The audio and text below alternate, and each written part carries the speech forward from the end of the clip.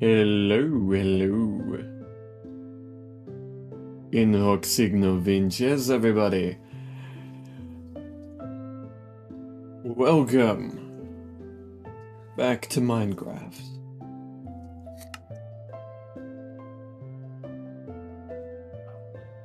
Well, last time, the censorship camera's a little lower than what I'm used to.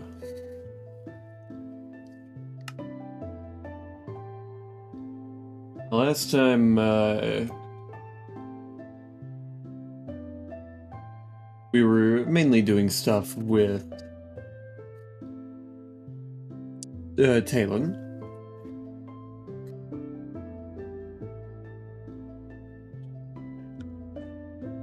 However, the time before that, we were working on interiors inside of our manor. Oh, I forgot, this kind of takes a while, doesn't it?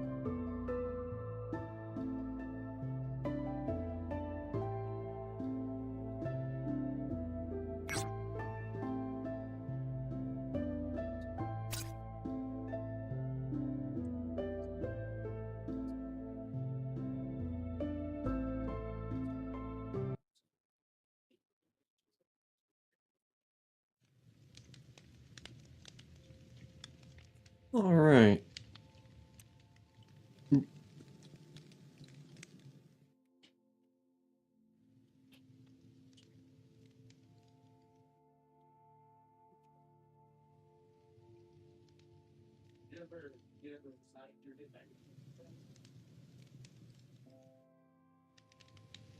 There we go. And let's get rid of the censorship camera really quick.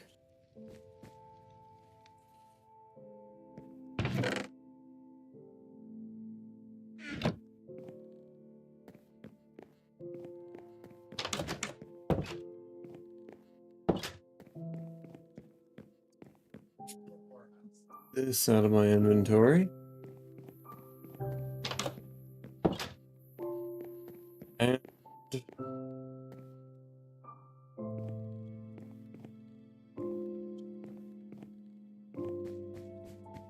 right. So we have a few rooms over here that I wanted to work on.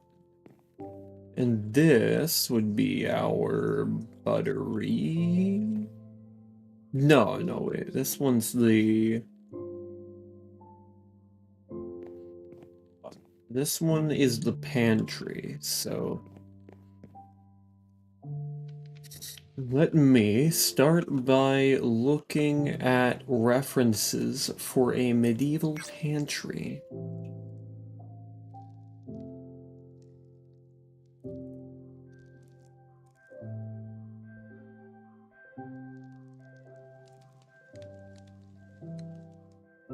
That's a larder. That's a kitchen. That's a corner of a kitchen.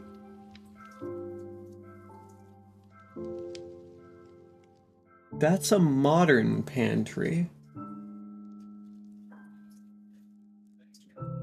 Okay. Okay, I can see how this is looking. So we got like shelves here, and then we've got like baskets with, you know, individual things you might store in a pantry, fresh produce and such.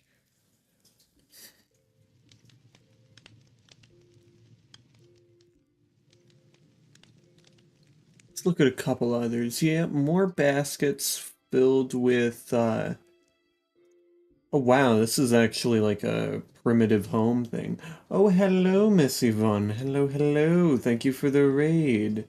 How was your stream? Currently looking at, I'm looking at reference images for medieval pantries. Just to get a feel. It's good, Silk Song is hard. Yeah, I just beat Hollow Knight yesterday.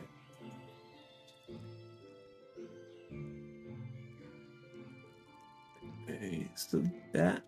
Yeah. Okay. This I think I can do. I just need a way to make these like tables and these shelves, which is easy enough.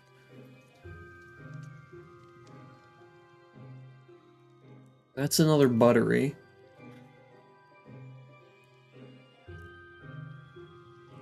Okay, I think I can. That's a larder. Yeah. Okay. I think I got it. I think I've seen enough. I haven't played the first one yet, just watched speedruns. Oh, I see. Yeah, I do quite like the world and the music and the vibe of Hollow Knight, but those kinds of games really aren't for me. But they are very good games. So I think what I'm gonna do is I'm gonna kind of go for something almost like this in a lot of the areas. I'm gonna see what I can do. I need... So I need some spruce stairs and spruce trapdoors. And barrels. And we can use that to line the ceiling. Got barrels. Do we have any spruce stairs? No, we do not. Unless they're back down at the bottom. The worst of those kinds of games, but you do love it even though you're awful at platforming and combat. Interestingly enough, I'm one of the kinds of people, or rather the exact kind of person to be really, really good at those kinds of games. But the issue is that I don't like playing them. So I just never do get good at those games. I'm perfectly competent. I just don't enjoy doing it, so I don't ever get very good. We do have trapdoors here, though. We can make these into a couple stairs. We'll go ahead and grab 8 for now.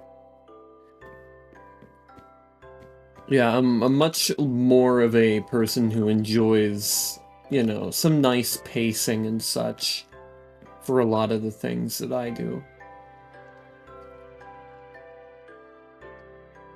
I think, how could I this out?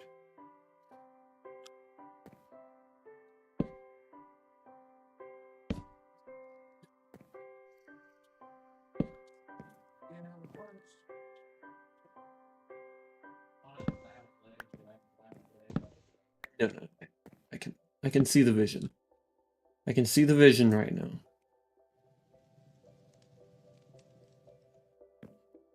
And it kind of goes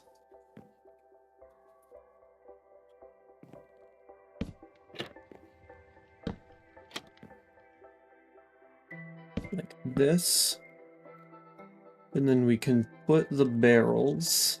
Oh, come on, man. Not cool. There we go.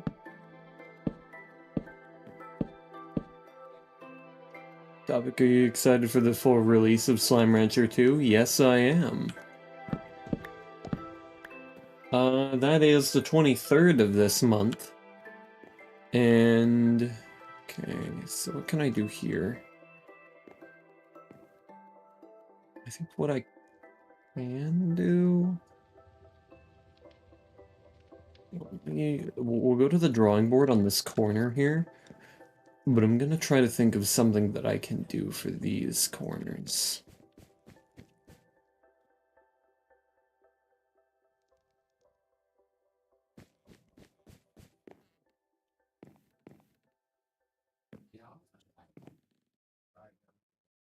Tier 3.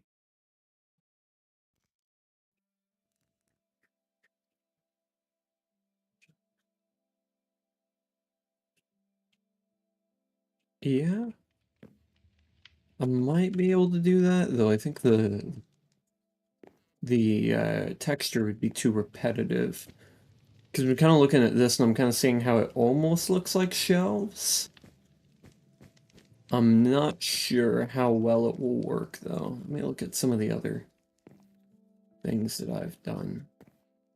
Books wouldn't make a lot of sense in there. That's a pantry. Oh. It would appear my mouse has just died.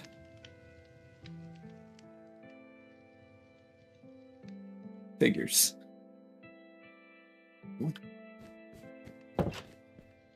Back though, I just need...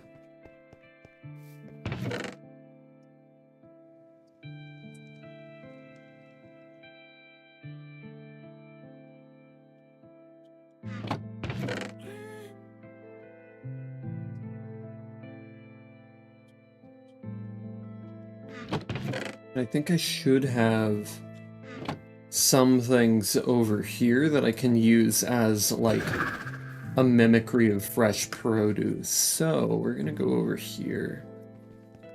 Right quick. Whoa.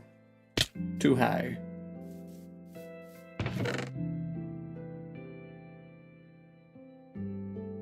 Yeah, these kind of look like grapes. I can work with that.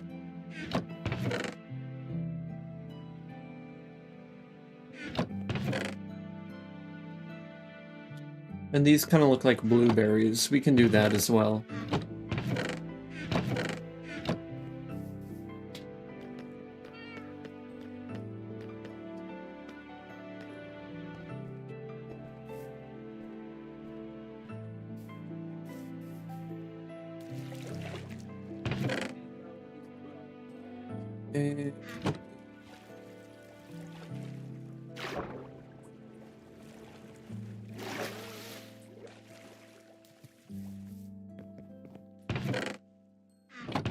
Now trying to think of any block I might be able to use. Wait, how do I make a jar?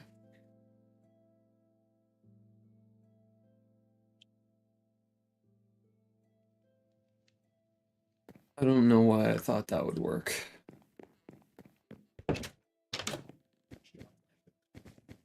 Or are they even called jars? Are they called pots? No. What language is your game set to? It's in German.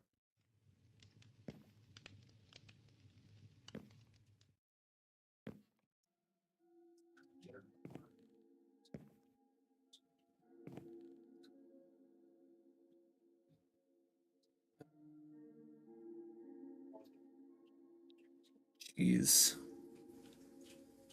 Maybe it's called a vase. I don't know.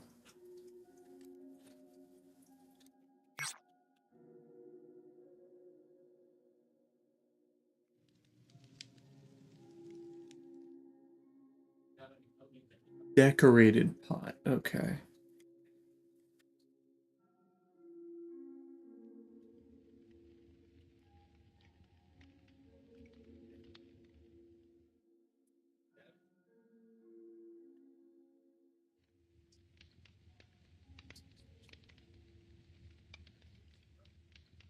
I don't know why those all did that.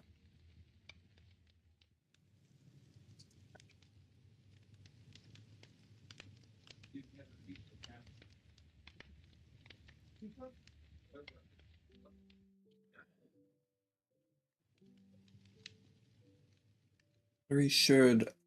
Oh, brick. Okay. Well, I don't know how to get pottery sherds. Oh, they're found. I see.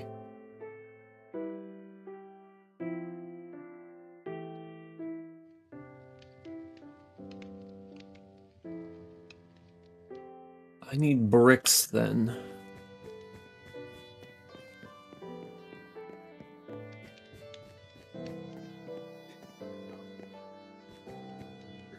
Pottery? Yeah, we're doing pottery now. Ow, my bones. Where? Here. You're found in the trial ruins? Yeah, I have no idea where those might be in this world. Because this world was created before that, so finding a trial ruins or a trail ruins, my bad. Trail ruins would be quite the challenge.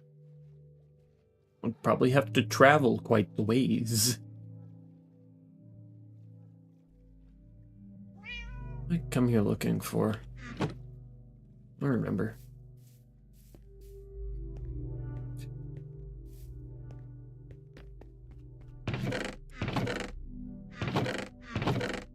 Well, at least I have a bit more of that.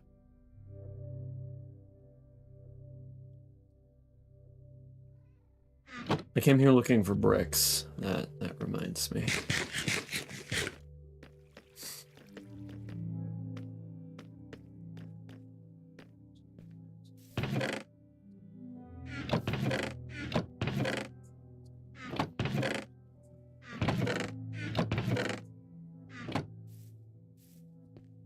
Oh, and can't decorated pots be used to store items? I think I remember something about them being able to store items.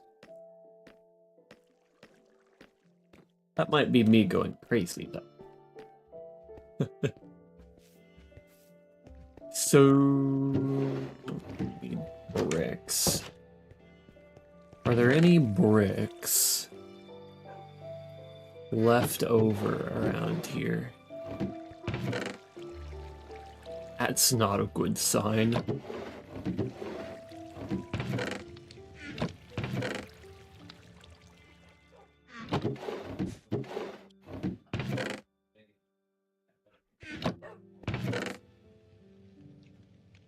I just heard my cactus farm at work.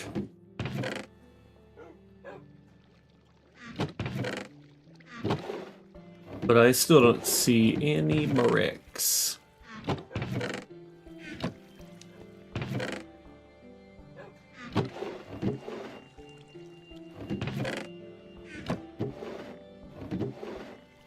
Yikes.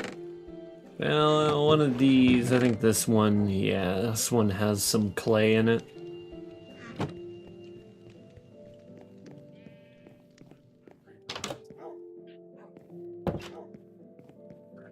What's that cactus farm? Doing good.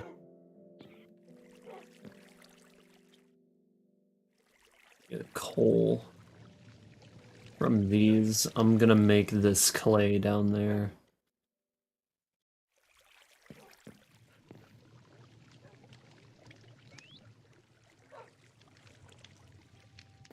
It's funny that that was never used.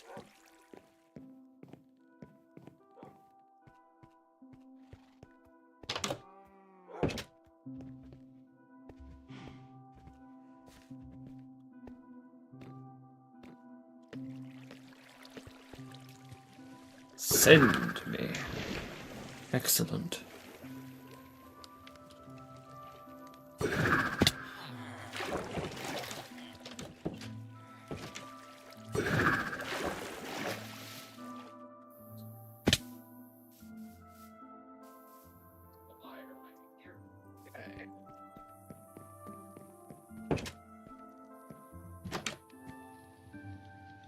I can also use...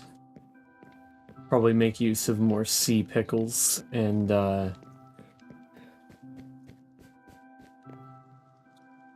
such. Right. It's all for the kitchen. Where I am going to put 32 in each of these furnaces.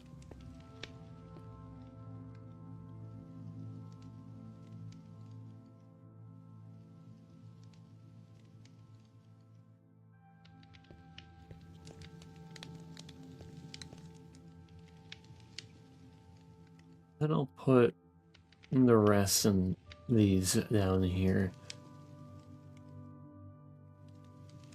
Yeah.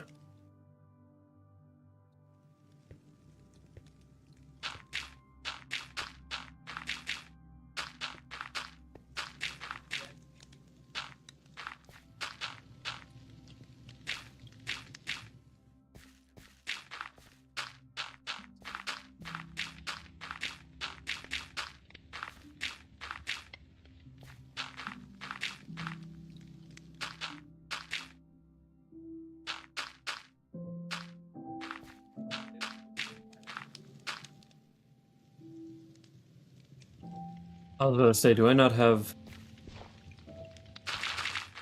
my shovel? Probably be easier if I did this outside, though.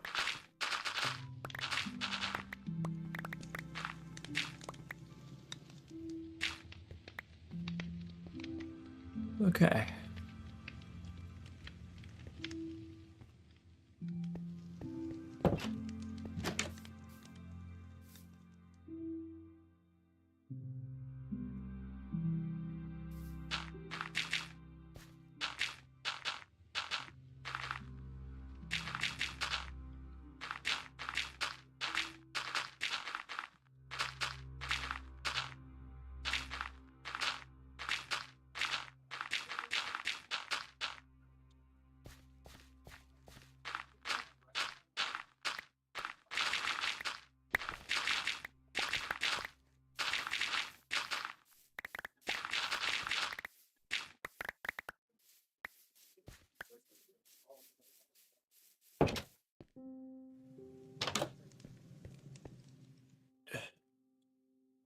And we should be able to start smelting in mass.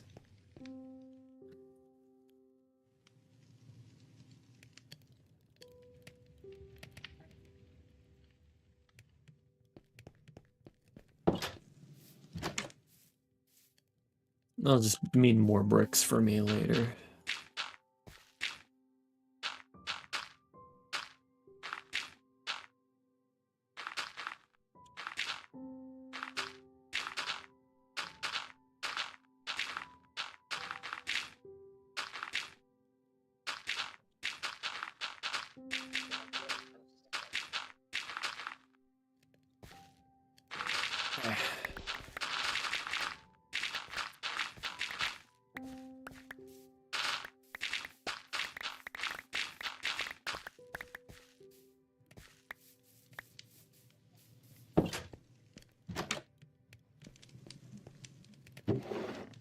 Oh, hello, Gallium. Welcome, welcome. Thank you for the raid.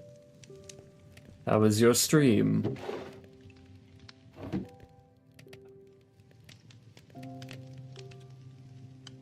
I'm gonna put these in here and cook more.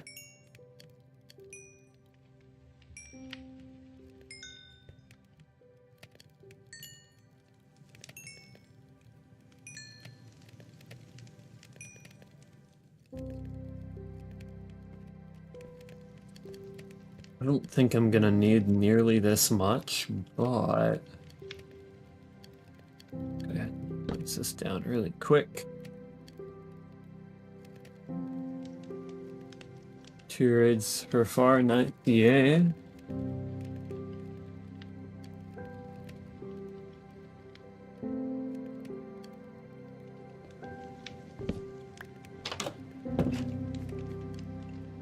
Now we just need...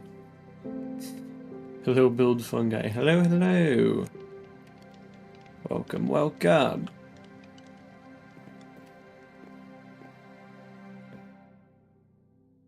So, what I want to do... I'm still not entirely sure as to what I want to do for this area. Did a speedrun of Hollow Knight? Right on, right on. Huh.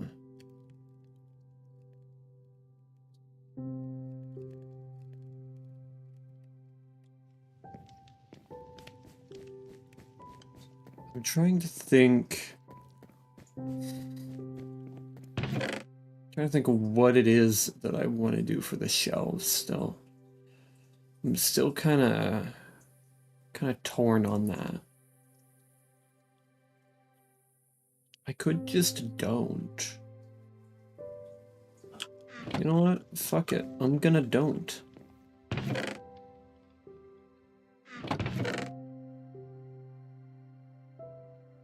Give me these. It'll look fine if I just don't do it. Alright. And as for these, I could go with that. That design's tried and true. And then what we would do is we would put these here.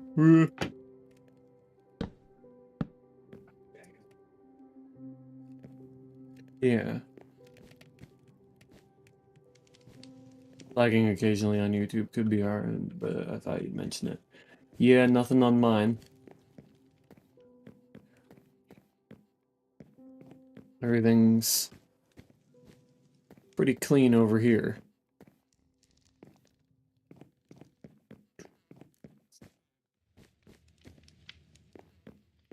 Gonna look down here, see if there's anything that I want to emulate.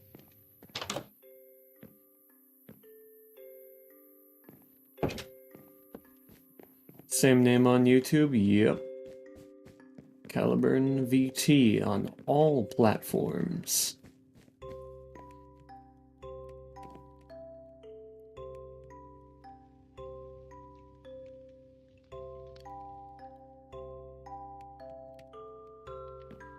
Let's see.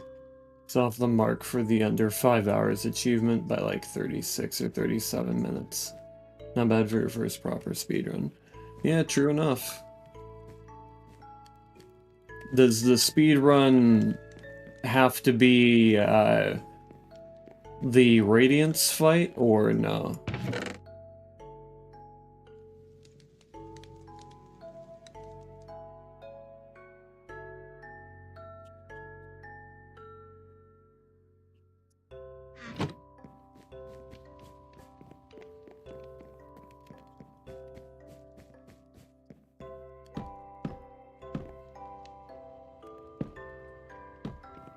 I have found our perfect shelf block.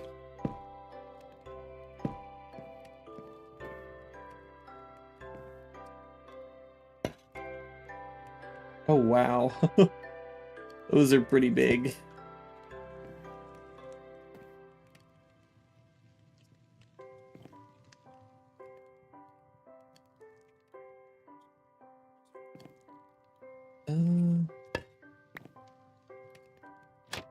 Let me put one here.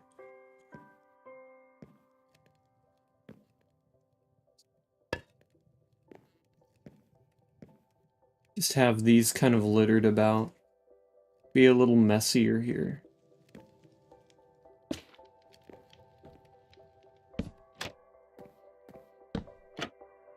How do I prevent that from happening?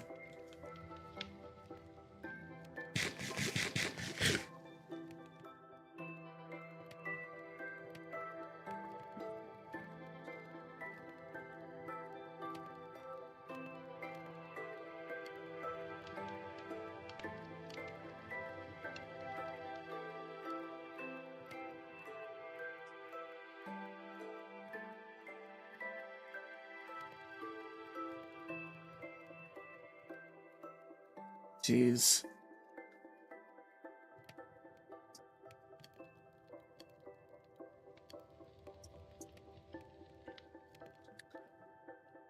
Okay.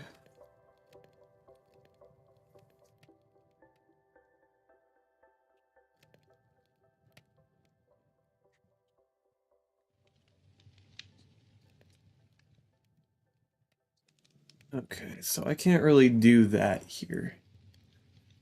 But I could use that elsewhere.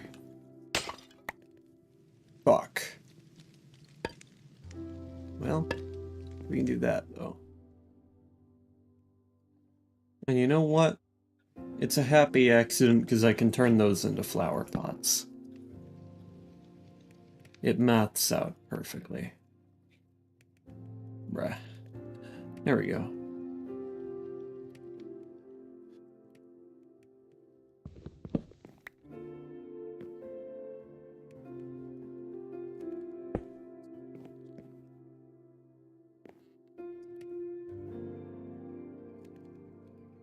Oh, that fucking myself. Any ending typically, but Hollow Knight boss as the final is the fastest. Yeah, I was just not sure if it counted having to do the entire fight, you know.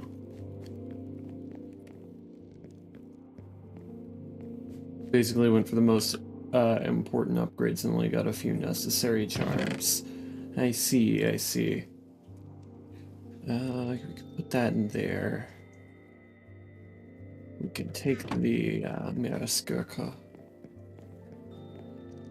And right, it just kind of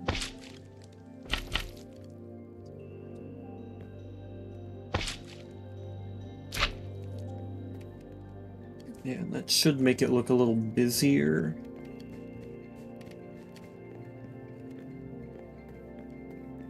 Here, so let's see if that improves it. What happened? I accidentally broke a pot. I still might want to use those, actually. Hold on.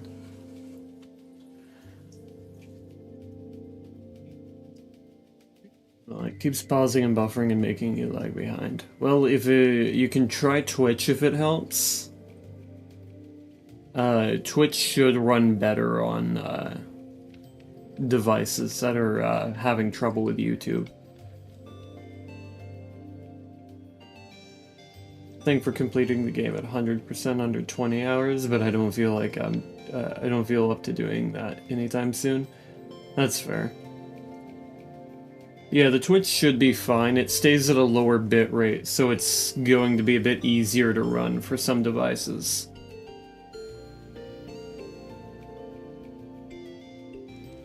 Do I have any item frames in here? I do.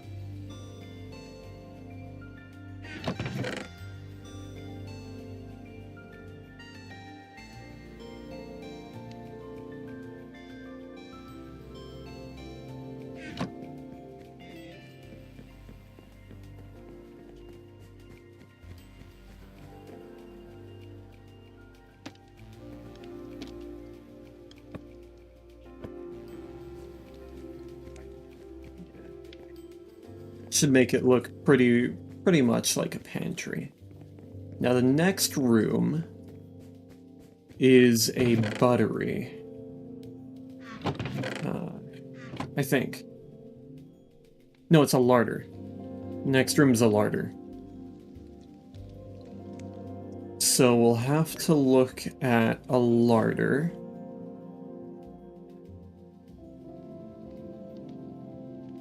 Images of medieval larders. It ended up pulling up a lot of the same images because for some reason people don't know what the fuck is the difference between a pantry and a larder.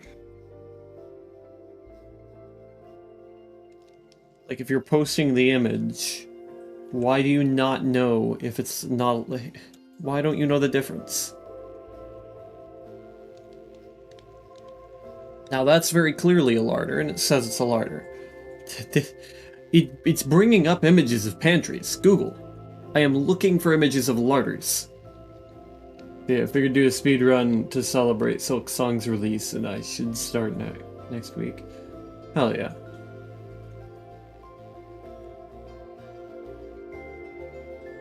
Never heard a second one personally, only know of pantry.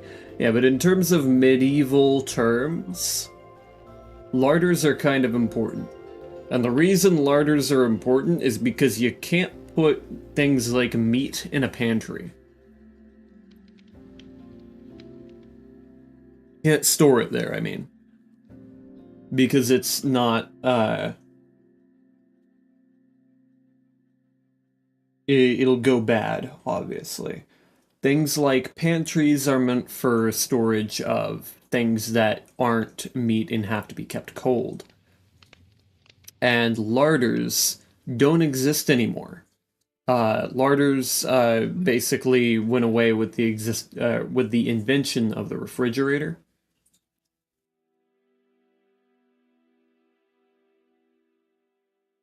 Uh, but larders would be a cold room where you would store things that have to stay cold. Now, this included more than meat, but generally speaking, it was mostly for meats and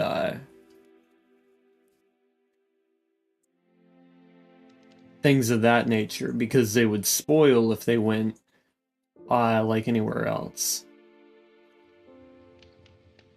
So I think what I need to do, like a cold room, Brent's farm has one, the walls are so thick and it stays so cold. I think that would be one that you might see, but any place that has something that's like a cold room or a larder is incredibly outdated. Most people just use a refrigerator, but big cold rooms are used on an industrial scale, but they're all like industrial room-sized refrigerators and such. In Manor, larders don't really exist anymore. People just have big fridges. Take my time with it is usually a bit of a completionist. I got 105 on my playthrough, and I was originally going for max, but things like Hollow Knight aren't really the kinds of games that I like playing.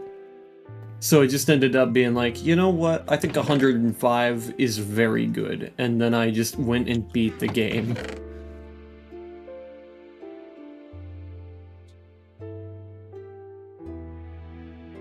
They do use a fridge, but it came with their historic property. We love completion.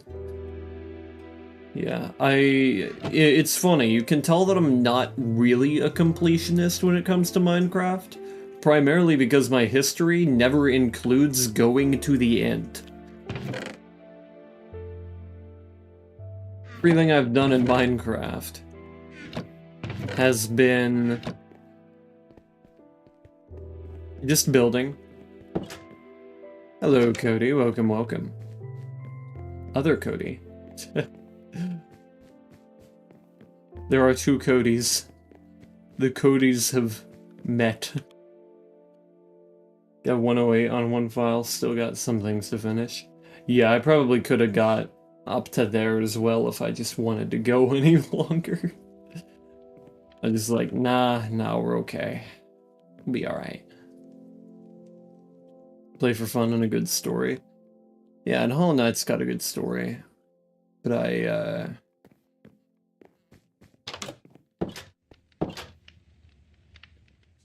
don't play those kinds of games very much.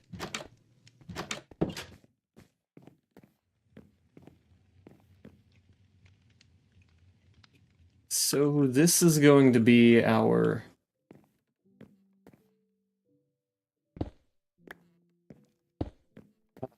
larder here, or yeah, our larder.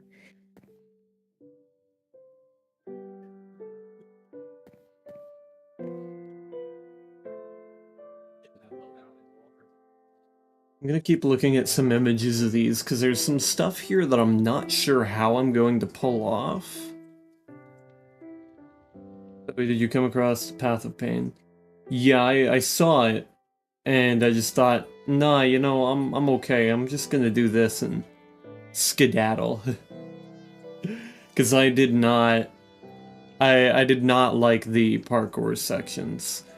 And I think the White Palace is honestly the best one. It's got a good amount of difficulty for what it is.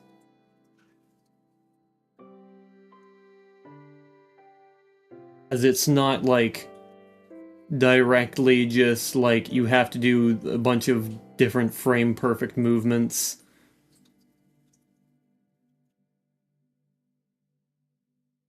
And it's not like a bunch of like frame perfect movements, like really, really close,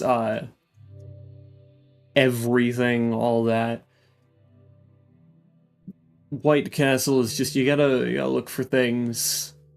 You gotta figure out what exactly you have to do, what moves you gotta make there. And it's not nearly as frame perfect, but you still have to be accurate. Glad you're enjoying yeah. Glad you're enjoying the mechanics of Persona 5 Royal. I love them. I think I wouldn't necessarily I wouldn't necessarily mind if there were still some of the older enemies, you know, like the tables and beetles and whatnot, like mixed in with the personas that you're fighting.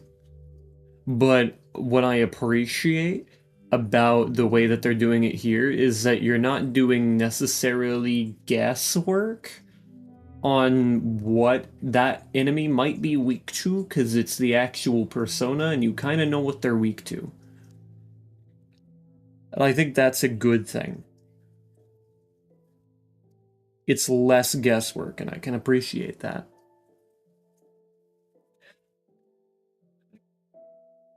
And what I mean by, you know, having the older enemies mixed in, don't have variants of them. Maybe two variants. And just have them be like little mobs that you kill along the way. Just a couple. You get like two of the trash mobs and then the persona mob. Or two persona mobs and two trash mobs, or you know, just one trash mob maybe. It's all persona mobs. Just have them mixed in a little. I wouldn't mind that. I think that would be a neat way to bring it all together.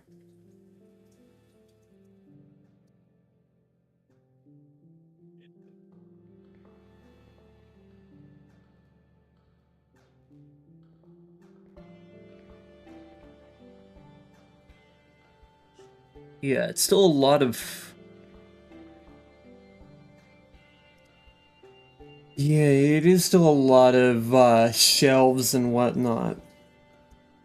And there's stuff that's like hung from the ceiling. I don't know how I'm going to do that.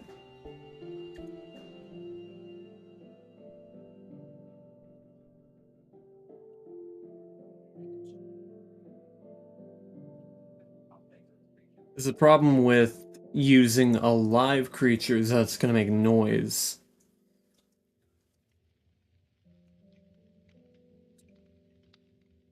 Like, it could be done with commands, but I don't know how exactly I'm gonna pull off the, you know, the hung animals and whatnot.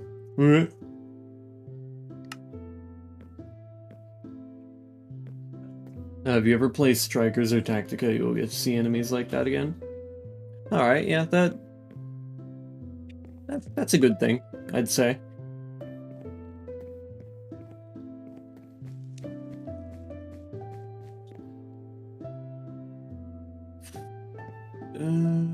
So I think same mob heads, but those aren't easy to come by.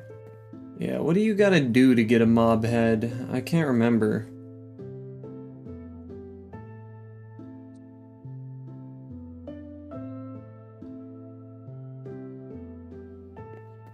I know there's something specific you gotta do.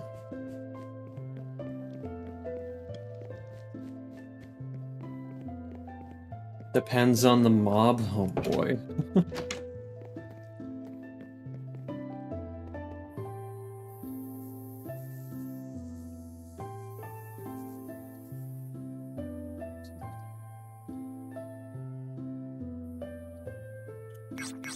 Oh, whoops. I accidentally double clicked.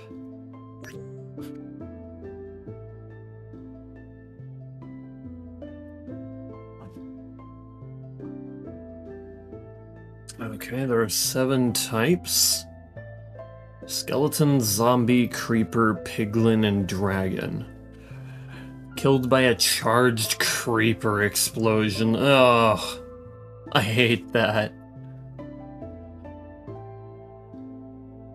Player head is unobtainable and survivable. Alright, yeah.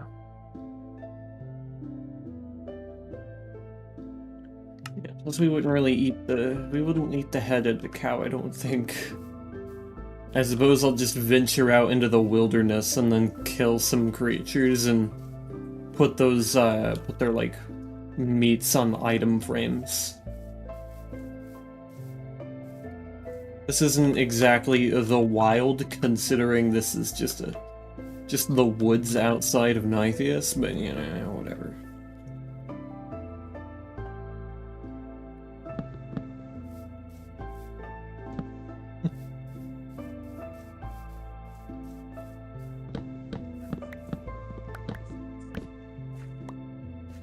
I only didn't pick up the birch because I legitimately do not need any more of it.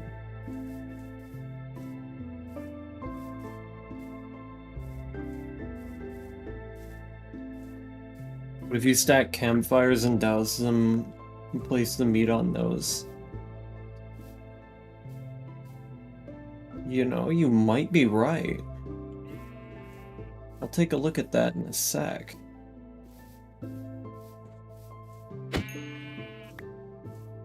Noink.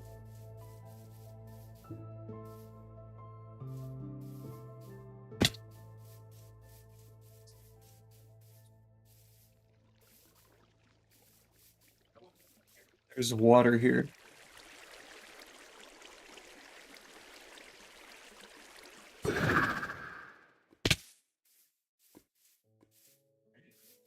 Did that from your fridge in your world? Hmm. Yeah, and I should have a few campfires sitting around. Oh look, a crafting table.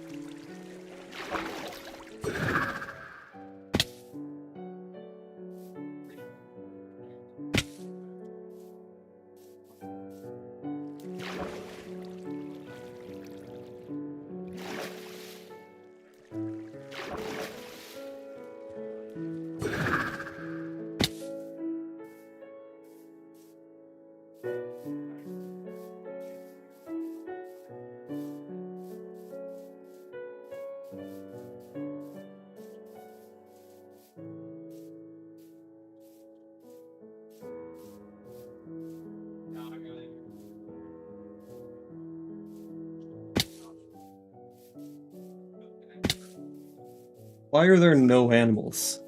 What happened?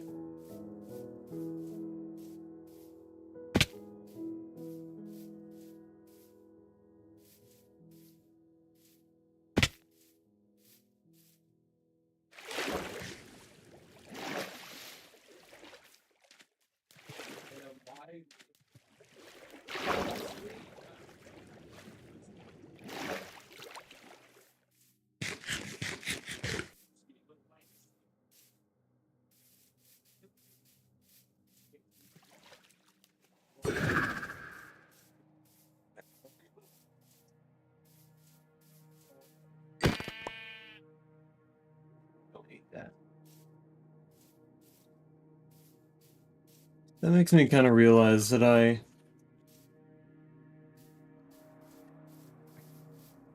kinda need uh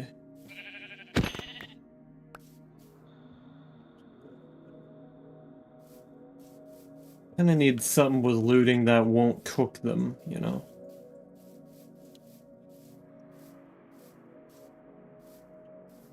This is one of my favorite parts of the Minecraft soundtrack, by the way. I need a livestock farm.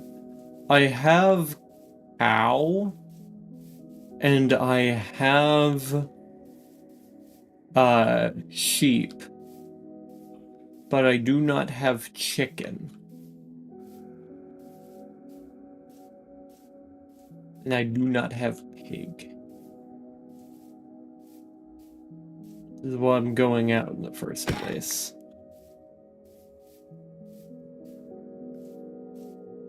And the chicken might be the best one to put in item frames to kind of make it look like it's hanging on the wall.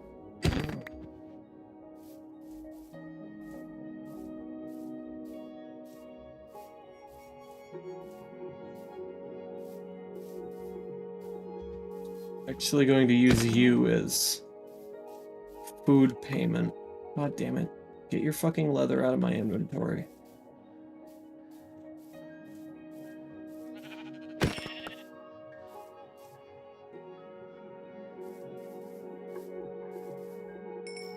Oh, hey, look at that.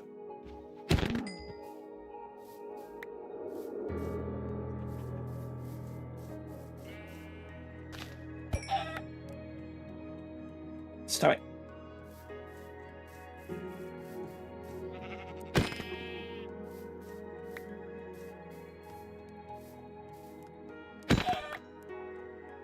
Wait.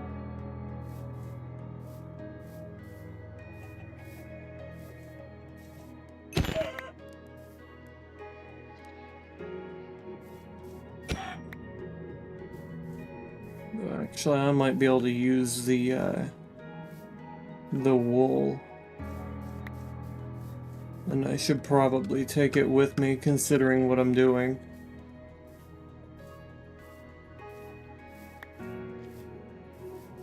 I hear a skeleton.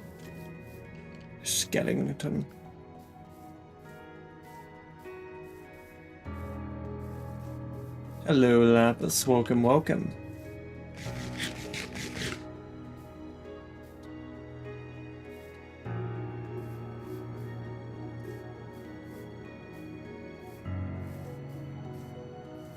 In hoc signo vinces.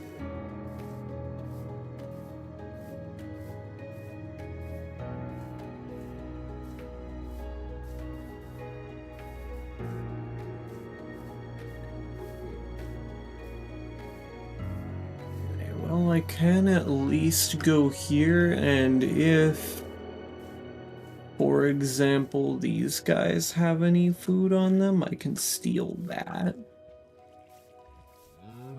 Okay.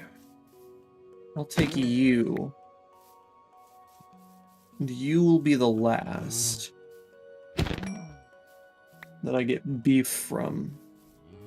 The rest I'm adding to my personal coffers to eat, as I quite badly need it.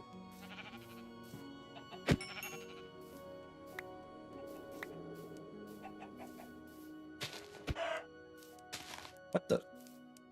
Excuse me? Oh my... It's fucking plot armor. I just fought Rhina Braun. Fucking transmogrified into a chicken. What did those cows ever do to you? One of them didn't give me leather. Like 10 years ago.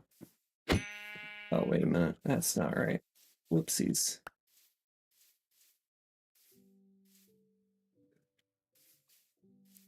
So, yeah, there's a long-held grudge. But I'm kind of hating them all equally, so... Oh, wait a minute.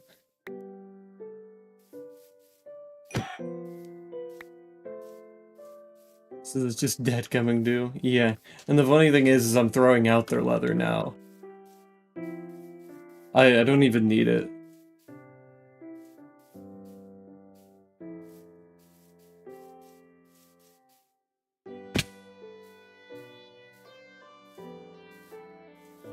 I think Kuro's Ghast is around here somewhere. You don't have anything in here? These are probably markings to, basically, to say that these areas have been looted. Which makes sense.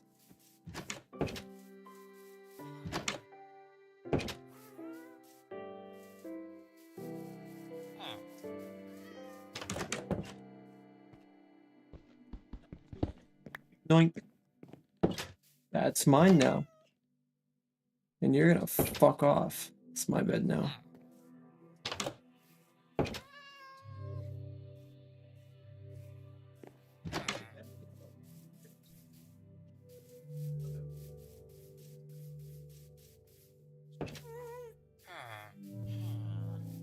Hey, beep beep.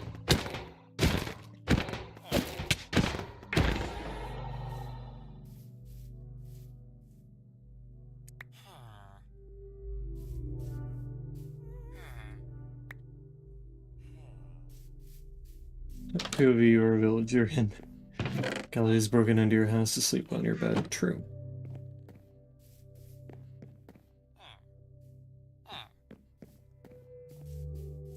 Ah, yeah, that's where Kuro's guest is. Motherwellen. This is a fishery. I don't know if they're gonna have anything. Well. Okay. Okay, buddy.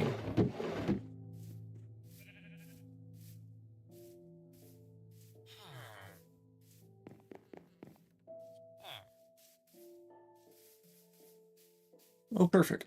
Some more food.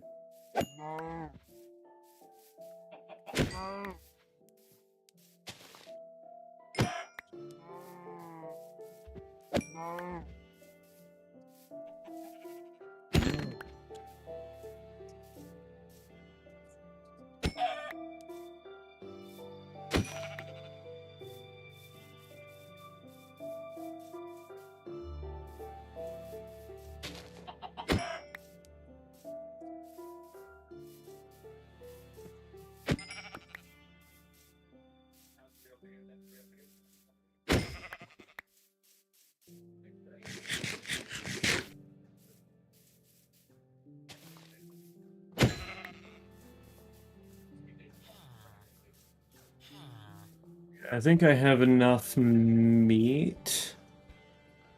Probably. I'd like to have more pork.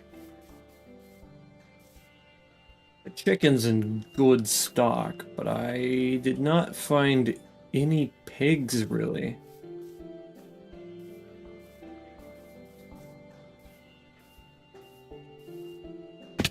My sense of direction is immaculate.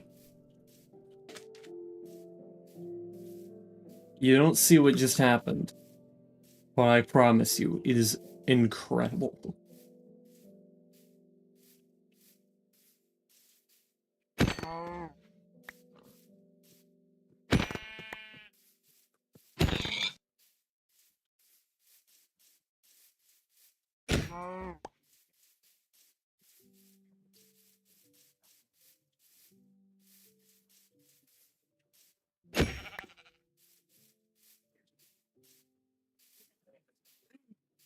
I almost fell. Oh yeah, they also had rabbits. But fuck, I don't even know where those spawn. I see them once every, like, millennia.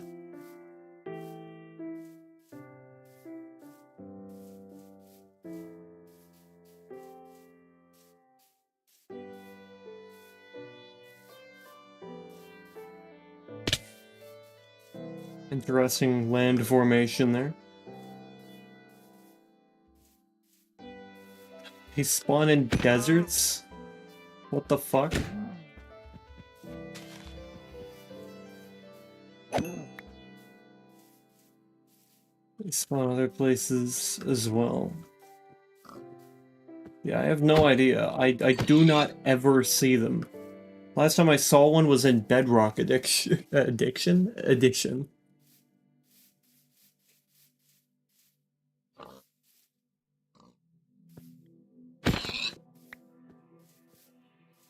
Pork chop. Pork chop.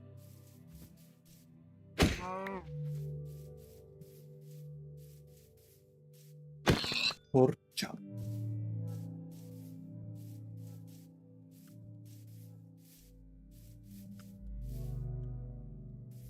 Pink.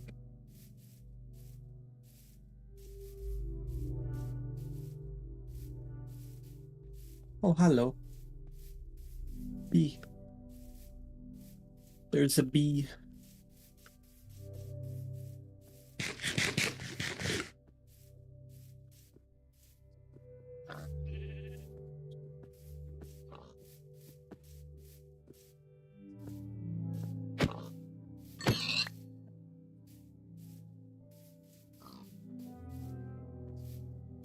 Glory be. The pork chops have arrived. Desert, taiga, meadows, and flower fields? Don't I fucking live in a meadow biome? What the hell? F3.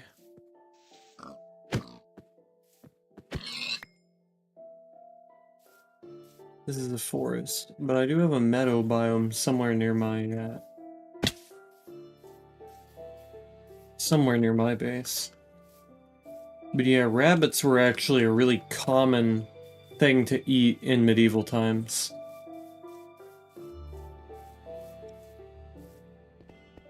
I don't even know wolves spawned in this biome. I know they, like, increased the range of where they spawn, but I didn't know they just had them in random forests. Maybe...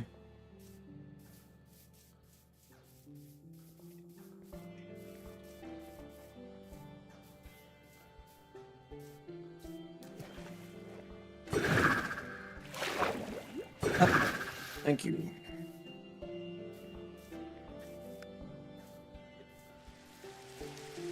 Oh, great. Thanks. Makes my life easier. Meow, meow, meow. Meow, meow. Ooh.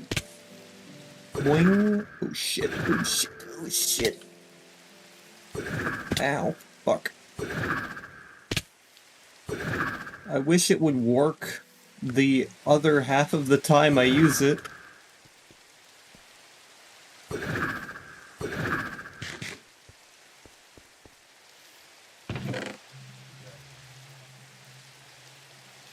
What biome is this? Forest. Yeah, that makes sense.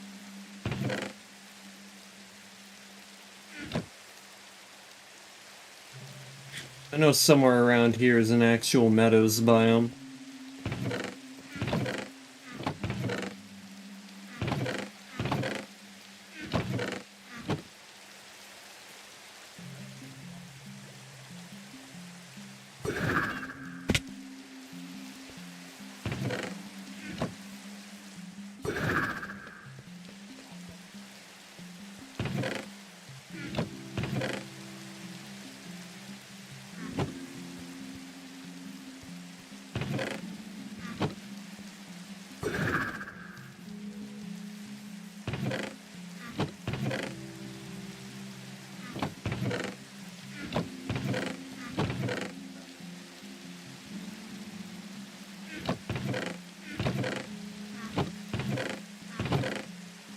Wait, are they at home? Shit.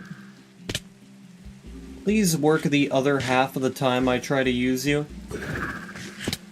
Bruh.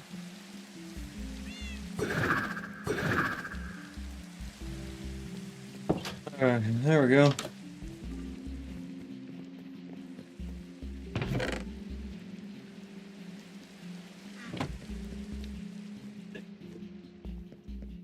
Yeah, that, and I'm gonna need to go back, actually, for some things.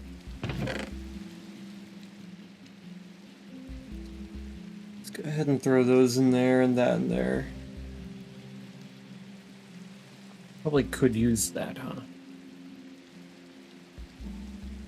That would probably be a good idea. To put this somewhere.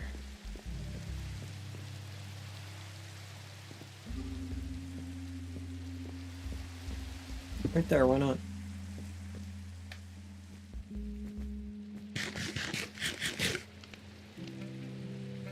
And...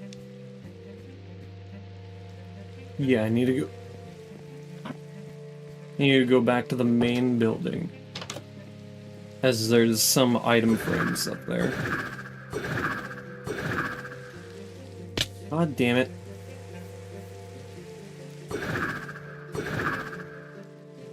Excuse me? It didn't do anything when I let go.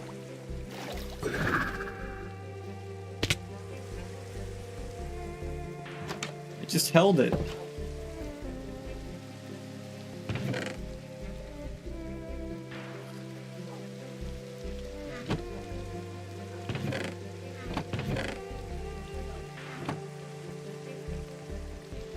Yeah.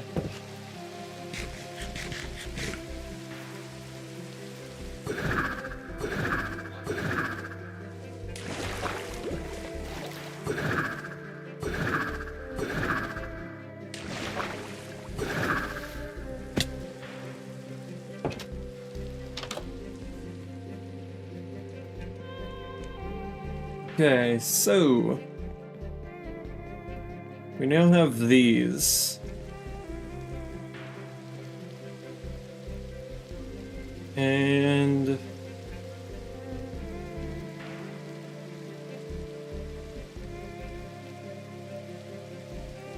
think we're gonna do this whole get up again.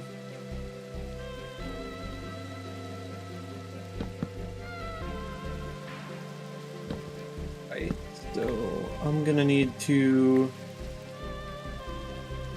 fucking do something real special here, huh? Boink.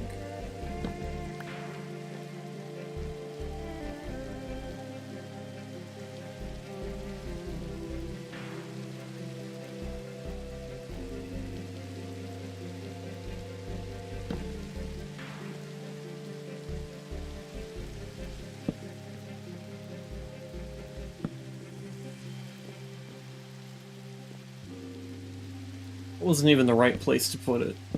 Fuck's sake.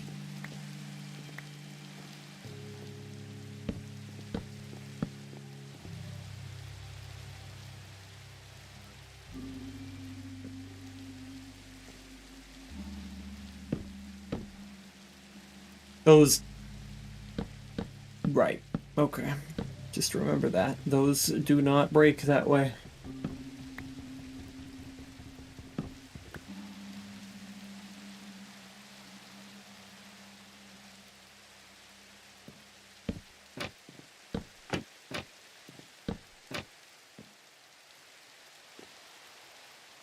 Alrighty.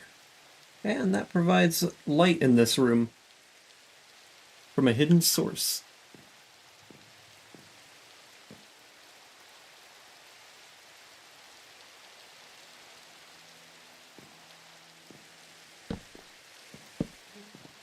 And yeah, that'll do for that.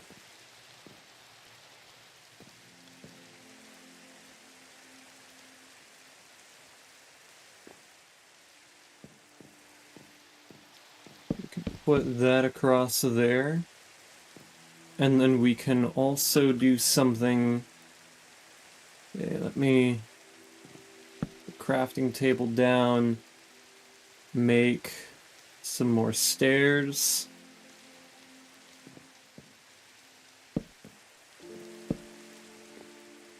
What the fuck?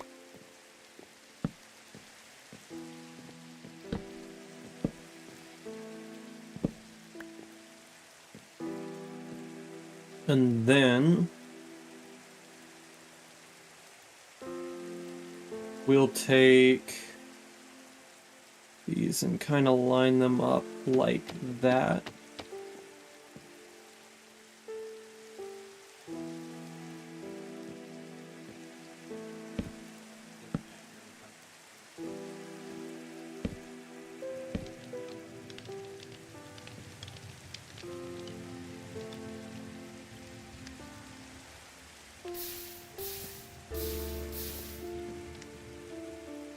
Take chickens.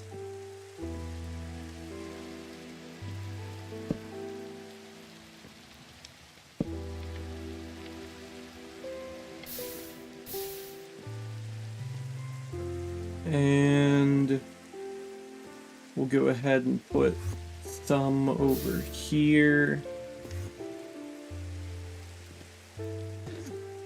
And some over there as well. Take the chickens and we line them up, make them kind of look like they're pointing down. Whoop.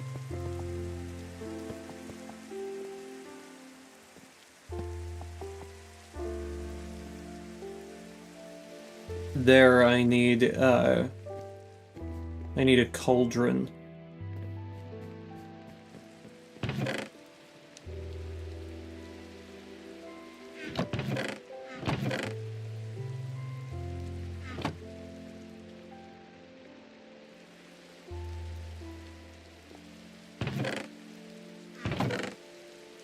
Not for any historical reason, it just feels right. It's just a good place for a cauldron to go.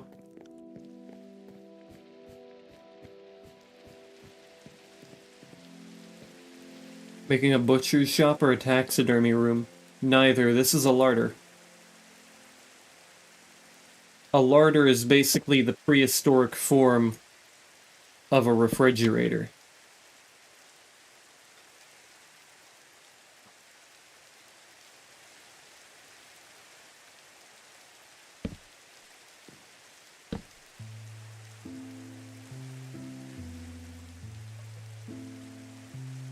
Been good so far? Thank you, thank you.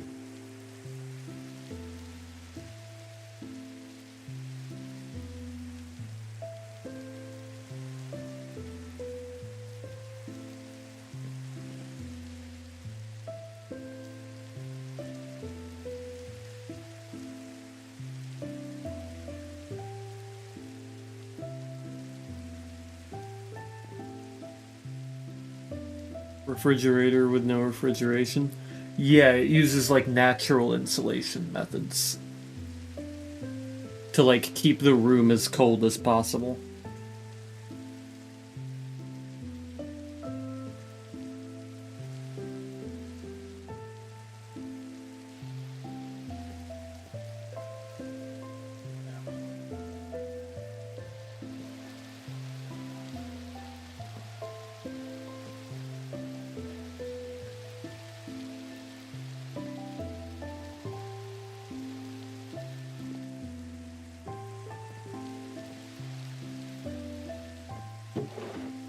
We can just put these in there.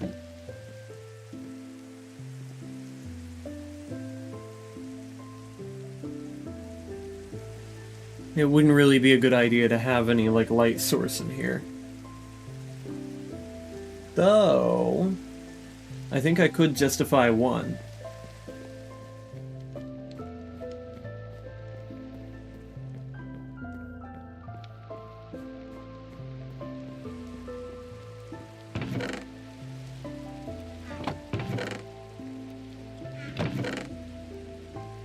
Don't have it in here.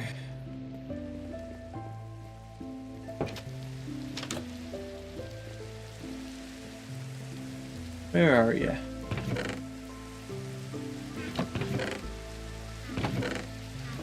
There you are.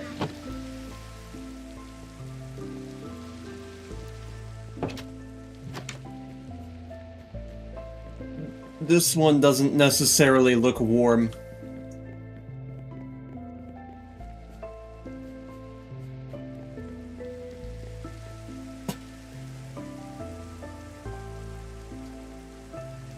Oh!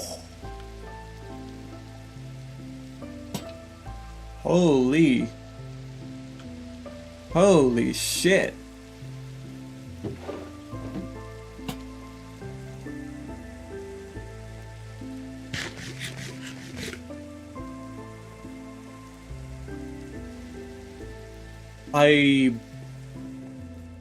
I just fucking blew my own mind, and yeah, the blue lantern makes the room feel visually colder. It absolutely does. That was the entire thought process behind that.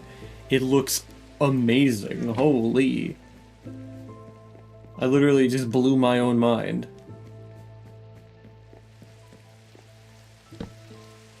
Light bulb. Yeah. Just watching what I miss. I was just watching what I missed when your Persona 5 stream. You're really leaning on the Mr. Joker persona, yeah.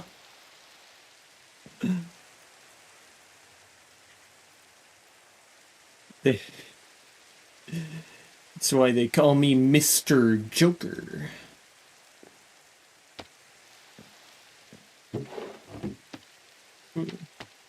Eh.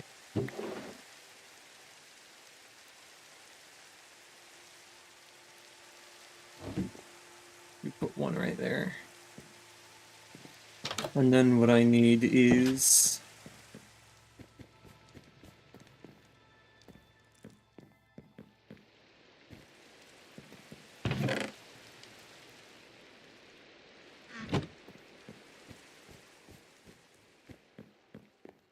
There's no way that I can get anything out of this area, so... It's funny that I have an entire another floor after this. Give me water.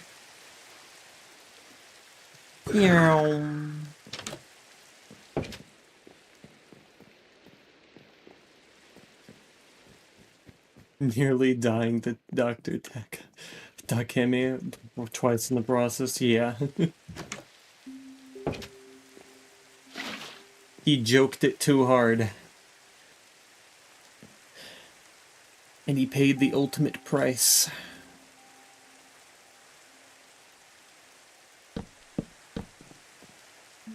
Nah. I thought that might look good for a shelf, it does not.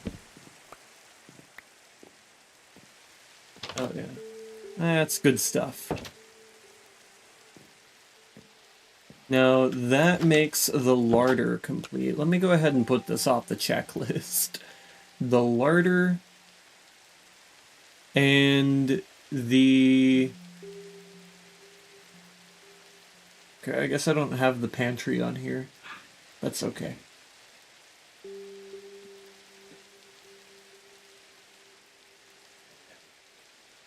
How big is the checklist? Okay, so right now we have a few rooms to make. We have the solar, the wardrobe, the buttery, the servant quarters, the servants' hall, the lord's bath, and a library, along with individual chambers and garderobes.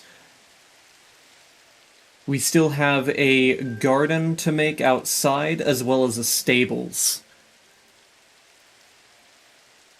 And this next room here is going to be a buttery. So, you know the drill, I now have to look at images of butteries until I figure out how I want to make it.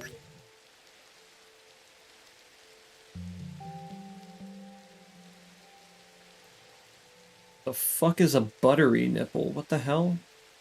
I don't want to know, actually.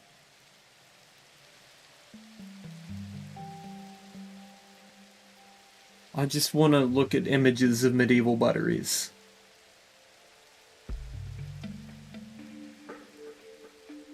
So from the name, is a buttery like for dairy storage? No. Well, it's complicated. A buttery is for primarily drinks. And the reason it's called a buttery is because they stored the they stored the things in what they called butts. So it was called a buttery.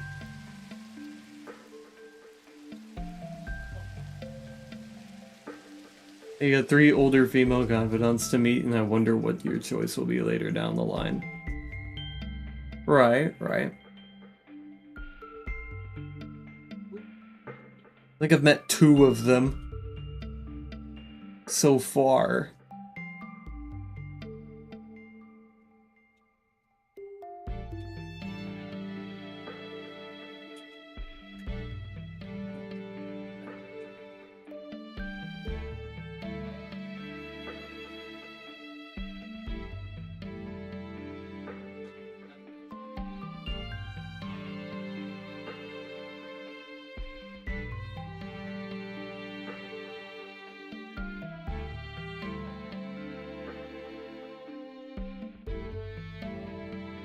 Continuing on what I was saying, the buttery could potentially be used for storing things like milk, but it was mostly wine and, like rum, gin, and beer.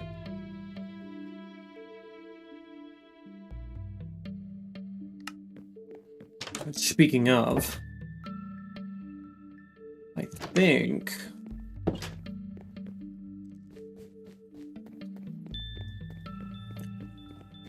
think I could go with...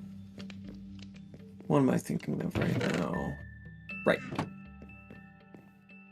is an idea that I can utilize here.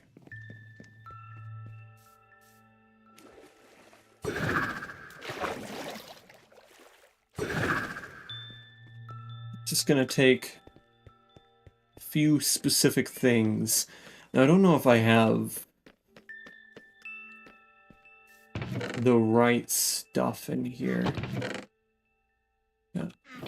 So I could theoretically use that, but...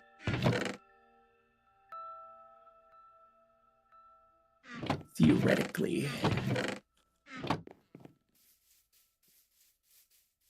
So the battery is a precursor to the modern day fuck-off wine cellar that... Oh, and I missed all of that. What have I done? Okay. I hit a button and it did things. So the battery is a precursor to the modern day fuck-off wine cellar that a certain type of wealthy people like for no goddamn reason at all. Yeah, except the buttery was a little bit more important in the medieval period because there's no real other way to store it.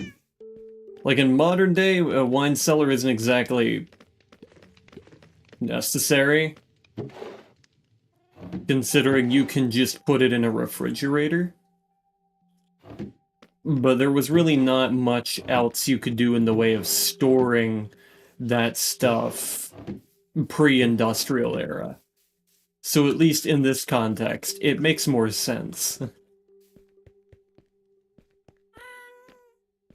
Though in Nithias, in terms of the storage of goods and whatnot, the storage of these things would actually be... Ooh, hey there, Slicko. Don't do that.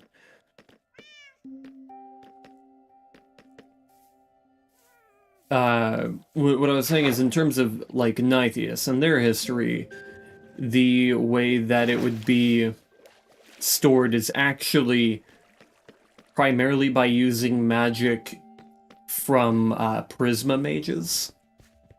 And the Prisma are a seafaring people, or not really a seafaring people, but a sea-born people.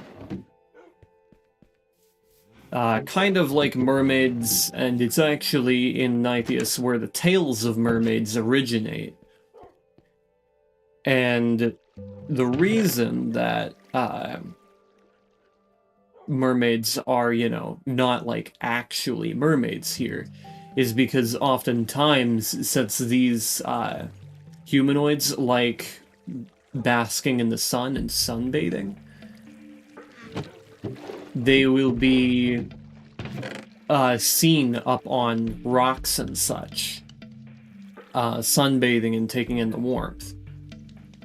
And the juveniles will still have their tails. And so it'll kind of look like, you know, your typical depiction of a mermaid, but they're only like that until about 25, and then they lose the tail and they just have legs. They morph kind of like a, or they go through a metamorphosis similar to what you might see in a frog.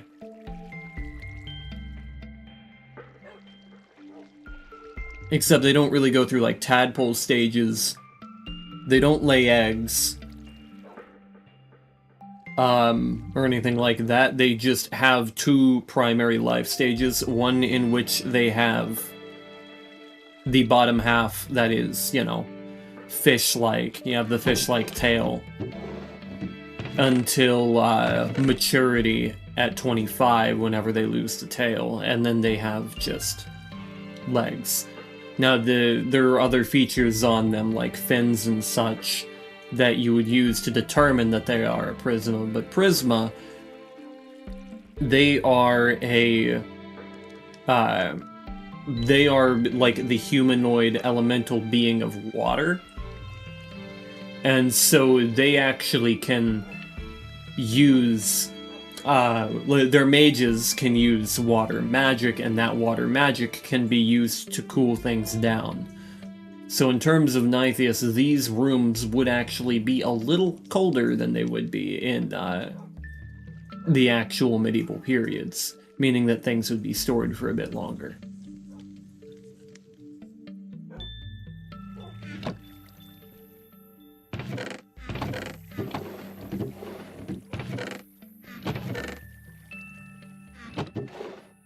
So of course pre-industrial Tyrocon.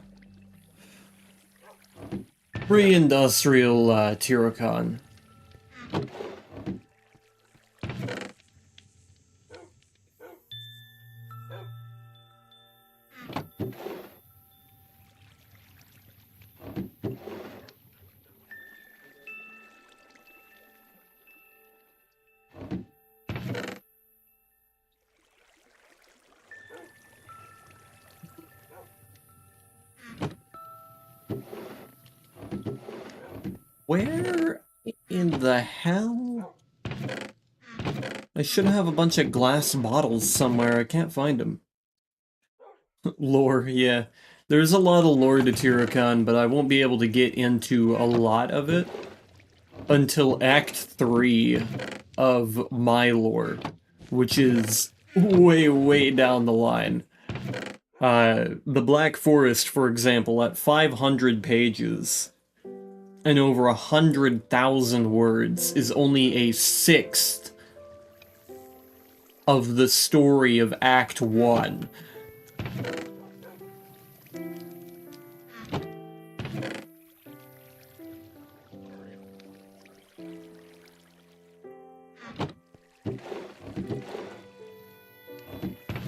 And it's looking like the book for the 6th book might be so long that it needs to be split into 2.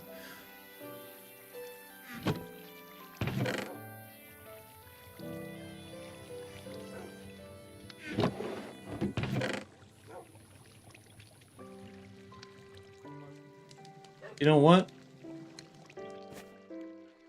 Thank you. I will use this.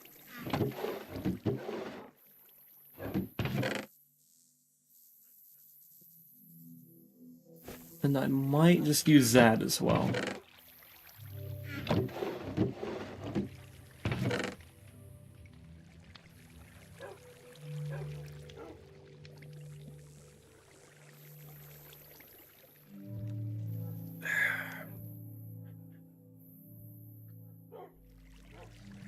I am really, really confused, because I thought I had my bottles open.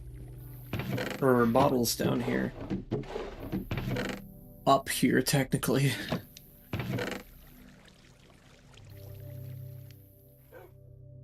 Where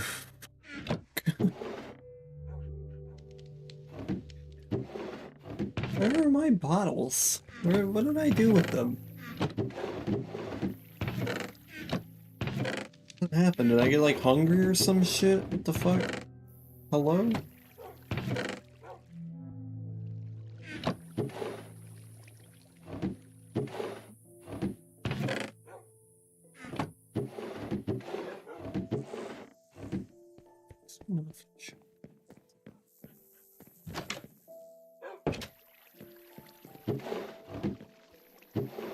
Nope, diamonds.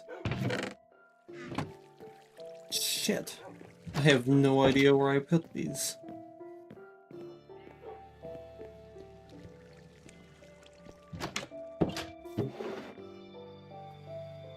There's one. That ain't gonna be enough, though.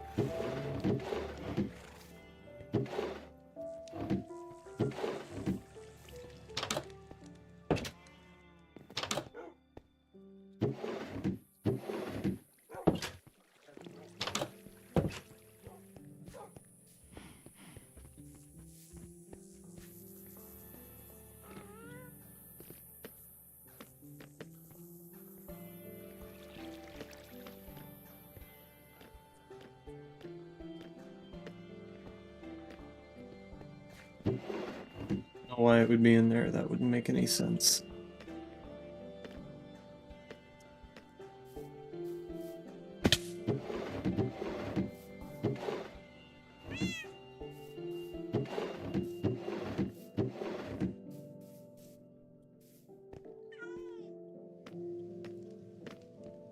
You think there could be any spare at,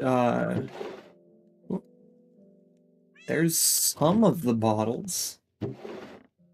There's another one. Ah, I have found the rest of them.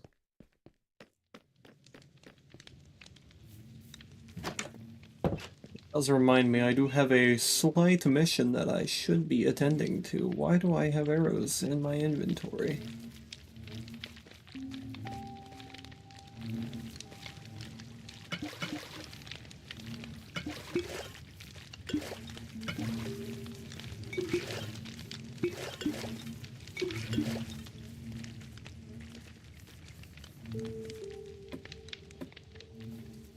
Making use of all the barrels. Yeah. I kind of have to.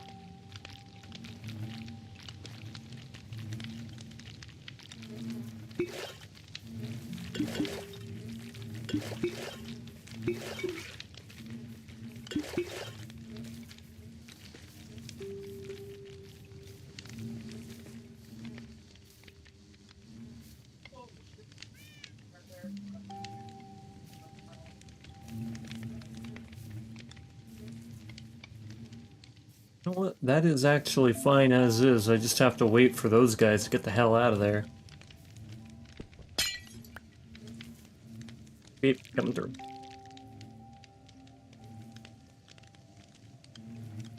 Hey. Give me these. Give me all those. Excuse me.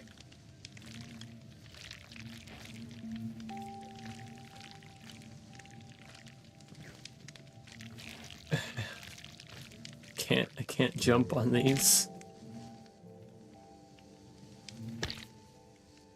Oh god, they're all going into here now. Shit. Get out of the fucking way.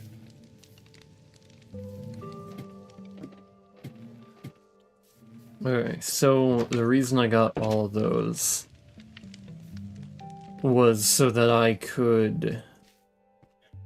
or the reason that I got these bottles was so that I could get, like, honey blocks, and that I could make...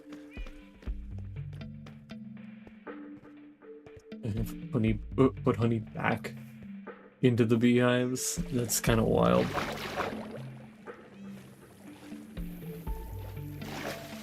Fish.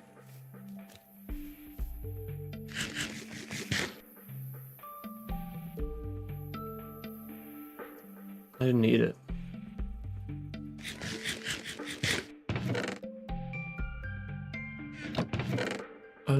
So... I don't think I need any more bees for this area in particular. So we can put those up.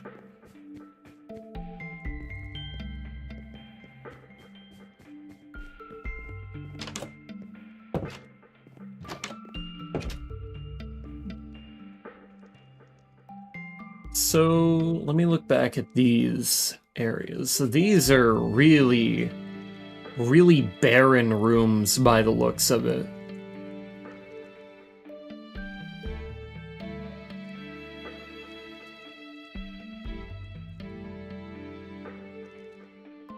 It's kind of surprising just how barren these rooms actually are.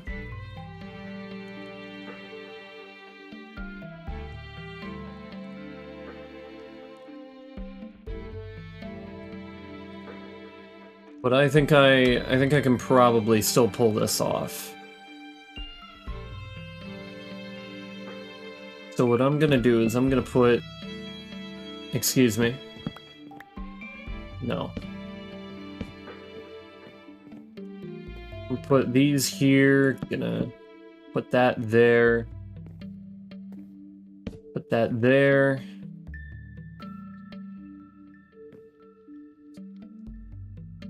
And then we could, for example, put some pot there.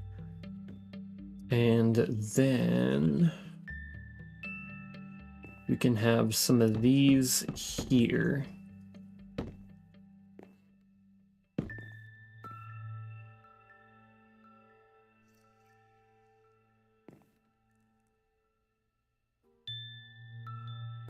What the? Oh. What the? Interesting. I wonder what I could do with a texture like that.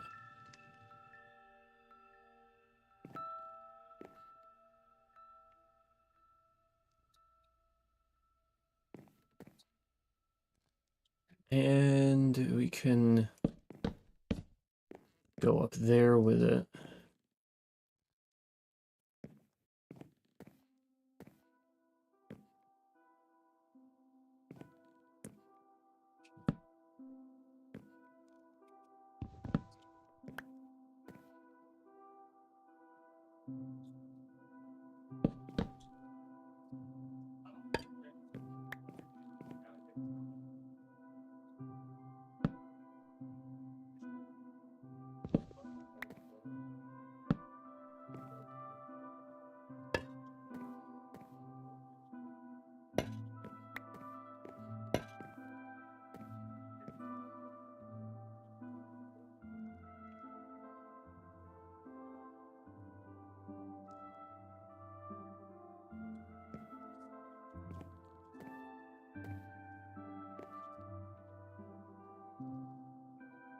I need more stairs.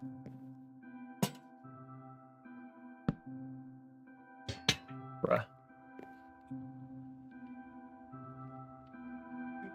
And it's gonna take... So we'll take this. And then... I use that there.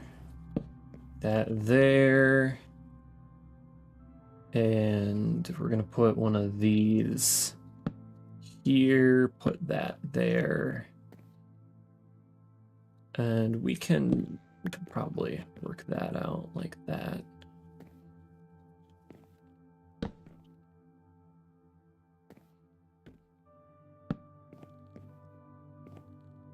Yeah, I'm gonna need 2 more cauldrons.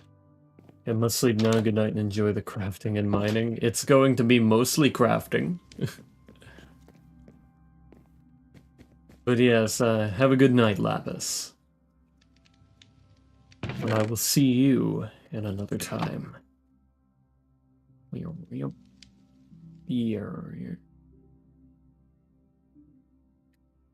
more.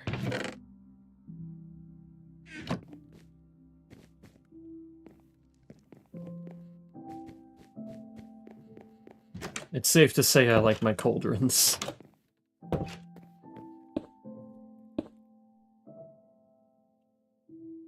Now, in some areas they're basins, and others they kind of serve a different purpose. I think... Here, let me take that out. Replace it with a regular block, because I'm going to have a honey block here. And I need water buckets again. So we're going to go grab some more water.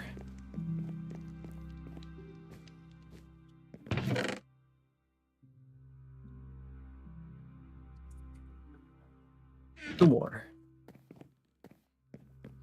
What's your opinion of the Kamoshida boss fight? I think it's a good fight. Actually, I think it's more well done than some of the other boss fights in the Persona series. Because it kind of has... It has a little bit more of a dynamic to it than other boss fights that we've seen in Persona.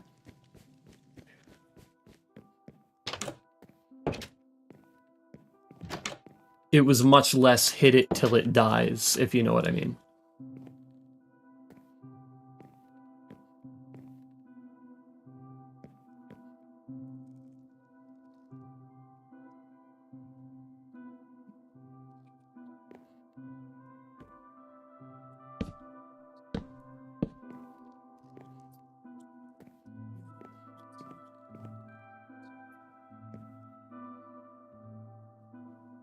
Gonna need more of more dark oak here, so I'm gonna craft this I'm gonna finish this room and then I'm going to plant some trees outside that I can break.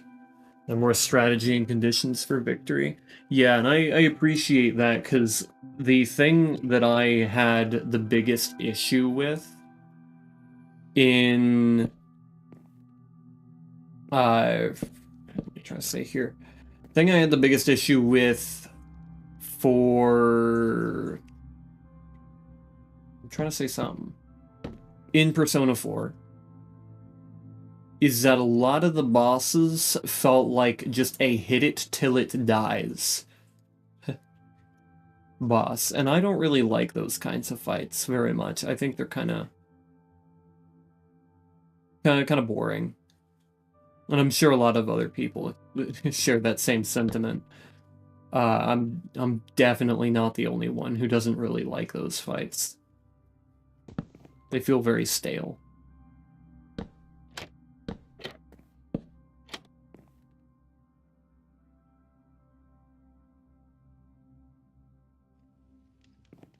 Okay. Put that in there. Type of mentality.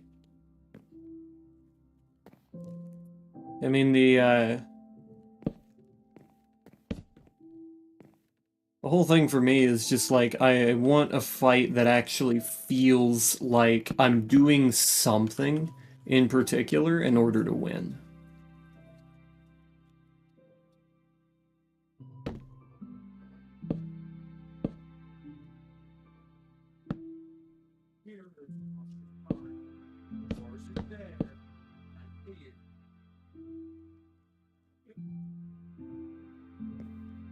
Yeah, that'll do.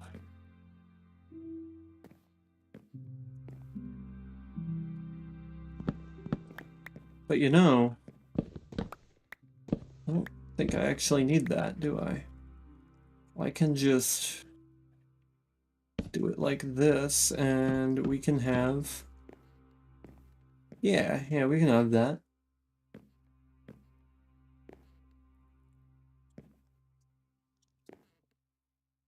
Two overboard, and this would be a good place for a few more cups.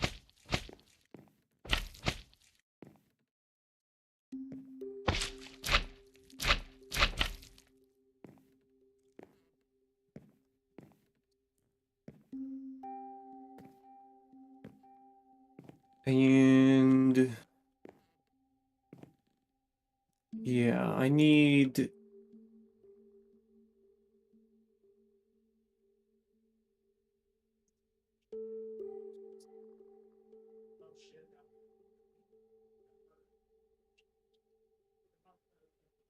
I don't know what word they used for it, but I need a tripwire hook.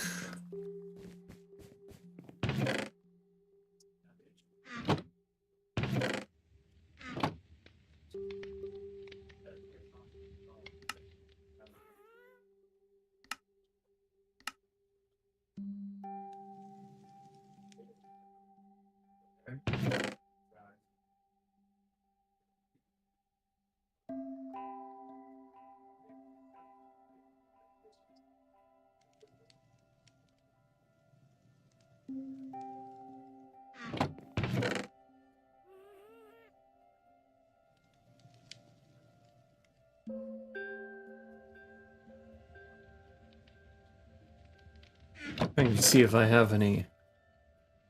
Yeah, we can just use these. Oopsies. I don't actually think I need this many, but I can make this many. It's not really too big of a deal.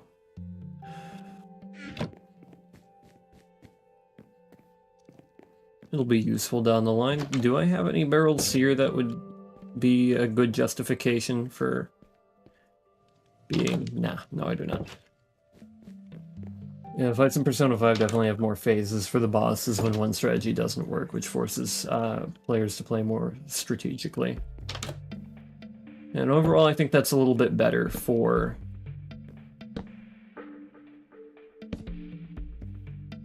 for the Persona games. Yeah, so now we have that.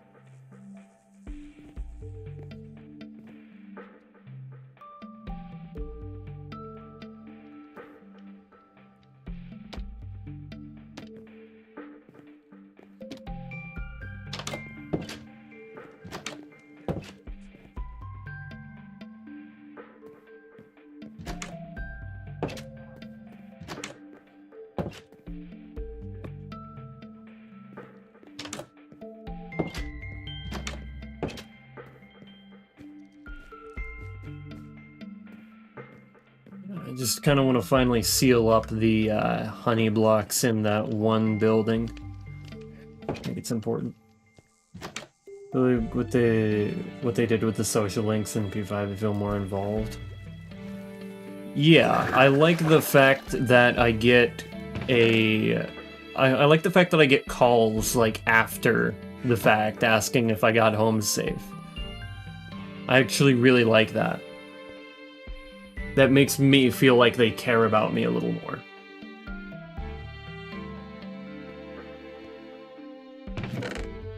Not to say that they didn't already feel that way.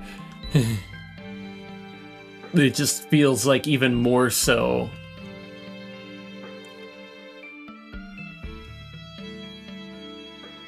That way. Same. So you play Persona?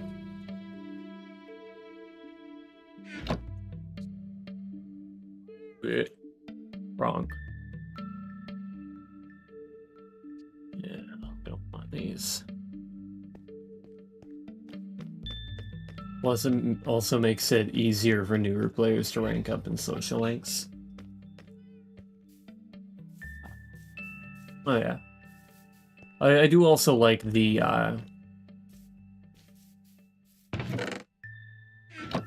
like the general way in which we meet. Like a lot of the time in Persona 3 and 4, there wasn't somebody I'd meet until, I don't know, like close to the end of the game. I'd be like, I didn't even know I could talk to you.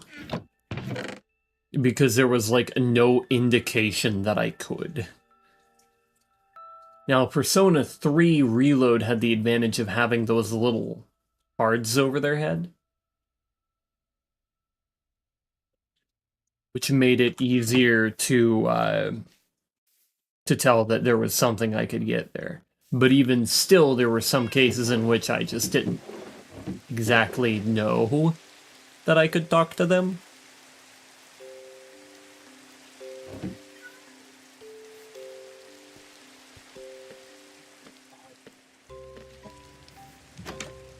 The more part being asked to let someone know when you make it home kind of thing.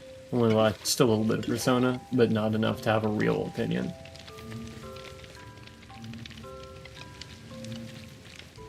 I was reading a message and listening, so might have misheard. Yeah, I know. So in Persona 5, whenever you're doing social link stuff, they'll call you at the end of the social link after your character makes it home. In the previous games, it would just be a black screen, and then it'd be the next day. Or it would be the evening and your character's home. But they do the whole thing where it's like, you go home, and then when you're home, the character will actually call.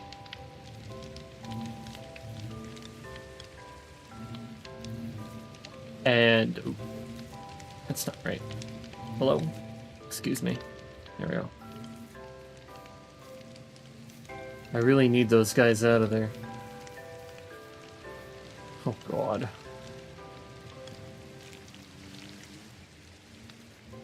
Making an absolute mess in here. Oh no. Quit it. Cease this at once.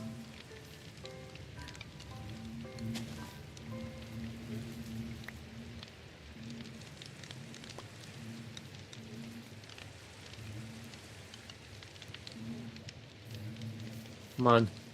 Come on, everybody.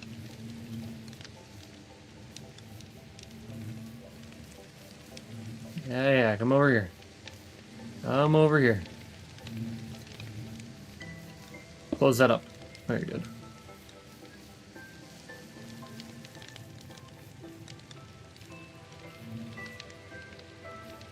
Okay. Oh, shit.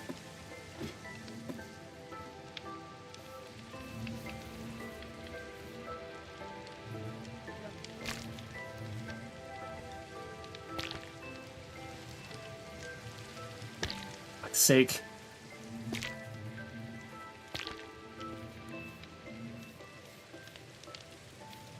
Okay. Should increase productivity if I finally manage to seal those off, but I did keep a couple of these. I don't... There we go.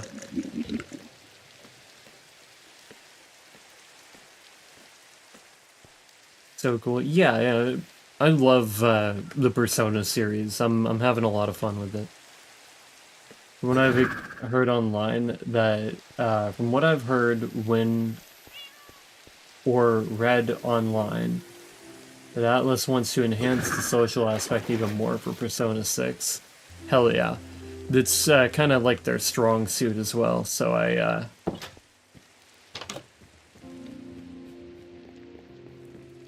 I hope they do. They have a very, very strong case for...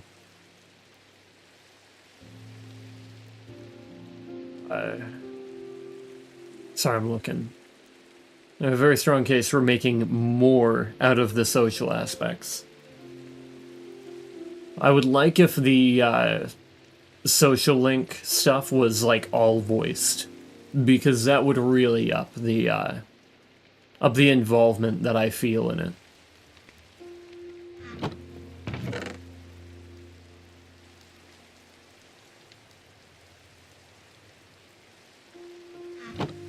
I think Persona 3 Reload was kind of like that, so we might see that, actually.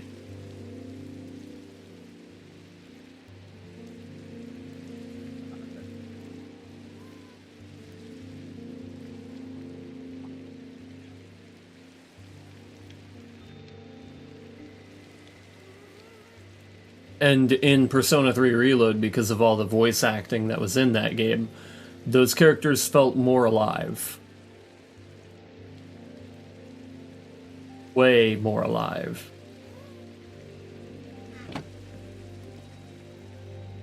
Put this away.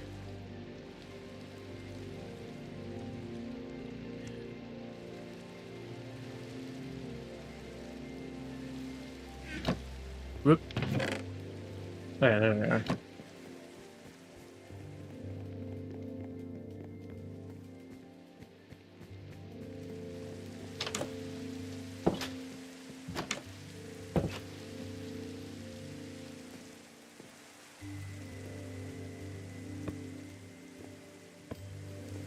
There we go.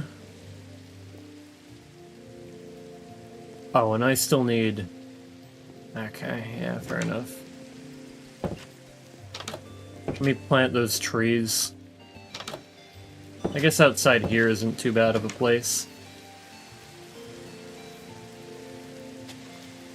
It'll grow here. Is that too close? I think that's too close.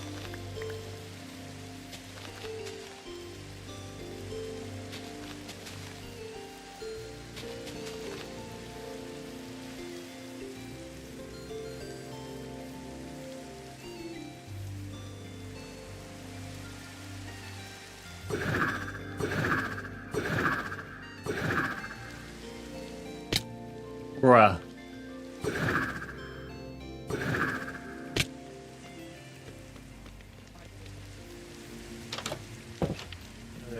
Let's see if I can't get any more from here. Nah, those are empty as fuck. Plus that's, that plus I kind of want to see more involvement with the main character's personal life, especially when the MC has a romance going on. Oh, for sure. Oh, absolutely. What I'd really like to see is more of the side characters engaging with the main cast. Because you have all of your persona users and you have the side characters that don't use personas. I would like to see them interact more. Like, say, for example, one of the side characters is, you know, the typical sporty side character that you get. And then you have another person on the main cast that is also sporty. Say it's the typical bro character that they add in, like Junpei or Ryuji. You could have them be in either like teams that like practice code like together, or you could have them on the same team. And there could be days that you actually see both of them. And say, for example, you have that conflict where, oh, you can only choose one of the characters to be with at this moment, right? You can either hang out with this guy or this guy. But in this scenario, with them both being on the same, like, either on the same team or on teams that play together or practice together, you could still earn basically experience towards leveling up for the guy that you don't choose to hang out with, because they're still there. You're just not going to level up their social link. I think that would be interesting. Realistically, people hang out in groups and meet other friends that way. Yeah, and I kind of saw a little bit of this in Persona 4 Golden with Marie, how in a lot of her things it would involve the other characters, and I think that's a good thing. Even though she was a little more important to the story than like a basic side character, I think it's still good that you have a character that isn't a Persona user hanging out with your main cast, right?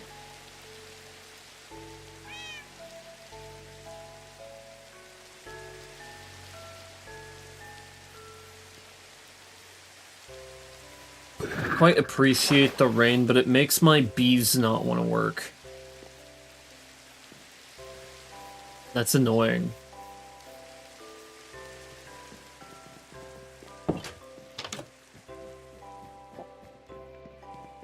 think the one thing the game will still suffer from in the social aspect is the stagnation after a completed social link. Yeah, I feel like there's got to be a better way to deal with that than what they've been doing so far.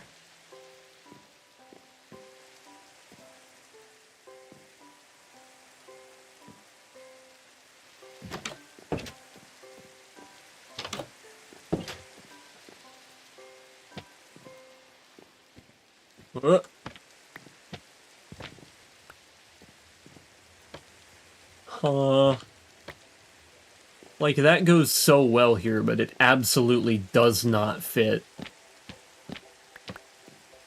Excuse me. Come on.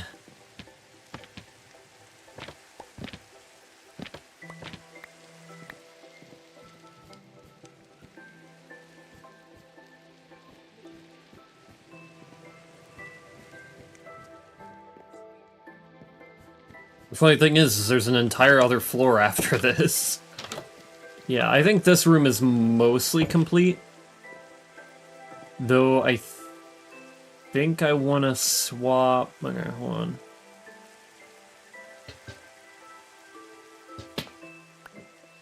Okay. We can put this here, right? And then... Oh shit, I'm gonna have to go up there and fix that.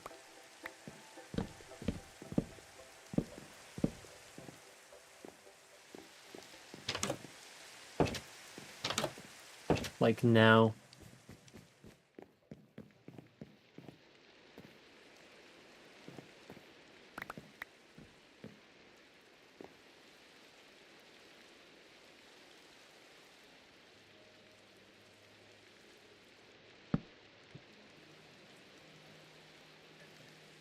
I know. Fuck.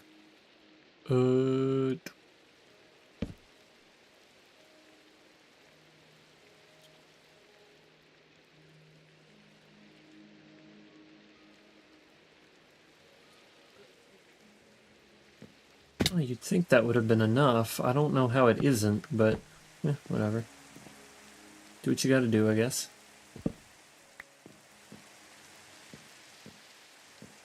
That looks much cleaner.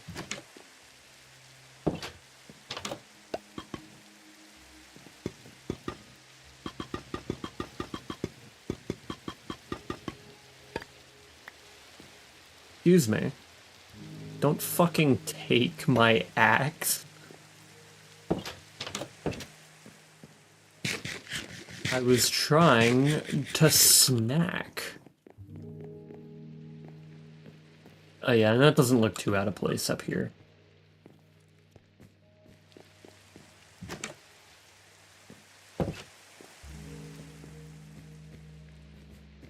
It'd also be interesting to see if the endings can be changed in either a minor or a major way depending on your relationships. Yeah, that would be interesting, though I feel like it would also well, so I'm kind of thinking about it. It could encourage replay, which would be good. Though, on the other hand, Persona is a really, really long game.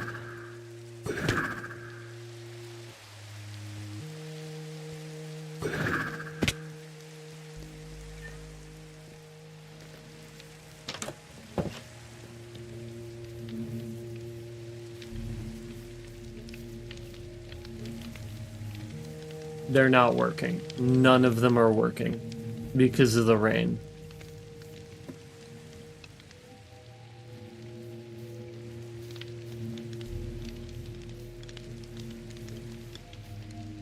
Fuck it. Out of the damn way.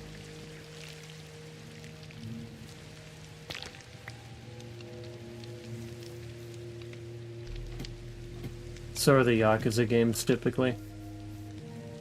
Yeah, and that's one of the games that I saw Talon play at first, was Yakuza.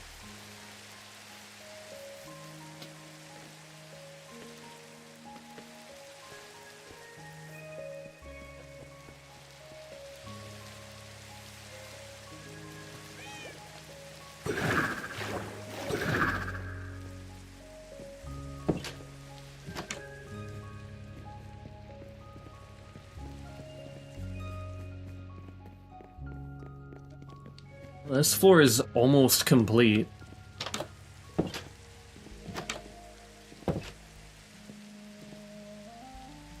This room is now done. Oh, well.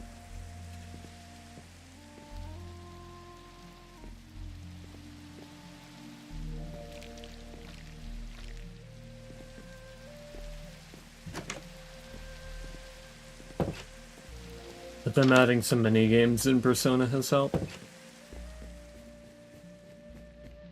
Yeah, in terms of, like, the batting minigame that I spent way too long on.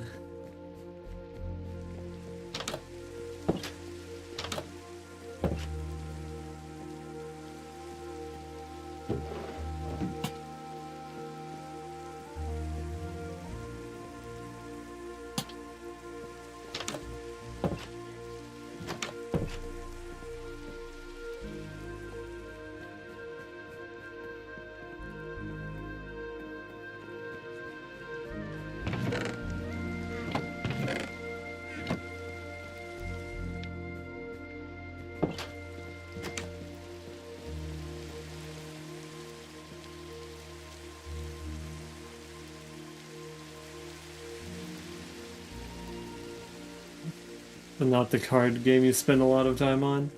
Oh yeah, of course that one too.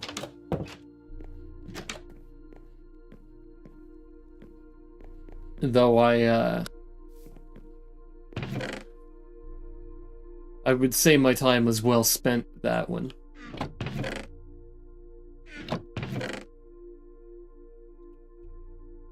Yeah, there's a little card mini game. A card game minigame in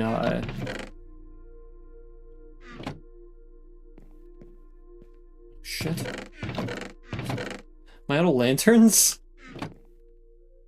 There's a card game minigame in Persona 5 that you can just play, and I was having a blast with that. It was time well spent.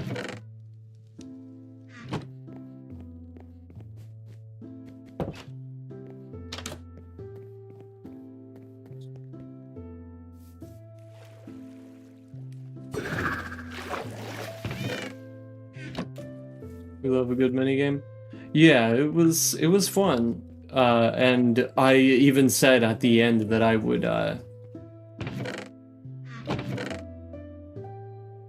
probably play that exact card game in real life if given the opportunity.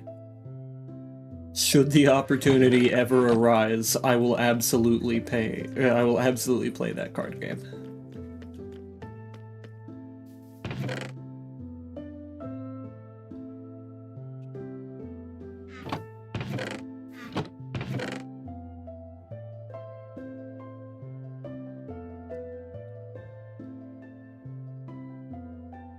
I feel like Persona could get away with having a party game if they really wanted to.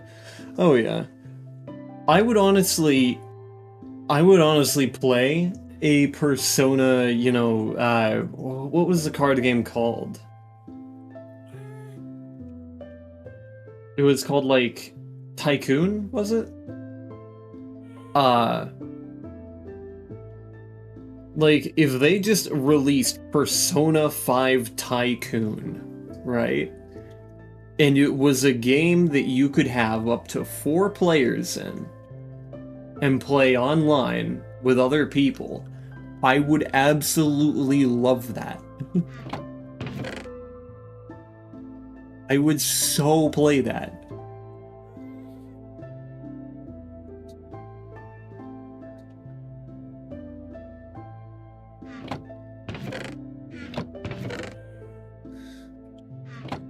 And other people would have to deal with me calling myself Mr. Joker every time I played a Joker.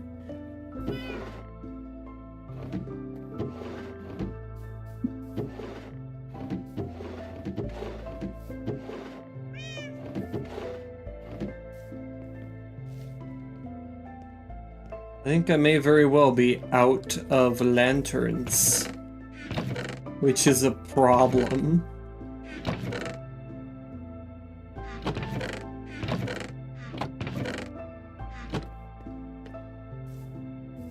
Yikers.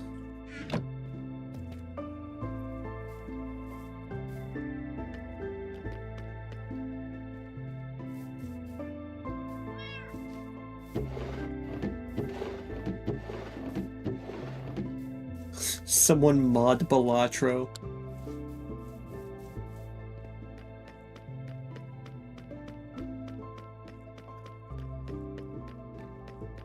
Mod Balatro, just turn it into Tycoon.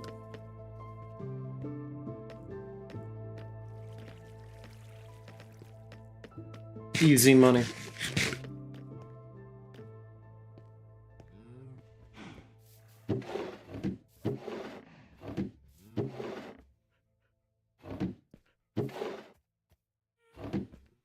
I don't know if I should say this. Oh boy.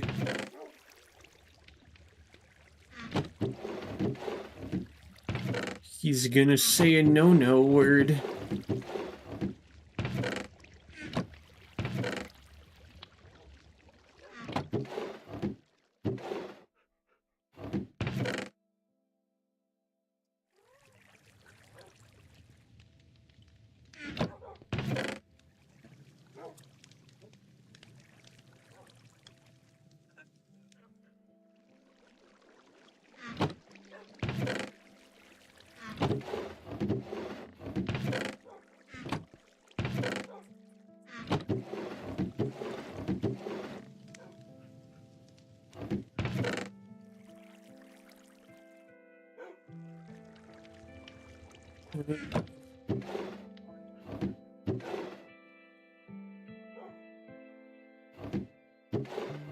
I sure am. Huh. Okay. Give me one of these. Give me one of you. Or no, not you. Sorry. Wanna...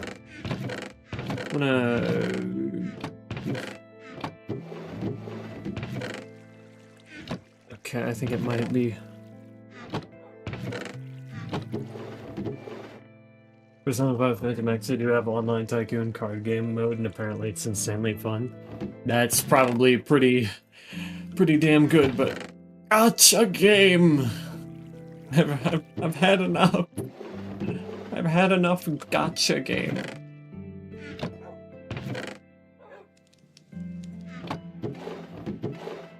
I already play Genshin and Zenless. I don't need another one. Though I may play the one that's gonna come out without any microtransactions. I think that's pretty neat. I'll play that. Now I don't have to spend a bajillion monies to get a character that I want. It'd be funny if you got that just to get the tycoon card game mode. Yeah. I would legitimately pay like $30 for just the card game mode. I don't think they understand how profitable that that they could make that one card game mode.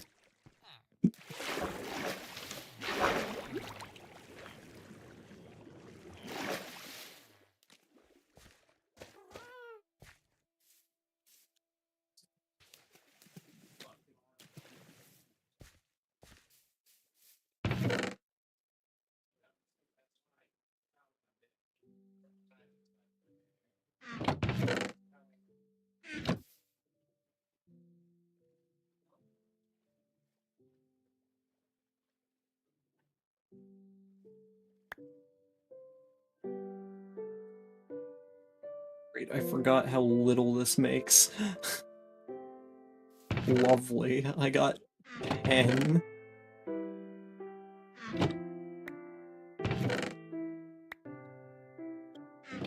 Thanks.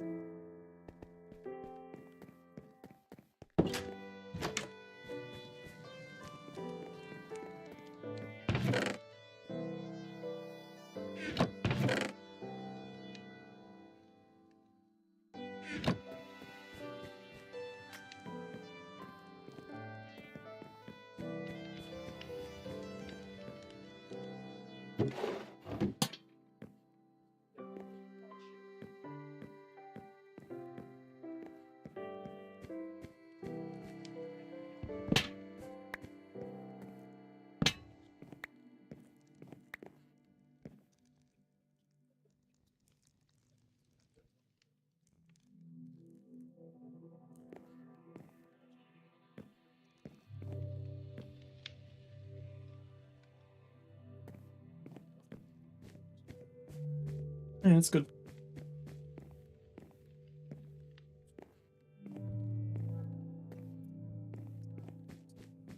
Yeah, we're good here.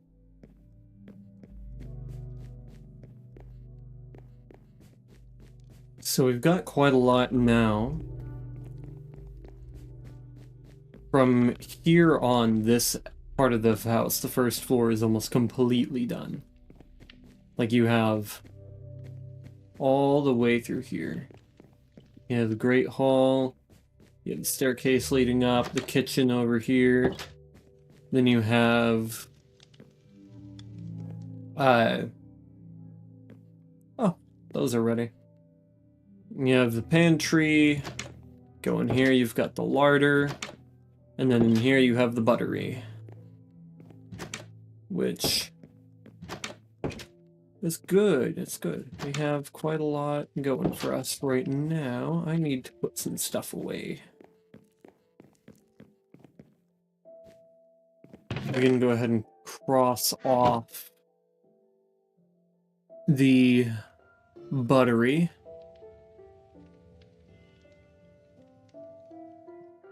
And now everything else is on the 3rd floor.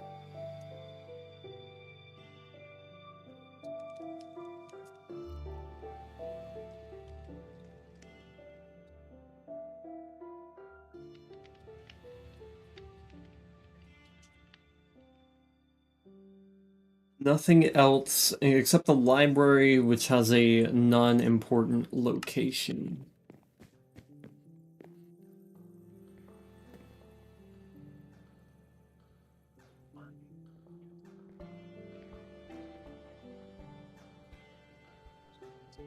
Think, what could I do with this area? I could have it be a semi-extension of the Great Hall.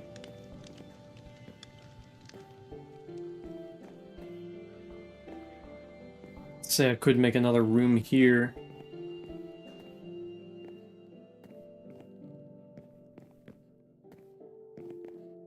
I'm kind of thinking of going through this one floor at a time, you know?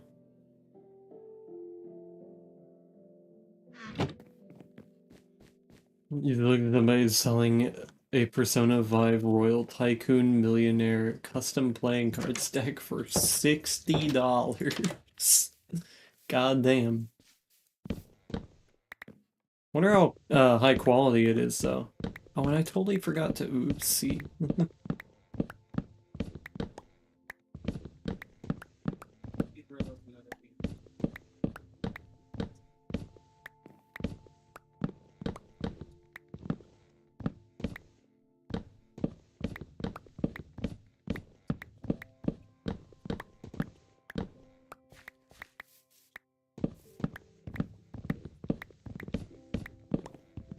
Yeah, we very well might be able to...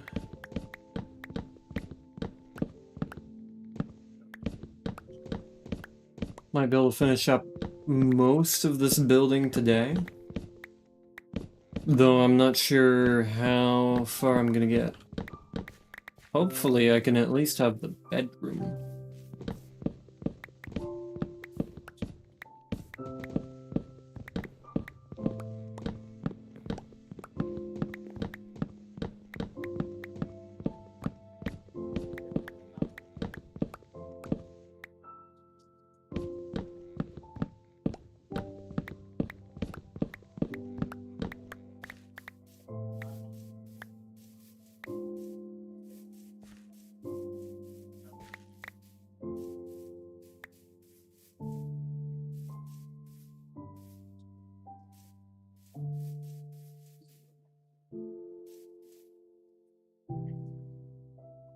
Yeah, we do have the Fugma. We can use it. I think I have an idea of what I want to do for the room. But that doesn't really make a whole lot of sense. Because of the foot traffic direction. I mean, I suppose I could change it out, couldn't I? Yeah, I'm gonna change it out.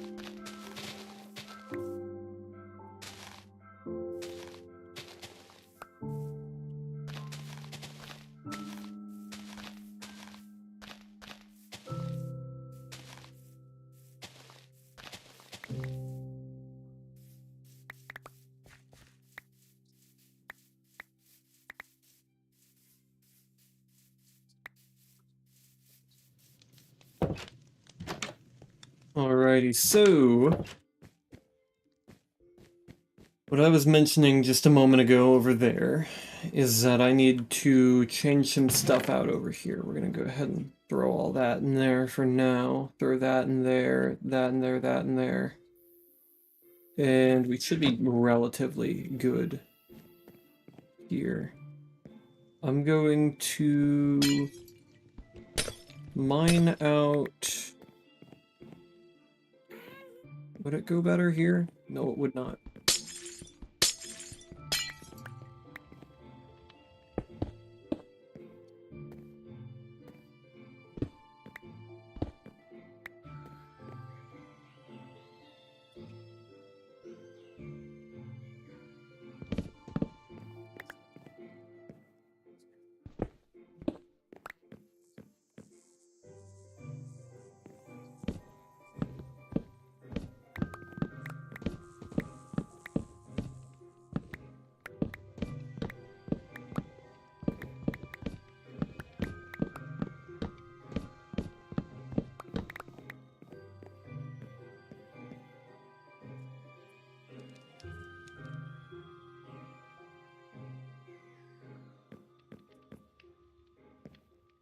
I think I'll go here. Would it be another one of these?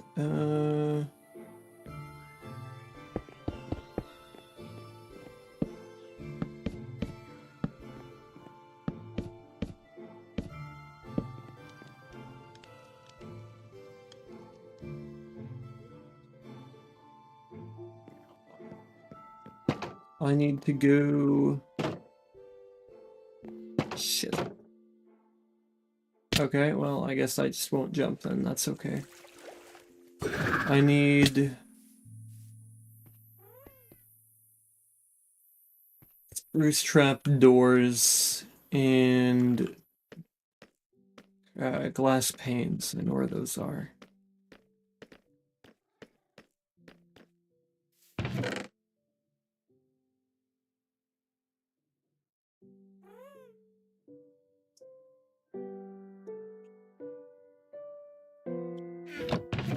I don't know where's... There it is.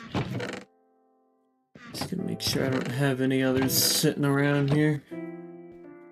The condition of item says a brand new, unused, unopened, undamaged item, including handmade items.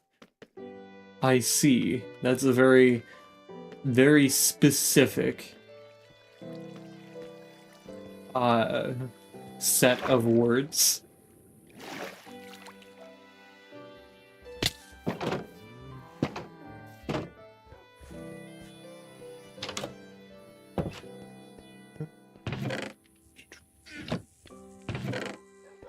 Where are they? There they are. There's my 2 stacks of glass panes.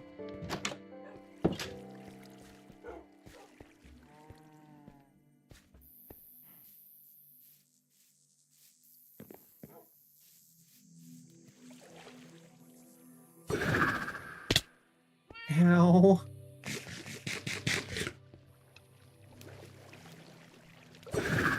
Bruh.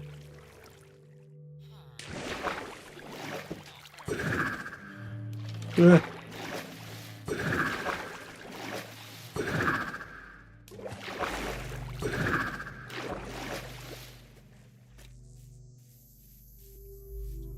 I'm looking at it right now on eBay because I like to collect cards too, but haven't done so in a long time. Yeah, I was a Magic the Gathering guy for a while, so... Yeah, I've got a lot in the business of card collecting, that's for sure.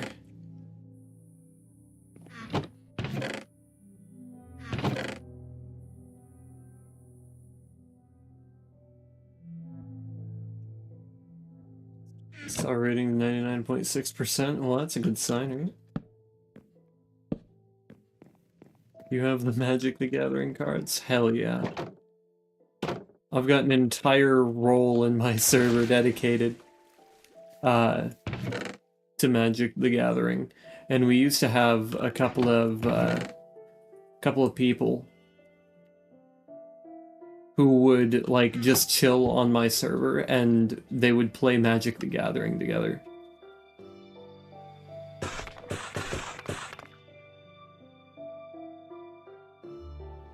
Okay, turn them all into stone stairs.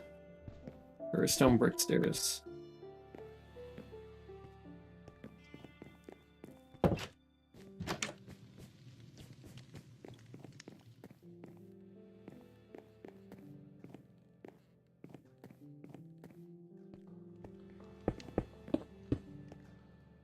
Glorious. Love that. Just collect shiny cards. Sometimes play Commander. Yeah, I never played Commander. I'm actually a freeform guy.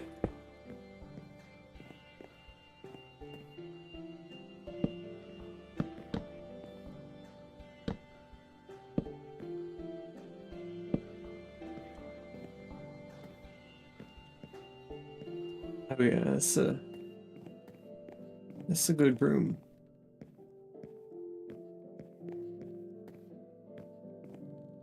So yeah. Okay, I'm just gonna put that right there. And then we're gonna put this right here.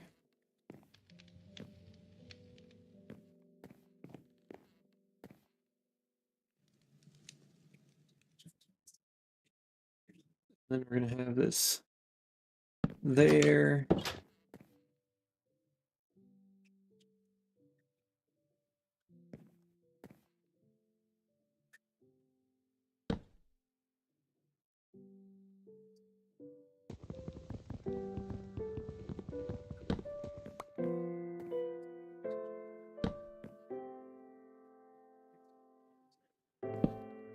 Then more stairs.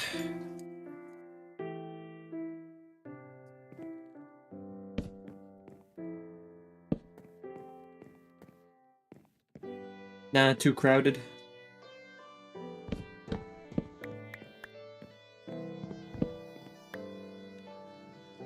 I know what I could do though, so we'll give it a sec.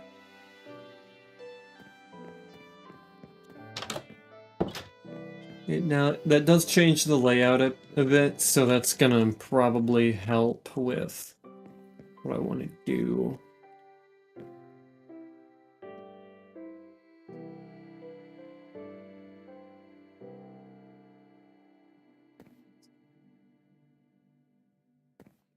Hmm.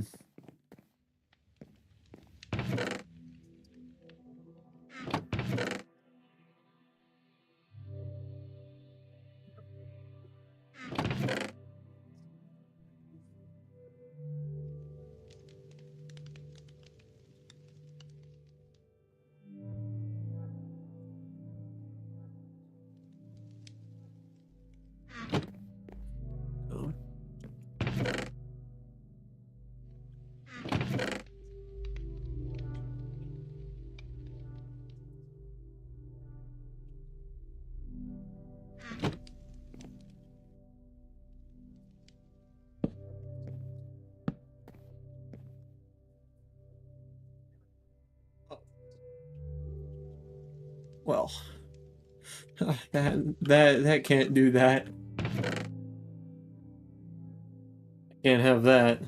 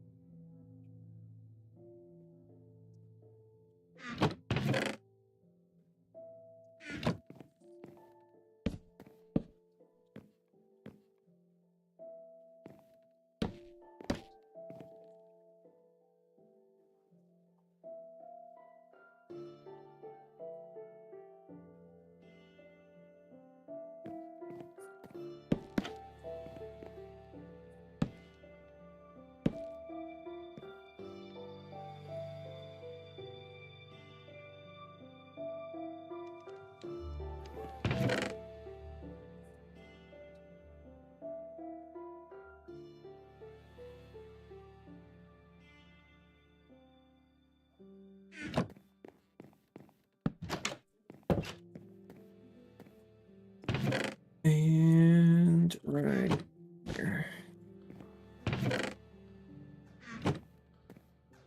We go. Something nice and simple there.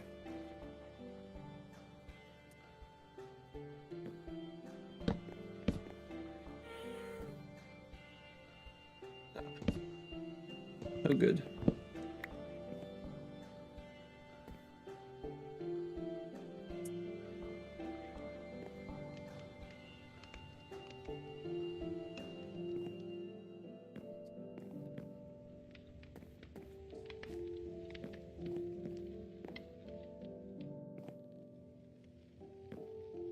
This is gonna have to move.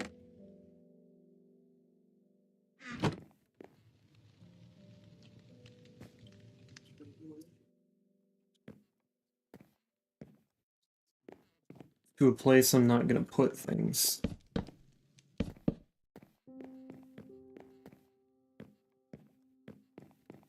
And then I'm gonna put all of the stuff that I currently have in my inventory over here. That way I can pick it up later.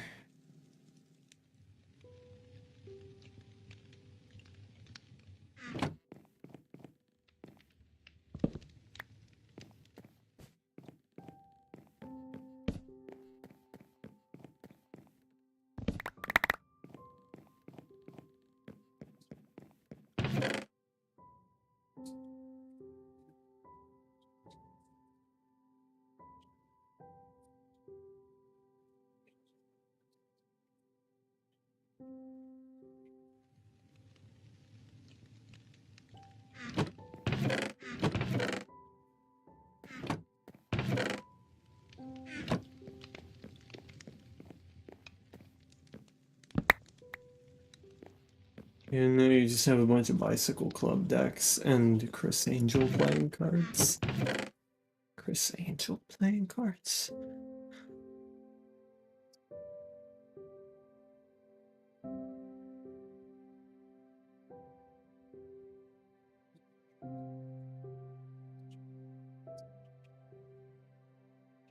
That's what I put in here.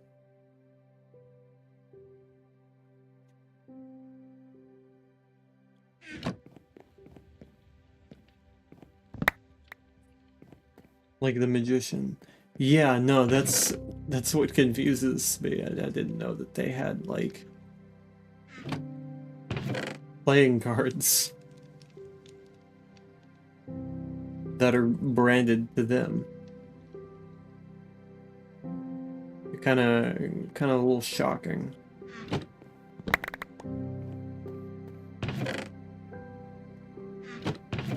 There we go.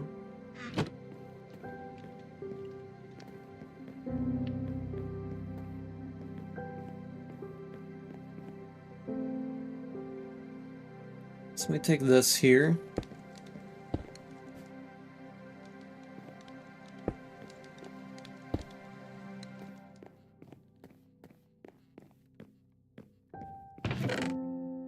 And then do we have... No. No! Come on. E. Fine.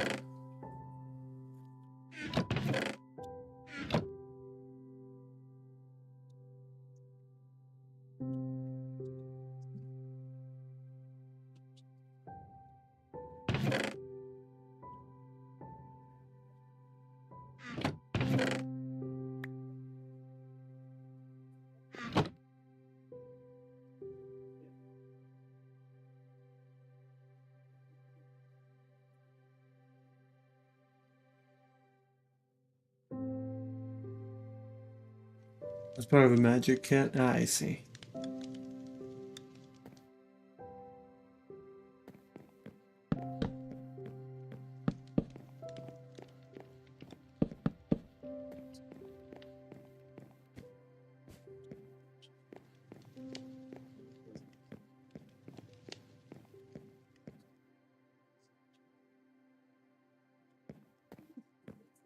Corner here.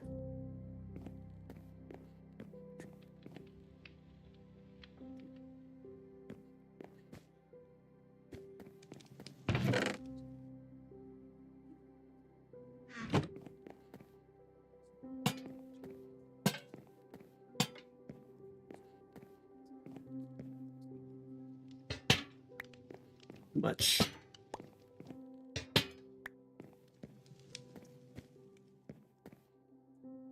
So no typical playing cards. Yeah, that checks out.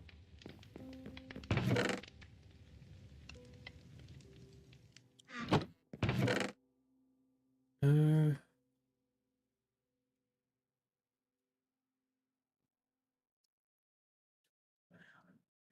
they are.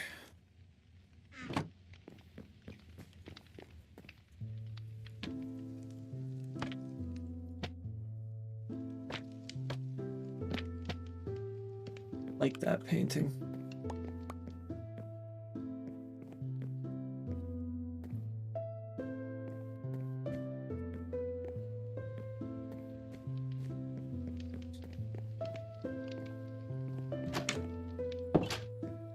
You can also have another painting that's that large over here.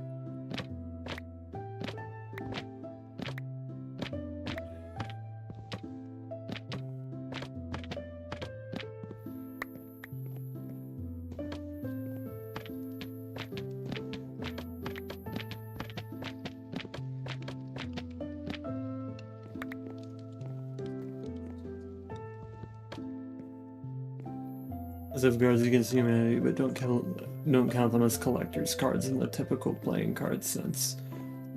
Yeah, that makes sense. Yeah, so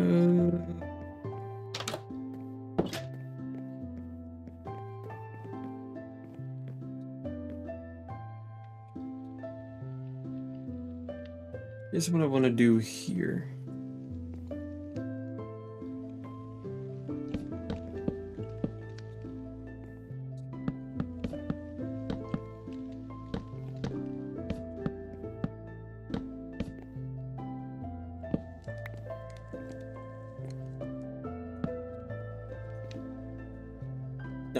Bad. We're gonna grab... Where are they? In here.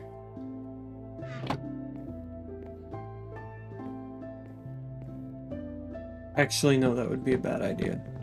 I take it back.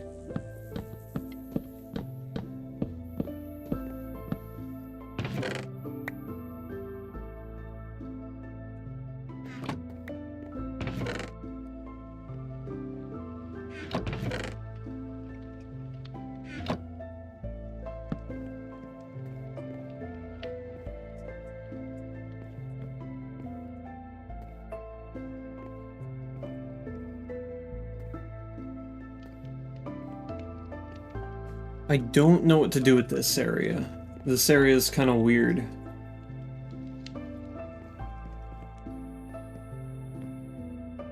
But... I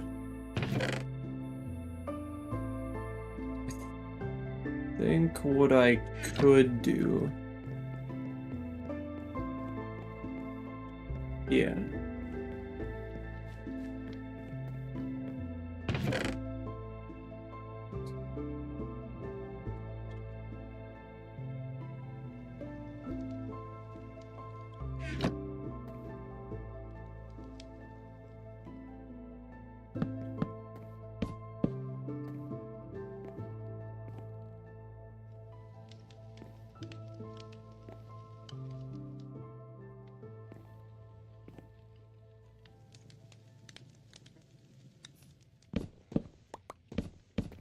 Right.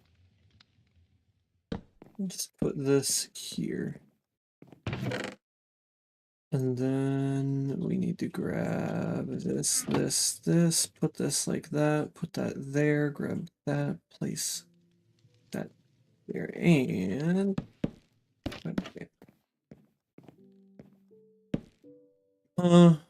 Excuse me.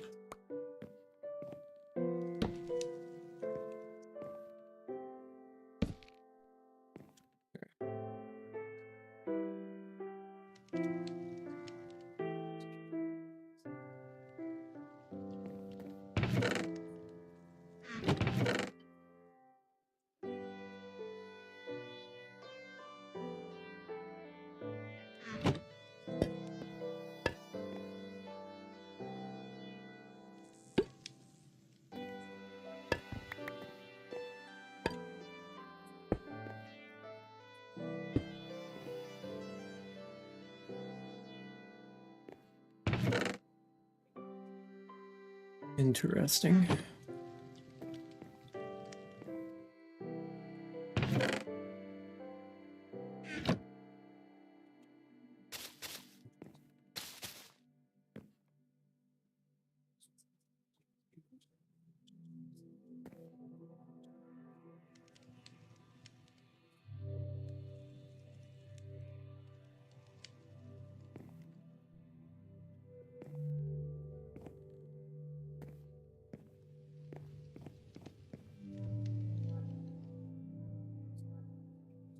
And what could I do here? I could put...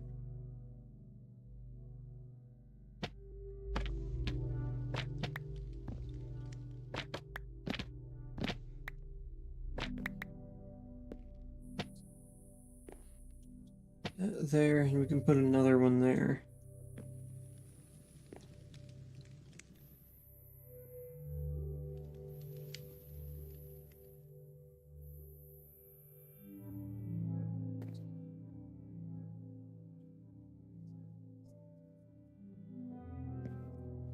Have to move that again.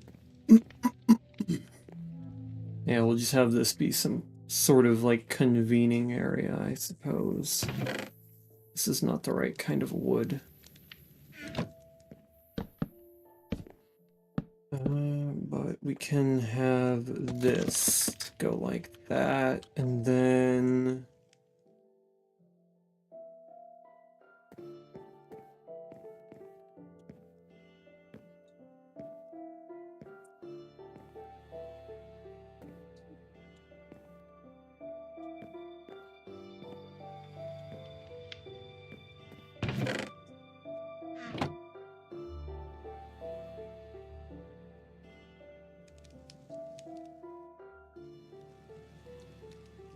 some of these.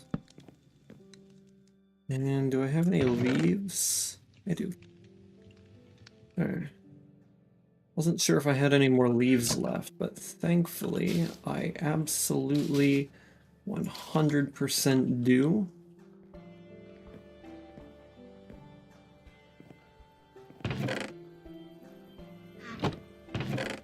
I need...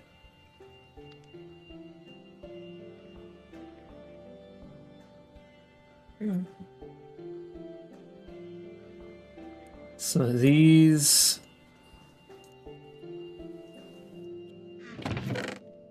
I need some more trap doors, which we can make some of those.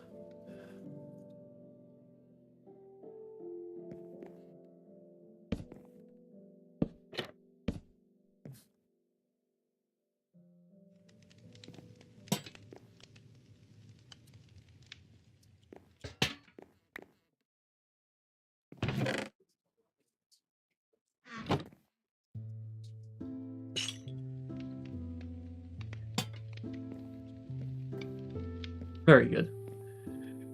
Now, as for this area here, I could see going for this. And then... Did I put the composters back in there? Do I have them in my inventory still? I have them in here, okay. Let's put these away for now. And then... No. Put that there. Have more of this.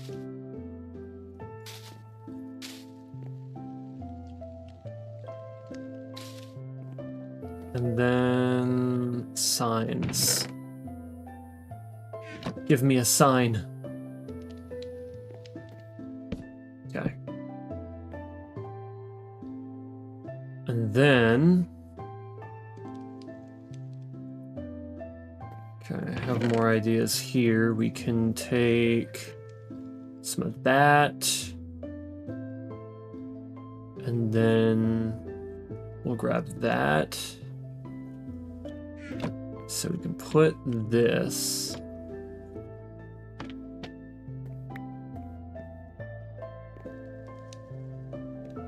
And we can...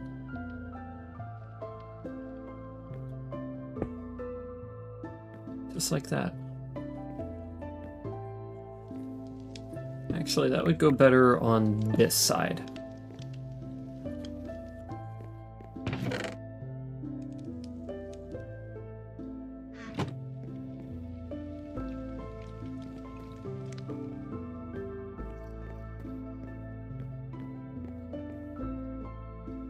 Interesting.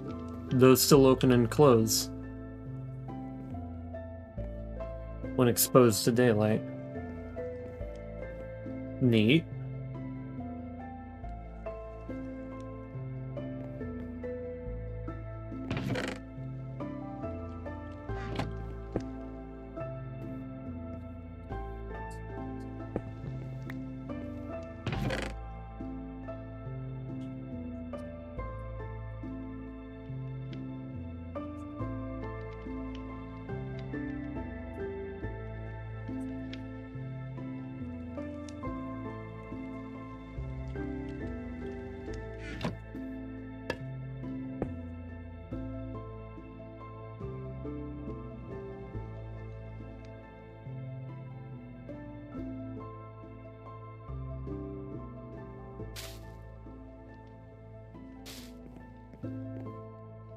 Crowded.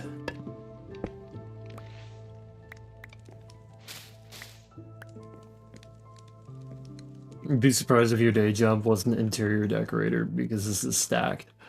I have absolutely zero experience in interior decorating.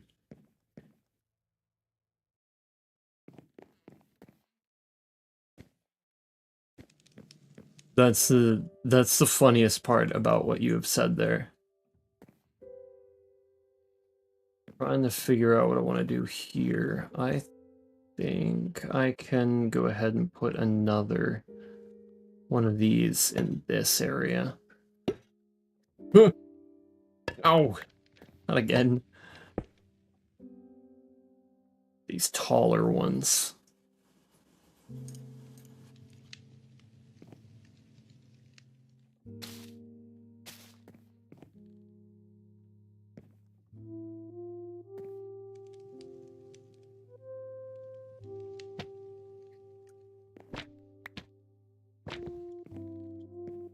Oh, which way up there? No.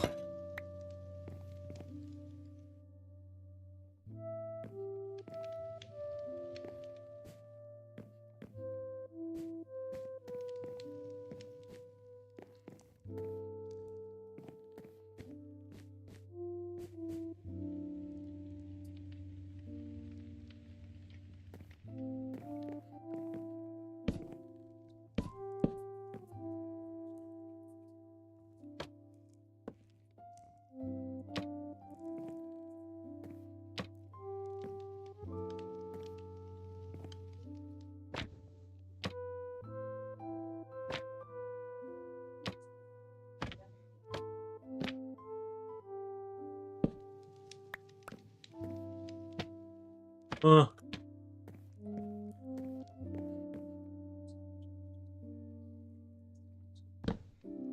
Thought I could do something about this wall here. It felt a little barren.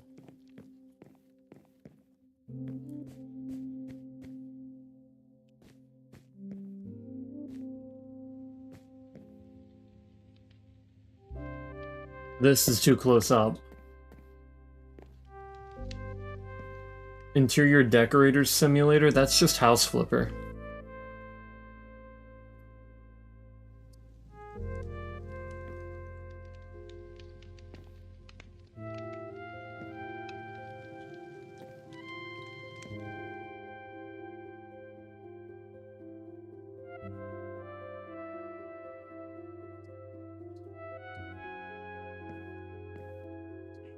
It's not dumb in hindsight. Not dumb. It was just exactly what you thought it would be. The moment. The very moment that I could think of anything is just, yeah, that's just straight up House Flipper. And the funny thing is I played House Flipper on debut.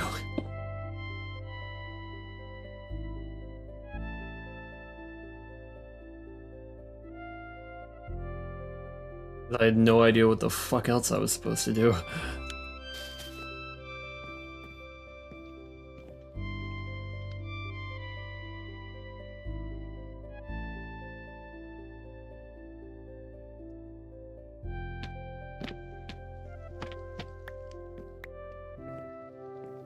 Too close. That's over there. Yeah, we can play that. We can play that there. And then I don't want it to be any higher than this, so let's go ahead and... That one could have worked.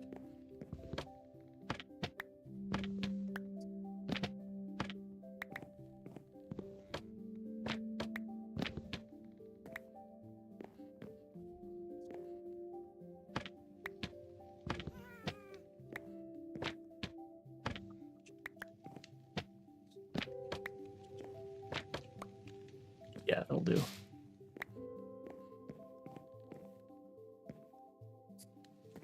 Remembered when you played Thief fuck, god damn it.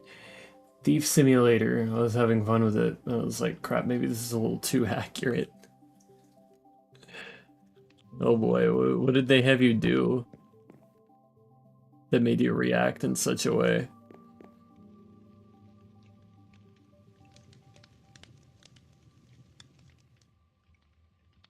Help me.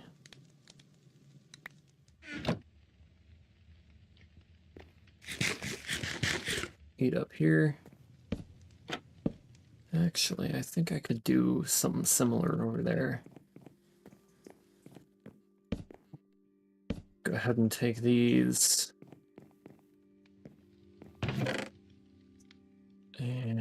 could go ahead and make 4 more of those.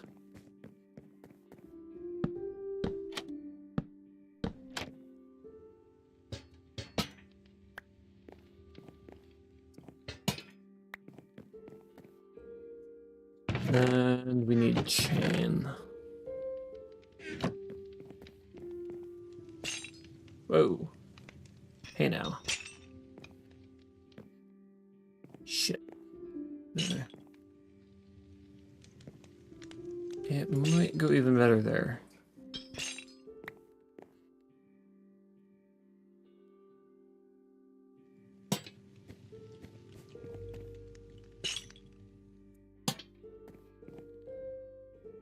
I can put these here. And I have more clay or more bricks in here.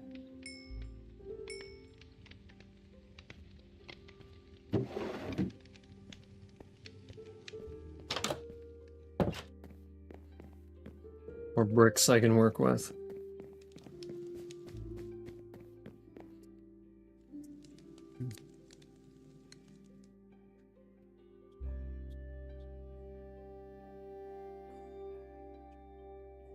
I'll make more pots just because I can.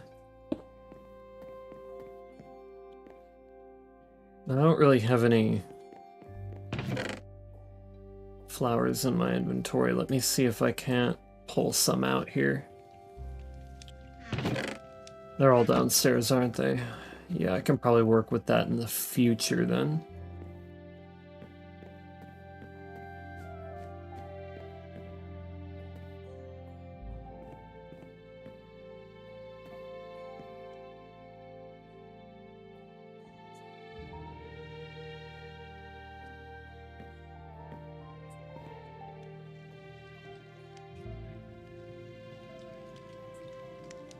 I'll figure out something there. Reselling stolen goods, lockpicking, suspicion levels, and reconnaissance. Yeah, I saw that there was one game that looked like I might want to play that with friends. That was like some sort of thief simulator.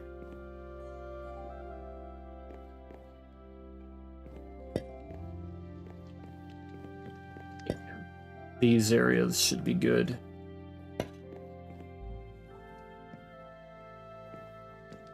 And right there as well.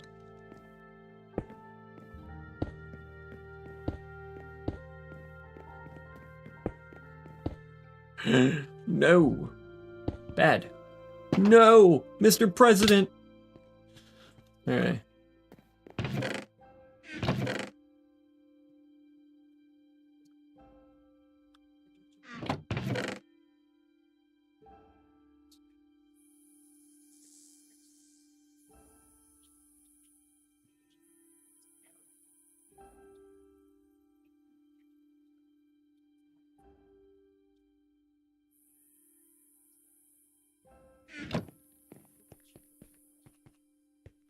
The very realistic reconnaissance that made me think that way. Because a good portion of it's inaccurate and exaggerated. Well, yeah, I'd imagine for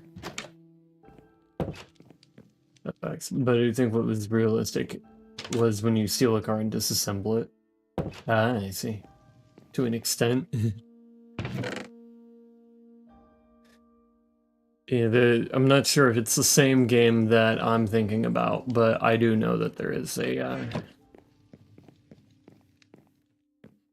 Yeah, this won't be a good spot for these, but it will be a good spot for these.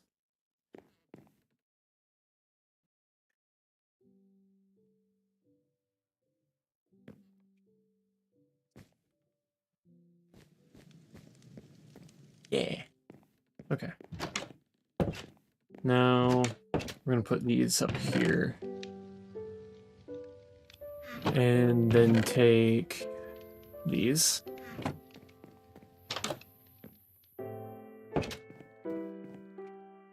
and place them in here individually.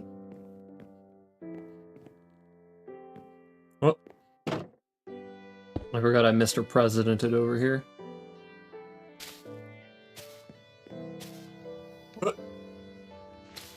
Awkward. No! There we go.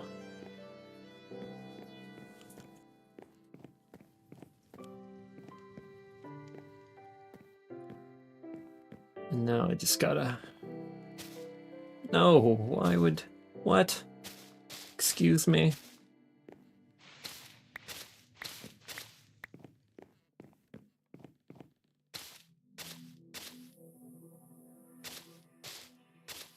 There we go. Oh, that's too tall. There we go. Got a little bit more going on up here now. I'm gonna probably put like some tables out here. If I can fit them.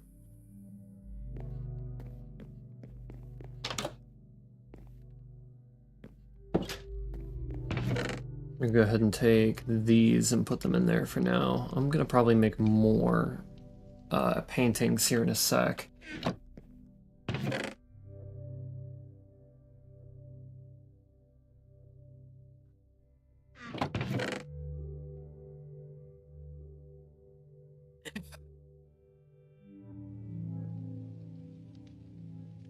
You feel one thing a lot of developers get wrong with Thief Simulator-like games is the distinct difference between a thief and a robber. I mean, yeah, like there is like a pretty decent legal and mental distinction between the two.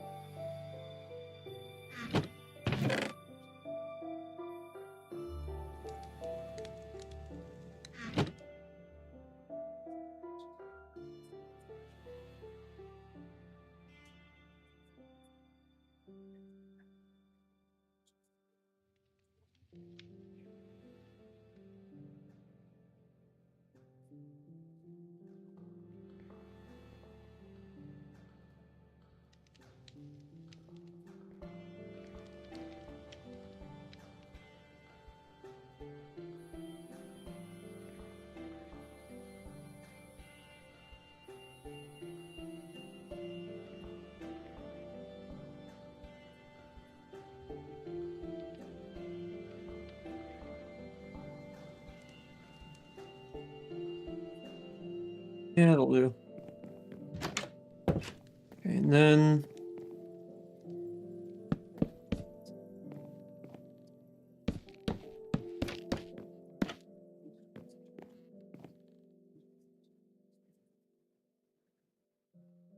I had to make some seats first.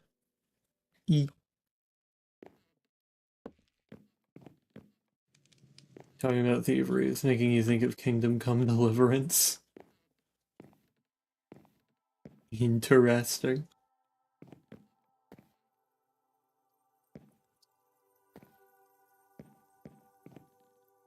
Oh yeah, that is an amazing spot to sit down and take a look at things. And then I've also got another one in there, interesting. Let's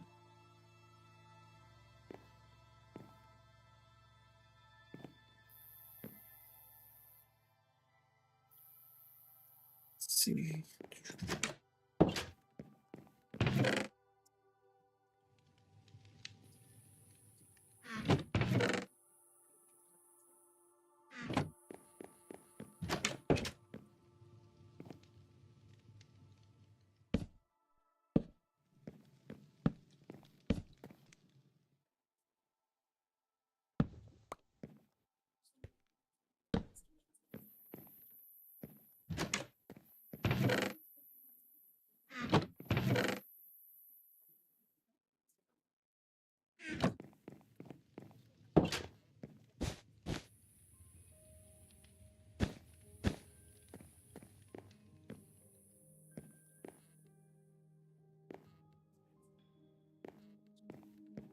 think I want to try to cover this up decent. So, I mean, there's a couple ways I could do that. I could either go for brown wool, or I could go the spruce trapdoor route. But the brown wool will make less of a difference in physical height.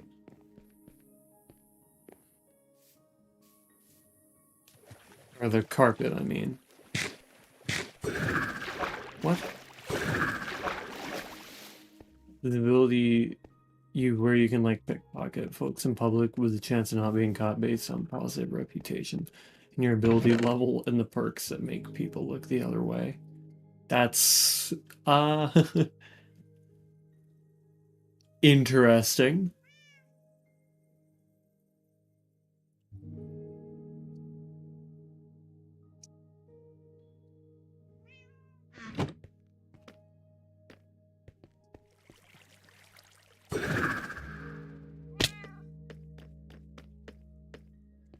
If you saw someone like Katy Perry out, like, pickpocketing people. Like, nah, you'd call that shit out. Hey, what the fuck are you doing? I thought you were a good person.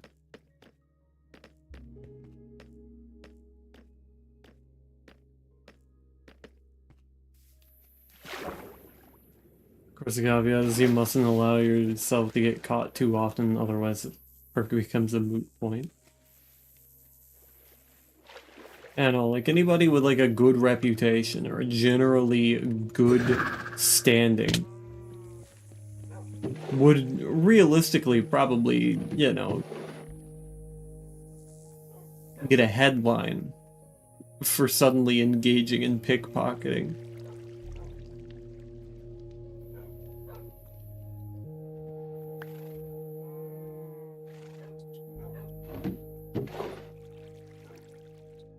The number wasn't updating.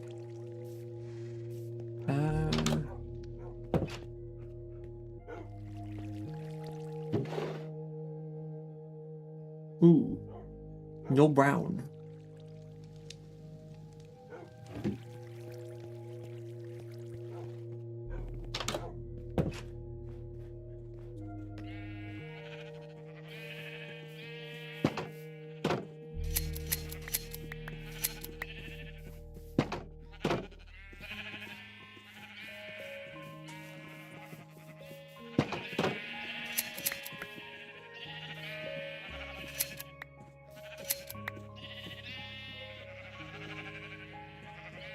I hope that's enough.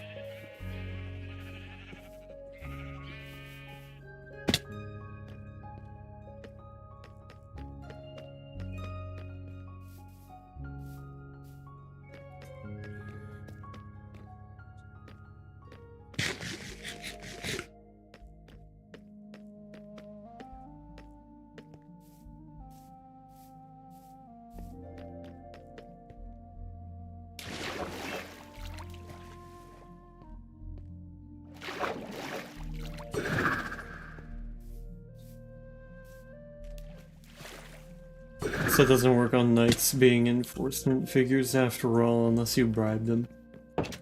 Right. Bribery makes sense for, you know, corrupt police, but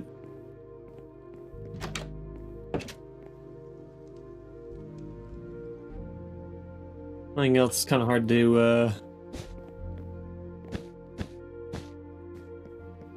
to say for that. And then, yeah. Yeah, that doesn't look too out of place.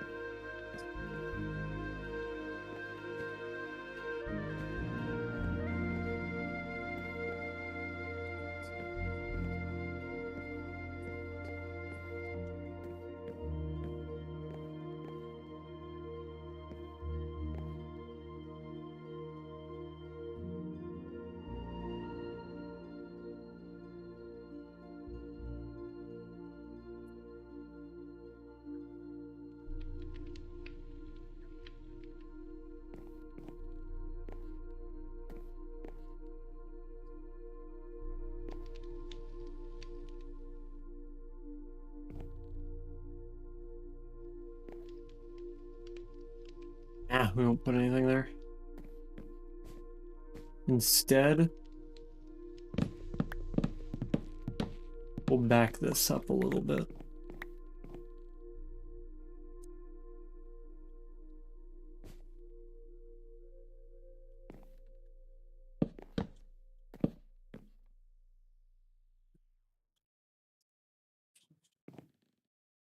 Not quite that far.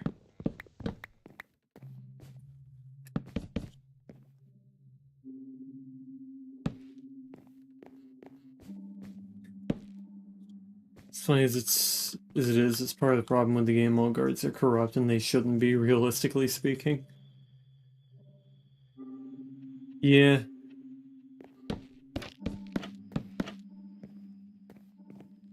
You would hope.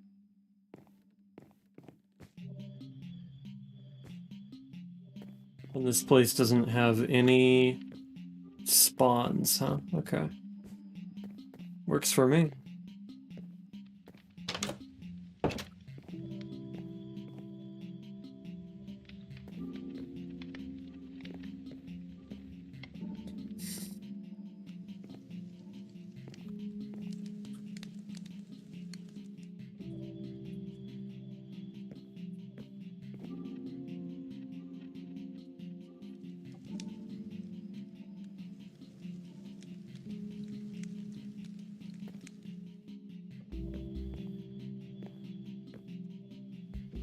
You know, I might just leave this area alone. Maybe put a rug here.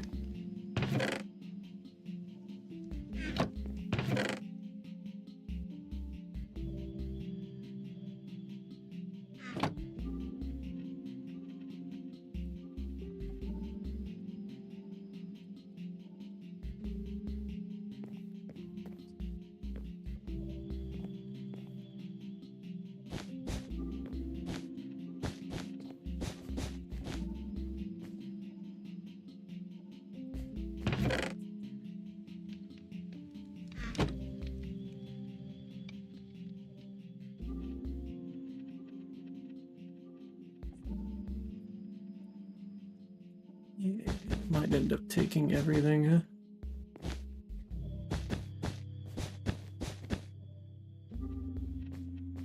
Much.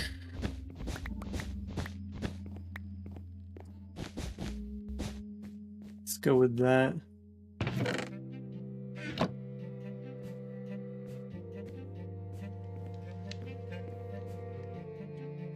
Yeah, that's good.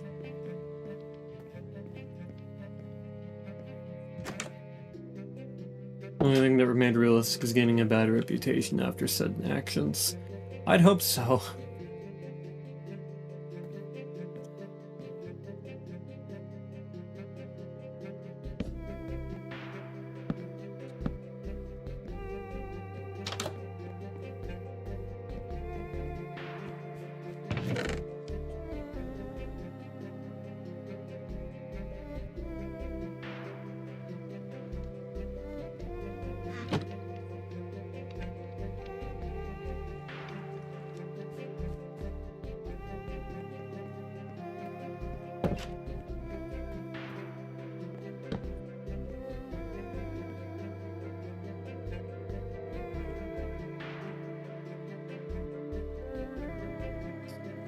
You know, I think the crafting table for stairs should be that. To make 4.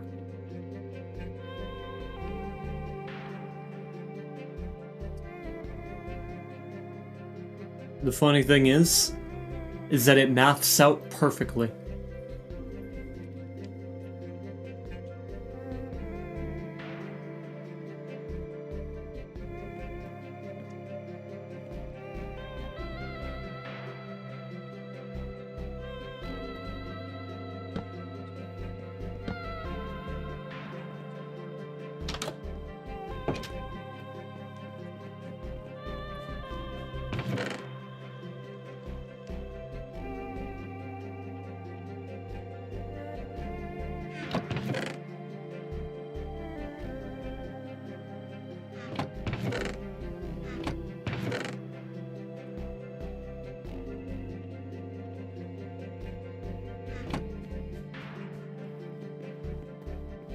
The only games I know that allows you to have negative perks at the beginning of your journey. You can select them all if you want. I think The Sims allows you to have some inherently negative perks. You just can't choose all of them.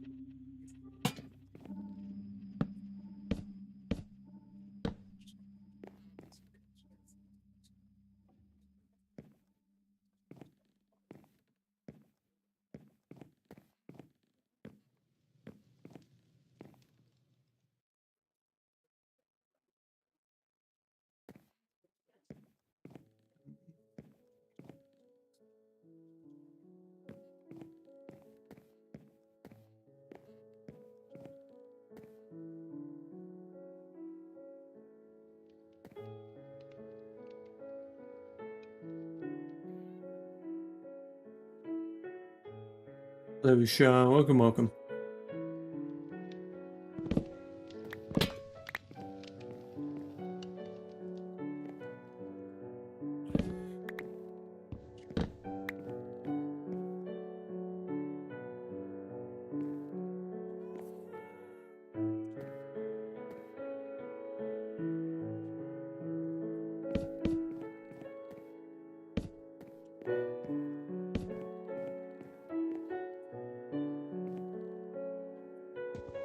It would seem you are enjoying Silk Song, which is good.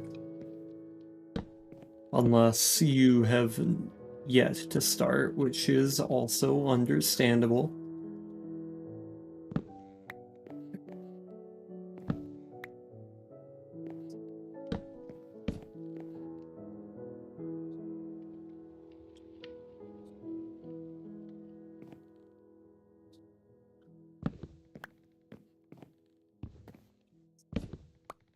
Parts are way better than Hollow Knight. I see.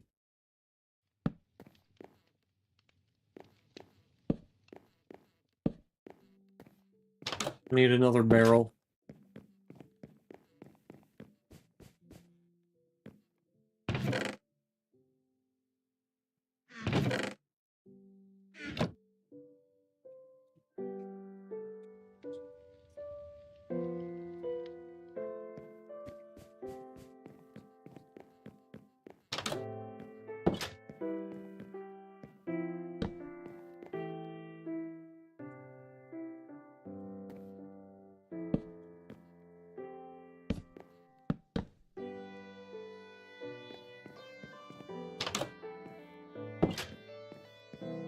If I did choose a negative perk in Kingdom Come, it would be Somnambulant. Causes a player to sometimes move or wake up somewhere else during sleep. That's pretty funny.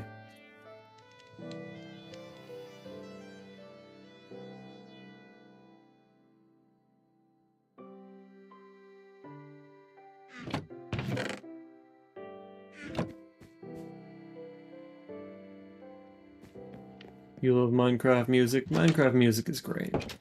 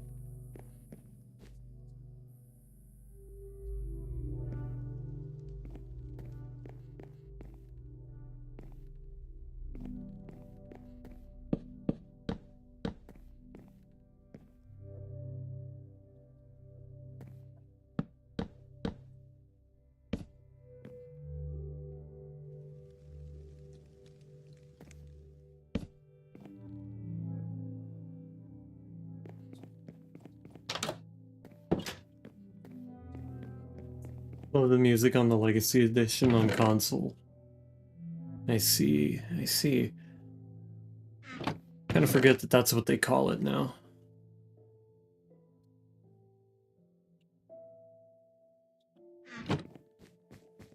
Trying to avoid spoilers for Silk Song, but you want to watch Silk Song content. Well, that should be pretty easy, at least. Around these parts.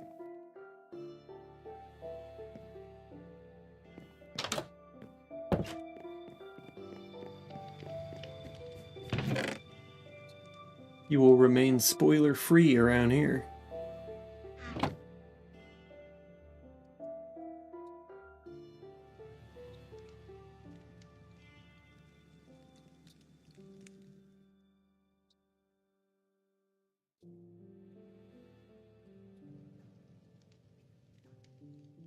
Makes the negative perk even funnier is it's the fact that you have to drink schnapps to save the game, and the main character loves to drink alcohol already. Huh.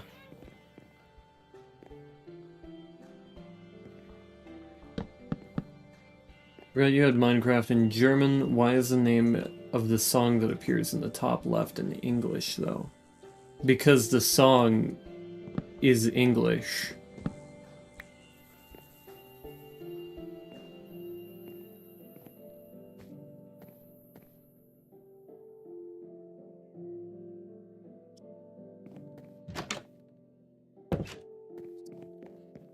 Sometimes.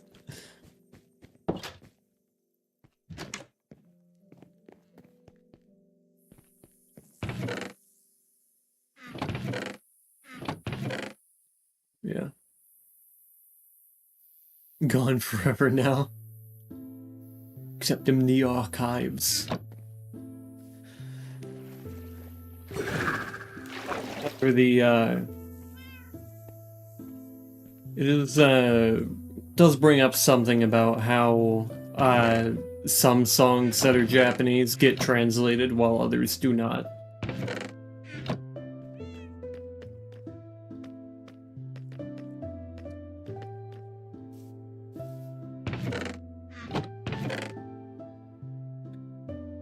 Particularly, what I mean is in posting of said, village you're building looks beautiful. Thank you, thank you.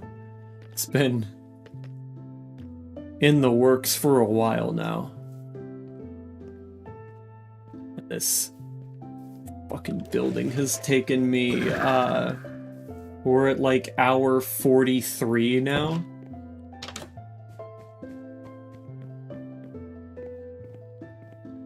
Thankfully, we're basically done with the exterior, so...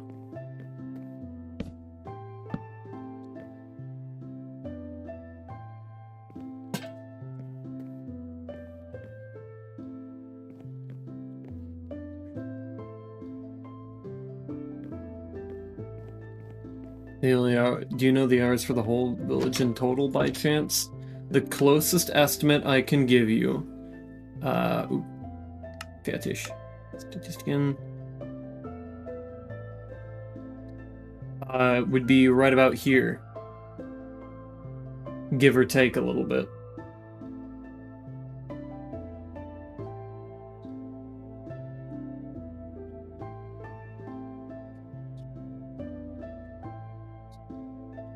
Because most of this time has been spent building.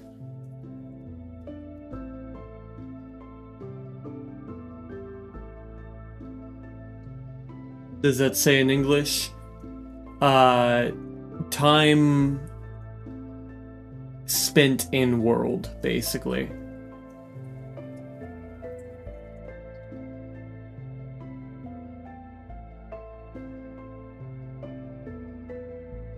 Somebody need to hire you for a construction crew. I'm literally a one-man construction crew. 17 days, built a city.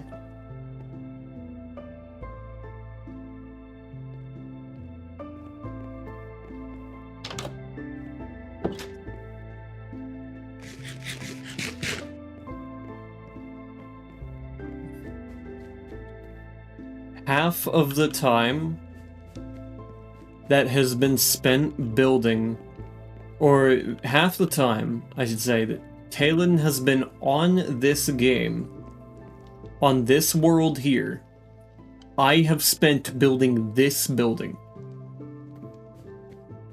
Helen is one of the original players from 2 years ago.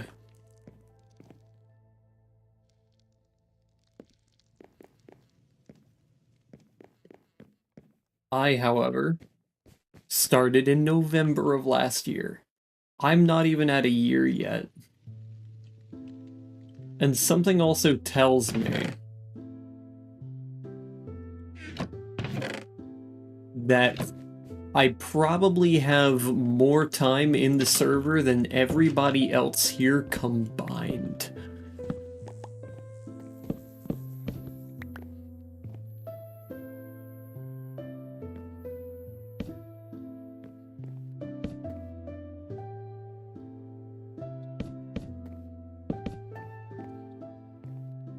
This is a server? Yeah.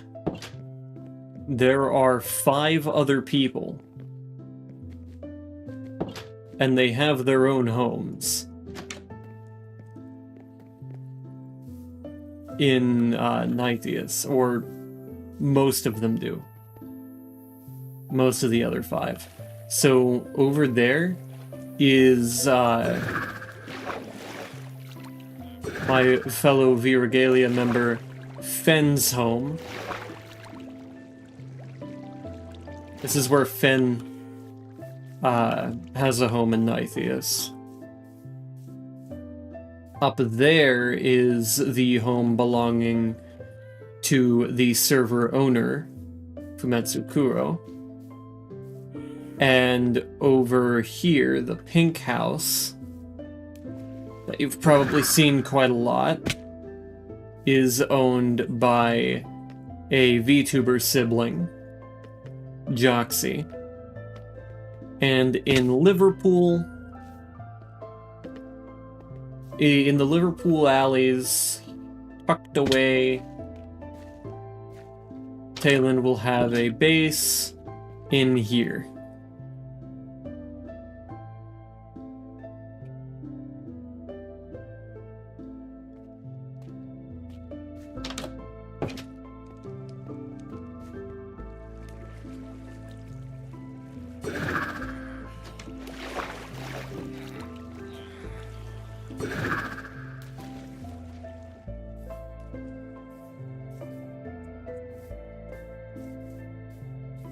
Would never find that base. He struggles with it too, don't worry.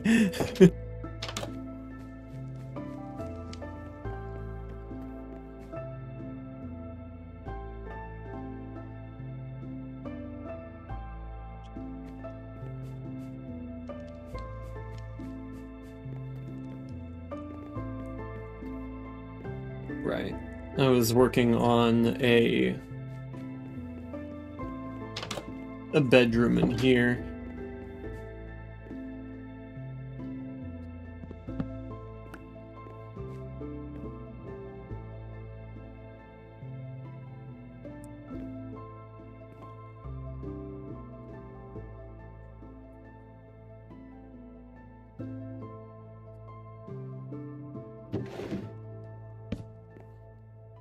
Fuck.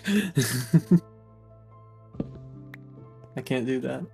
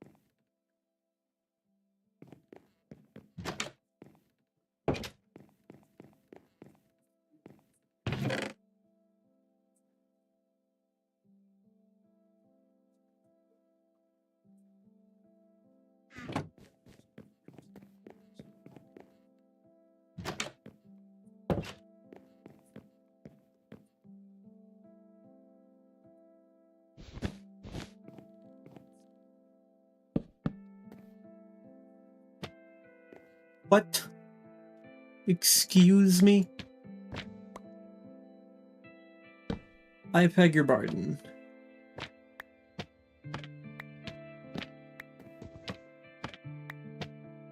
fuck it. Pretend it's a self-portrait. Are you planning on playing Silk Song? I am not.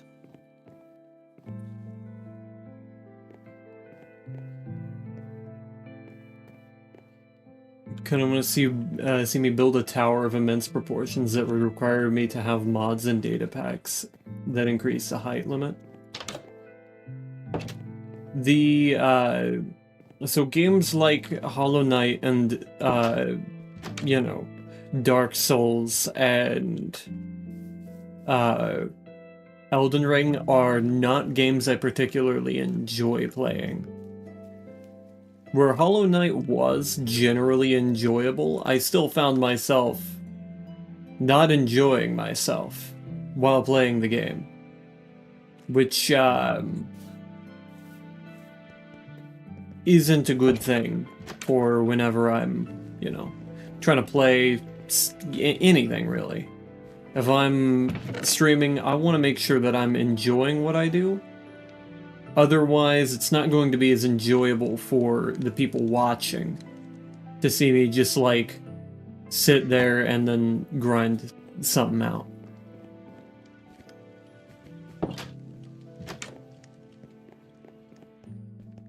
I did mention it at the end of the stream, at the end of yesterday's stream where I beat the game, how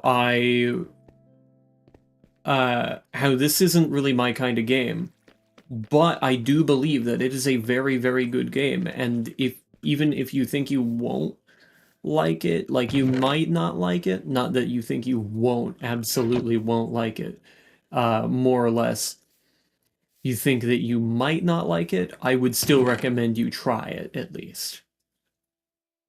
Silk Song is harder, and many early enemies do 2 damage. That's kind of ridiculous. But I was fighting an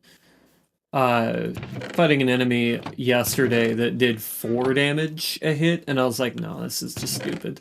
This is ridiculous. I'm not doing this. Congratulations on beating the game. Thank you, thank you. 4 is insane. Yeah, especially for, you know, just a dream boss. Bruh. Excuse me.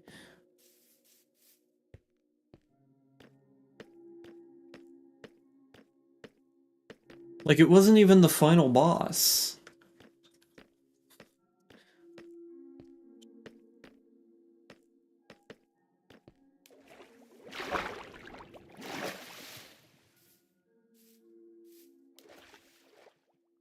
And, you know, playing to its moveset made me feel brain dead. I did not like that fight at all. I was not enjoying it.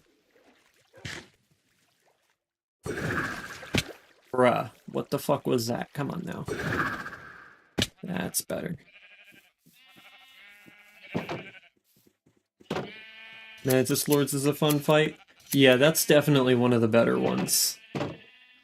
Fuck off. There we go.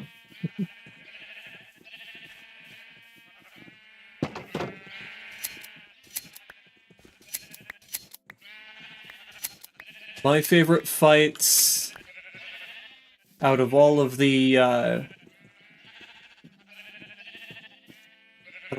fights in Hollow Knight were No Eyes, Nosk, and Nightmare King Grim. Or Grim in general. Because the vibes were just immaculate for Grim.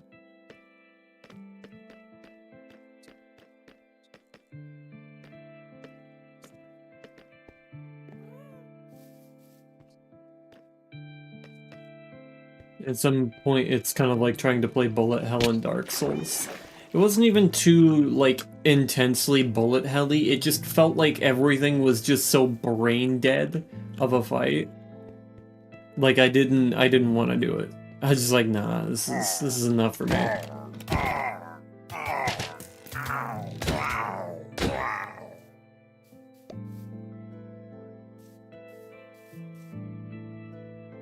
Fucking Enderman.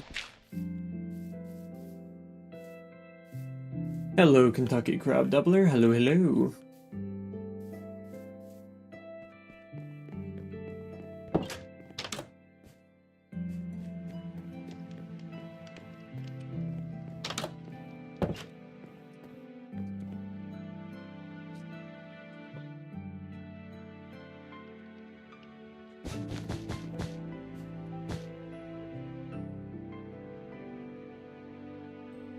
Twitch has arrived.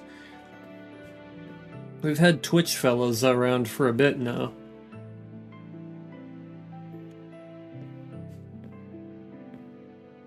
House looks super cool. Thank you, thank you. We're almost done with the second floor.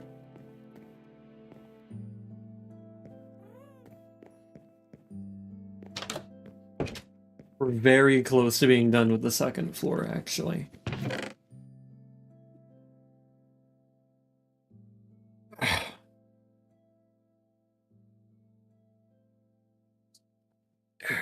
Do we know when the copper update's releasing? We see Parrot? Not at this moment.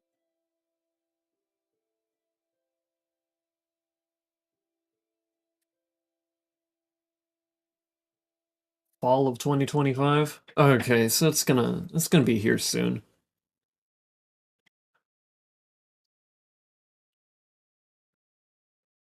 Good luck, stay positive, build good, get good.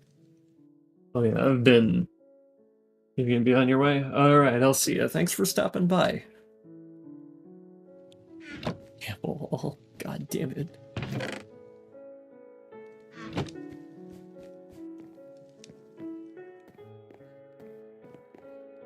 He got lucky there.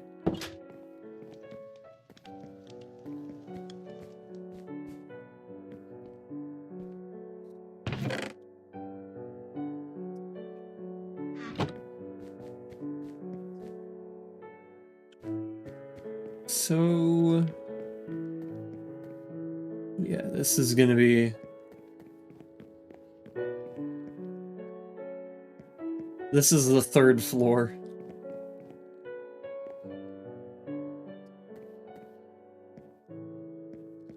We've still got so much area to work with.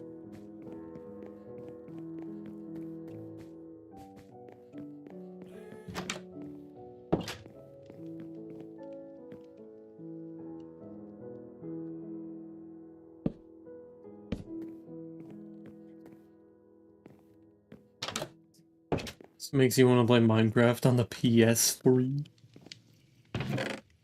Yeah, good old-fashioned Minecraft.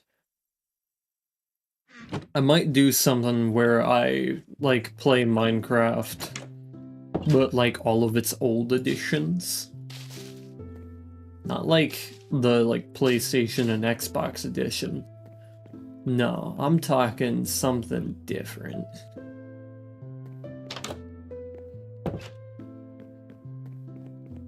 I'm talking playing Minecraft, in its pre-alpha stages.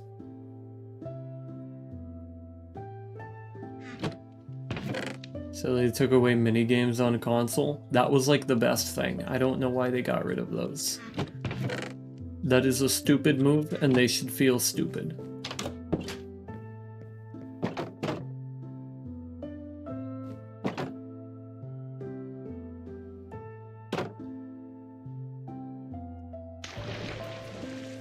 Servers are still up on PS3? Well, that's good at least.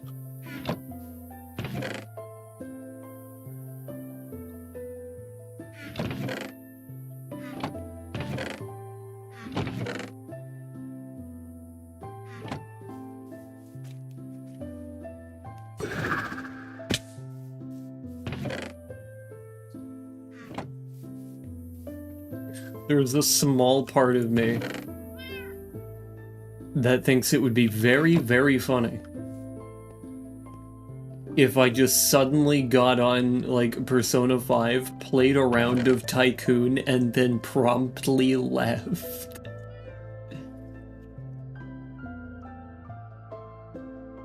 Elaborate no further. In the God Home area in Hollow Knight, where you can refight any boss, there's a difficulty modifier for all of them, but one difficulty makes a one-hit and insta-death event. That's awful. I don't know why I would even consider doing such a thing.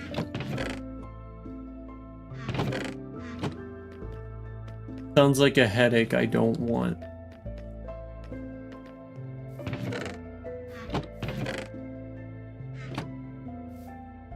Though I think I can continue my game from, like, the moment before I fought the final boss. Nothing but stress? Yeah. That's not really what I play games for. Like, sure, there's the parts in games that are stressful that I enjoy. Like like how in, Pacific Drive, you'll be playing a... Nothing but stress, not even a requirement for 112. Well, that's good at least. You would love Apex? No, I would hate Apex. I don't know where you're getting that idea from. Oops.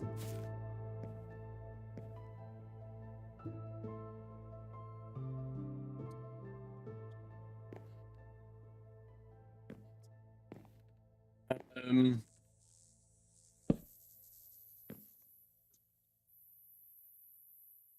Play Apex all the time? Yeah, I don't play anything like that, because I don't like those kinds of games. But, what I was saying was that there's, like, the stress that Pacific Drive gives me whenever, like, there's a bunch of stuff happening, and it's like, oh goodness, oh goodness, oh goodness, what's happening? Oh no! And I'm, like, trying to get away from it. Like the meteorite squall, for example, when that came up for the first time. And, like, I went all panicky, like, whoa, whoa, whoa. Yeah, no, that was fun. That's what I find incredibly enjoyable. Like, 8% of the matches are actually fun. Yeah, I would give it, like, maybe a 2% for me.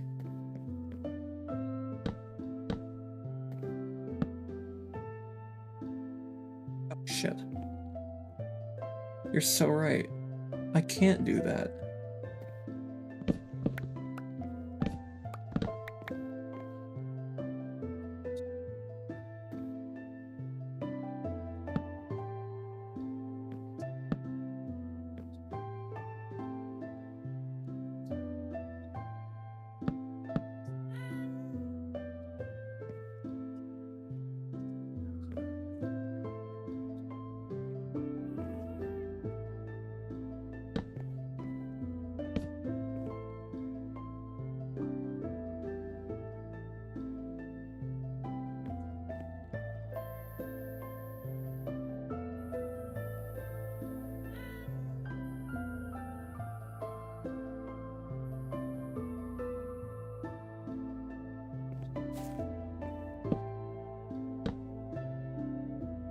See you okay 50 match, then, and you'll get that one good one, then play another match and rage quit, then say you hate EA.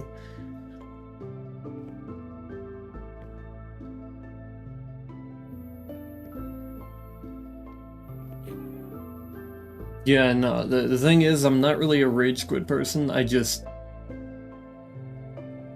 like, be like, yeah, no, I don't think I'm gonna do this anymore. I'm not enjoying it. And then I'll end the game. I don't, like, get visibly angry or anything like that. You'd definitely not be an Overwatch player either. Yeah, I'm not. I have the game on PlayStation, I do not like it. Or, I have Overwatch 1 on PlayStation, and I do not like it. Do you like moths? Yes, I like moths. How could you tell?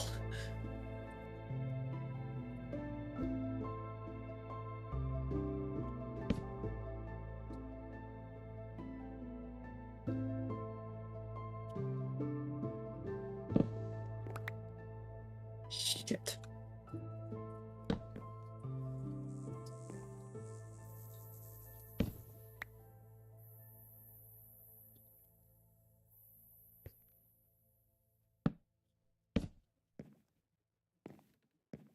Moths are in Hollow Knight?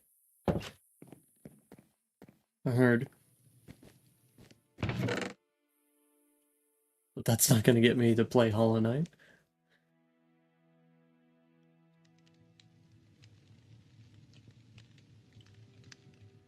It's also mods and grounded as far as I know. You're gonna go to bed? Alright, I'll see you.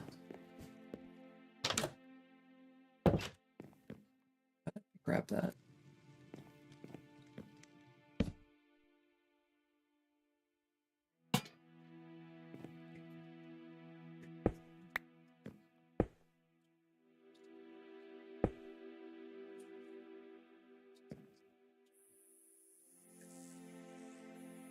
We'll see about the sleep part. We'll see about that.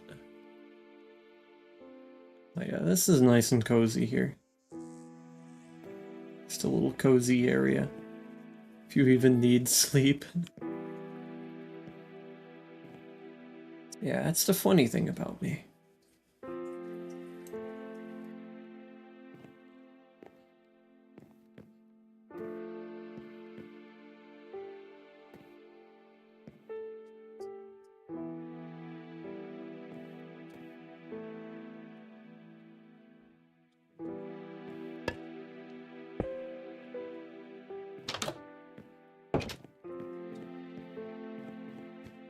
I'm convinced you don't ever sleep.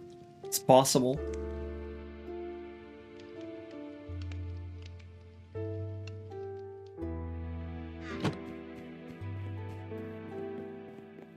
Convinced you only sleep like 4 hours a day at most. It's possible.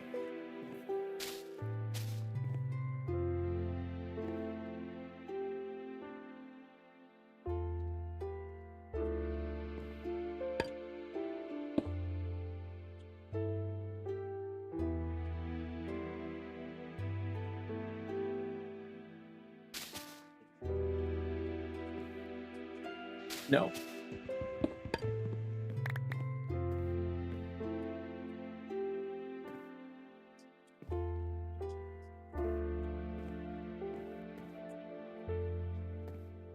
If that's all you need, cool. There's really a woman in Japan who literally only needs 4 to 5 hours of sleep thanks to her genetics.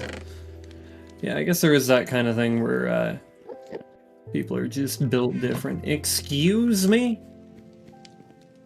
Where the fuck you at? You wanna throw hands? Get out of my house.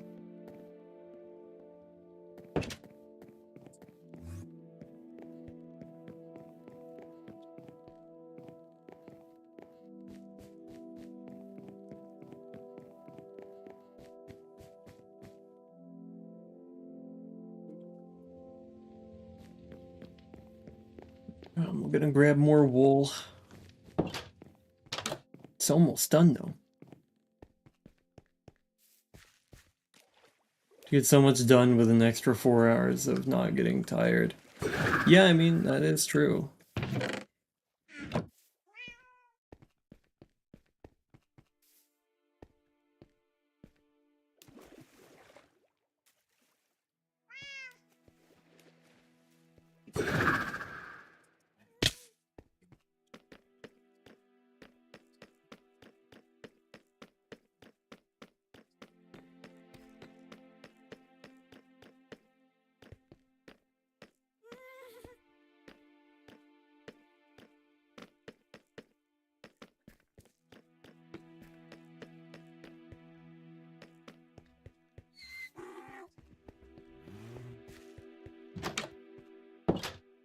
What happens when you're absolutely bored and have nothing to do that would be agonizing? We'll see.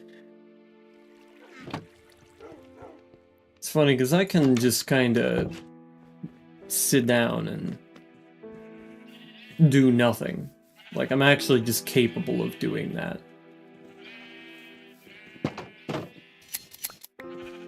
Does it probably look weird to onlookers? Yeah, most likely. Do I care? No.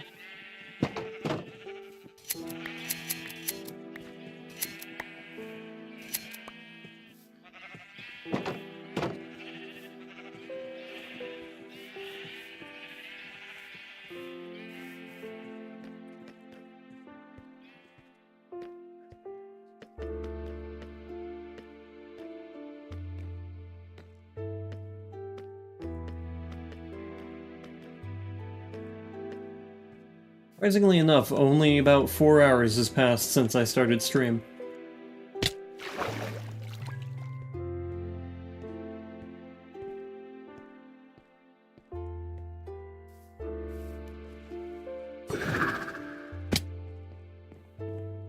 Gonna be honest, when I'm at like a hospital or something, and I'm just not on my phone or anything, nothing wrong with that really, but many people with ADHD, that would be, ooh, yeah.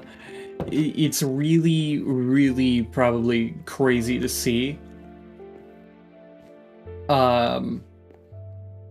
Just how much of an NPC I can look like. I mean, it is really funny. Because I will be there basically dead silent.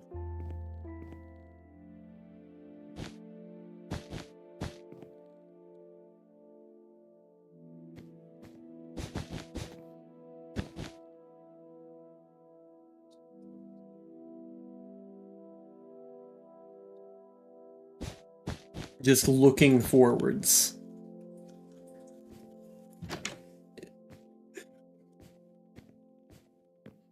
Say something out of nowhere and scare the crap out of someone without trying to. Just sitting there. Like this. Just...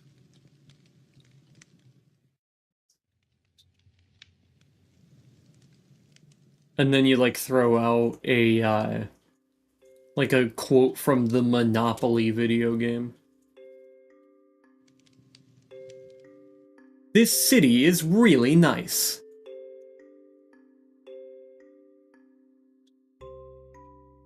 I love this part of town.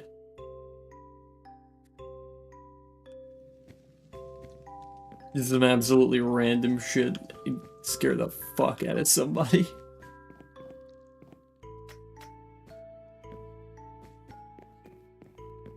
Yeah, I think this is good. I think I like this.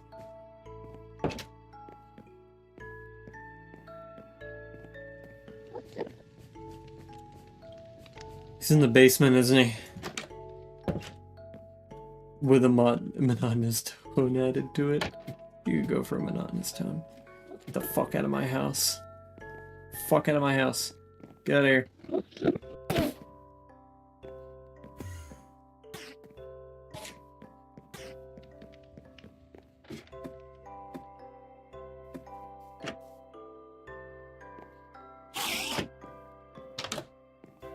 Oh yeah, you sound pretty angry. How about you come up in my own home and fight me? Stupid.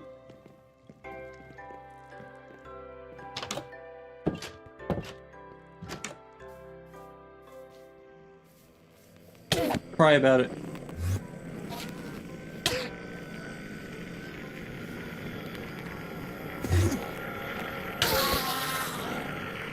Doink. Kinda reminds me of the GTA NPCs. Yeah. Alright. I love this room. Like, the more I see this room, the more it kind of grows on me. This room, there's just something so vibes about it. It's very vibes. Now, this is the big one.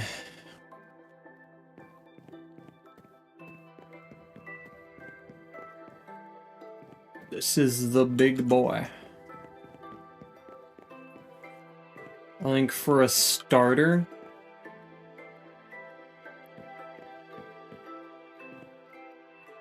we're gonna end up with...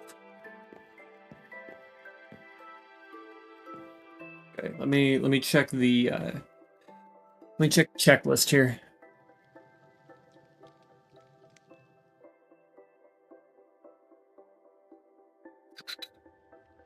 What do we have that's left in our list of things to make?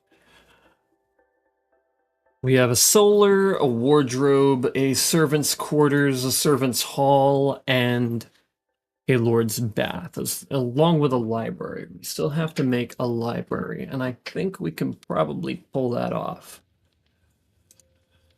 So let's think. We have more room to do with to have like larger rooms over here. So we could have the servants' hall be right around here.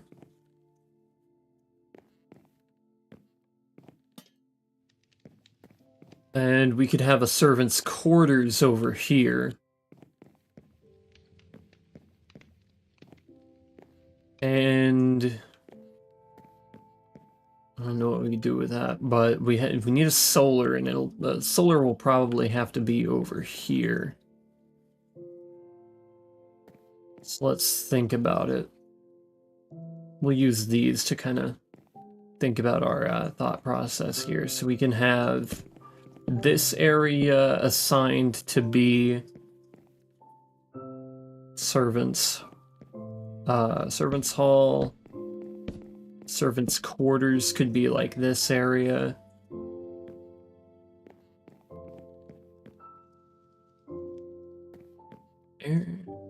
We could instead wrap it around like this.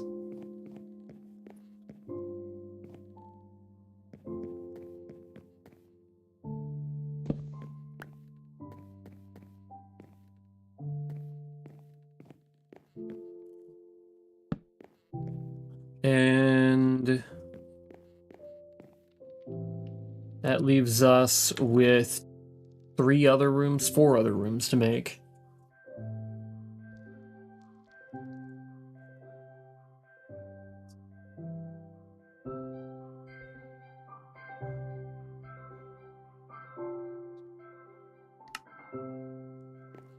You could have that be the quarters, that could be the hall. This in the middle could be a bath.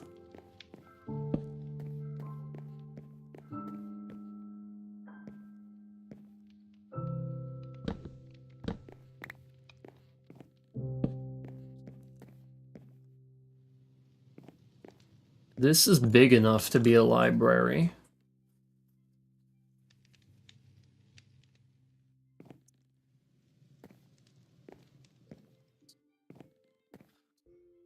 We could have the library expand out to here, potentially. And then we could use this area for the wardrobe, along with the solar here. I think I got it. And that leaves... Or, yeah, I got it. I'm gonna need to remember to clopen. I have to clopen those doors over there. Leave those doors very clopen. Sometimes you dream about cheese. That one's from Half-Life 2.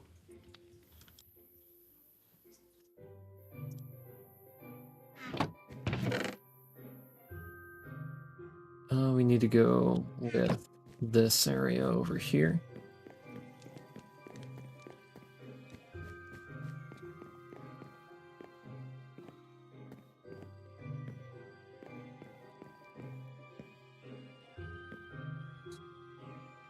This could be a good spot for a window, or not a window, a painting window. Come on now. So we could go for something like this, right?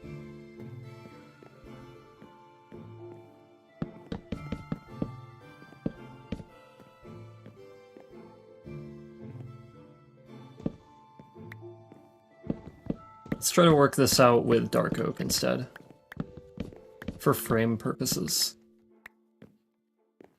And we're probably just gonna get rid of these.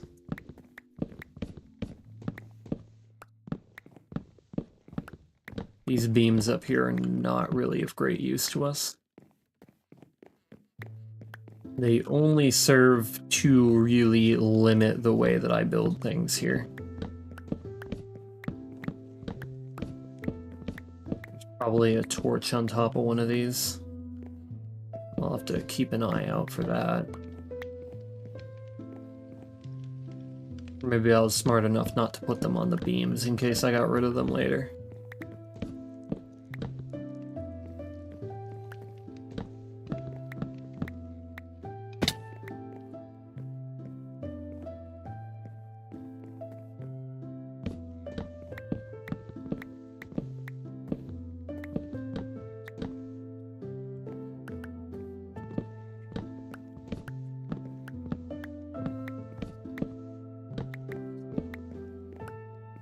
Okay, good. There's none of those are doing that thing. Just want to make sure no logs ended up on here. Very good. And I'll clean up this attic in a bit. Like these roofs will be a lot more usable.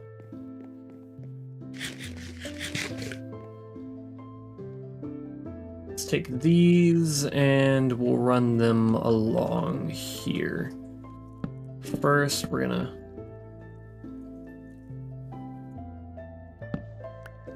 start it along there.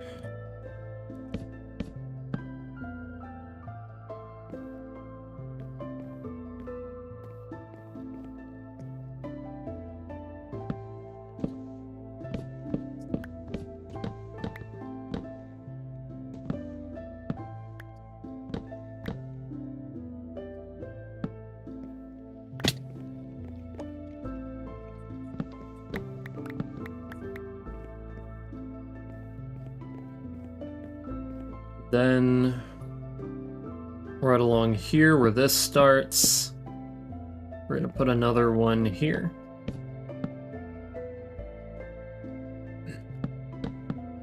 And we'll run these along like so.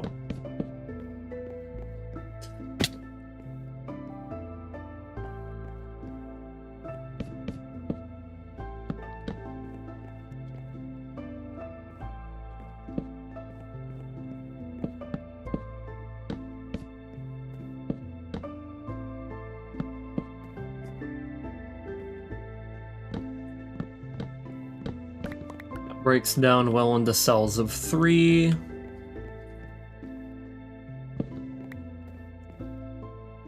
Or this one from Dark Souls that you thought was kind of funny. That one can go right along here. My wares, of course, are not stolen. What do you think? And when you lose your head, I'll sell it again. That's funny. Because the character keeps dying and all that, so just kind of regular.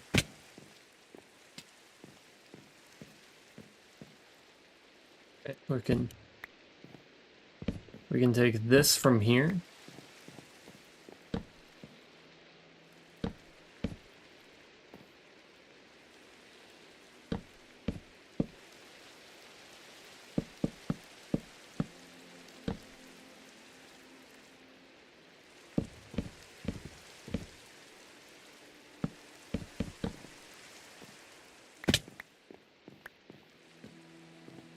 And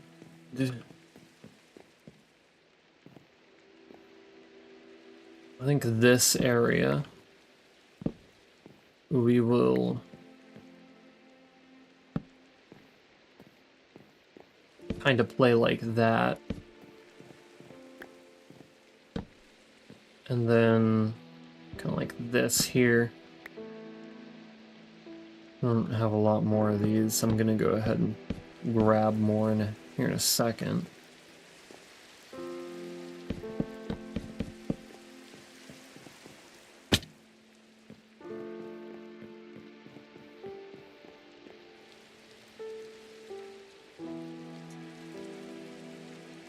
This is the Undead Merchant in the Undead Burg, which is one of the early game areas.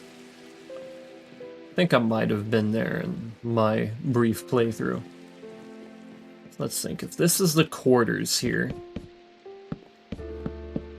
we'll want an entrance here. And then it would be most convenient if the door was here.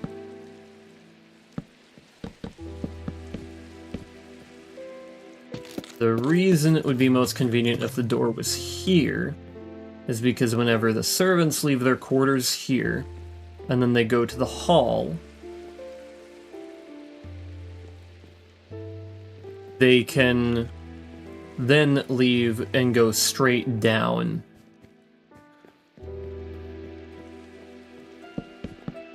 Directly from there. So now we can make the walls here. Just like this.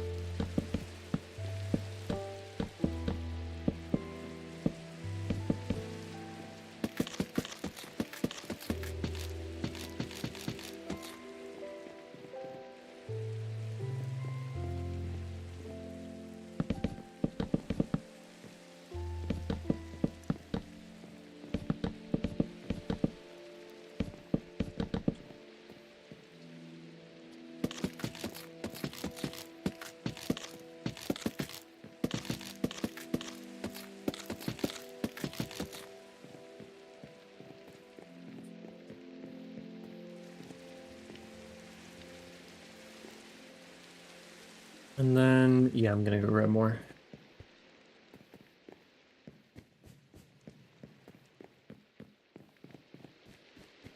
Saying that to one of your customers when they insult your merch. It's a wild. Okay. Yeah, I'm gonna run out of pale oak as well. Let me go ahead and put away most of the decoratives for now. Not you. You stay in the inventory.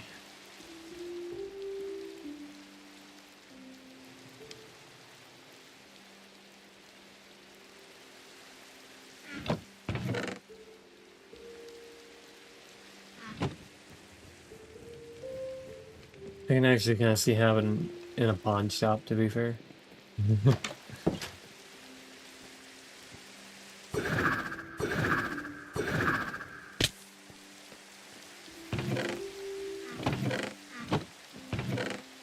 Take these. Surely that'll be enough. Fuck.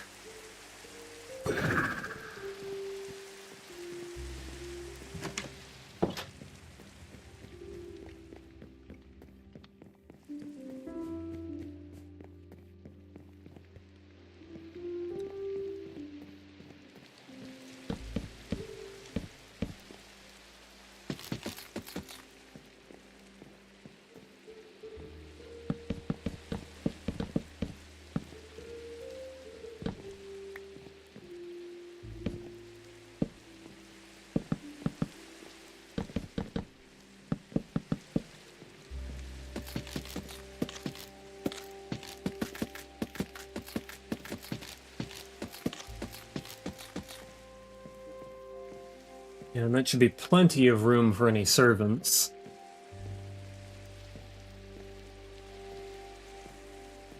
And then this here, we can just... Oh, I put all of those away. I'm gonna grab some of those so that I can fill in the roof. Because I'm gonna need to.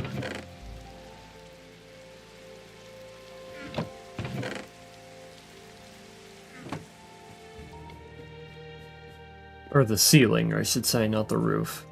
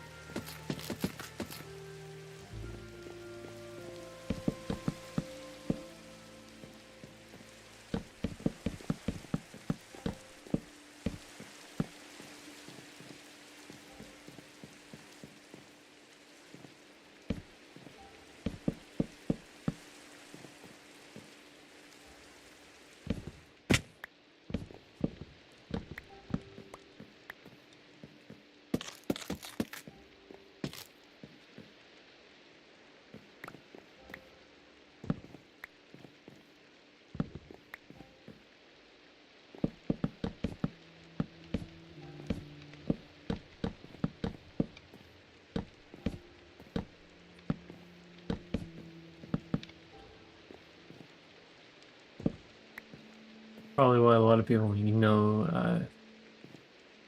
would never want to work in customer service. Yeah, I didn't quite ever work in anything quite like that, but the customers are still assholes no matter where you get them from, so you just kind of gotta do with what you can. Just make sure nothing got dropped down here.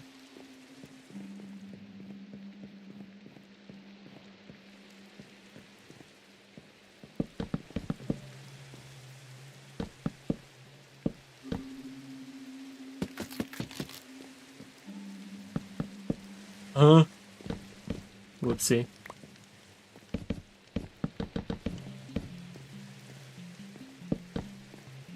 Appreciate the nice ones that do come by. Yeah, usually it was pretty tolerable for me since my job was mostly helping them out with, like, strenuous tasks whenever it came to, the customer service that I was doing.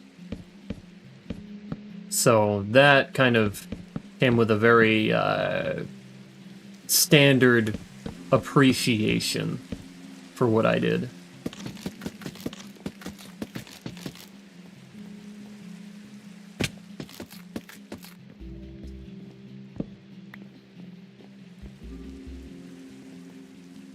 Should probably grab torches really quick for temporary lighting purposes.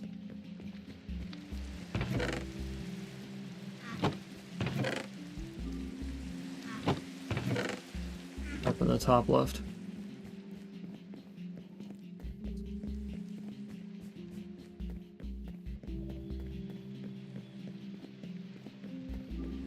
That's why.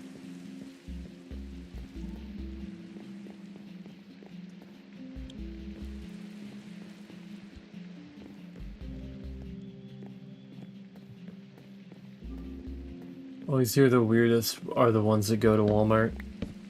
Yeah, generally speaking. In particular, it stems from Walmart being inherently more accessible to people with lower income.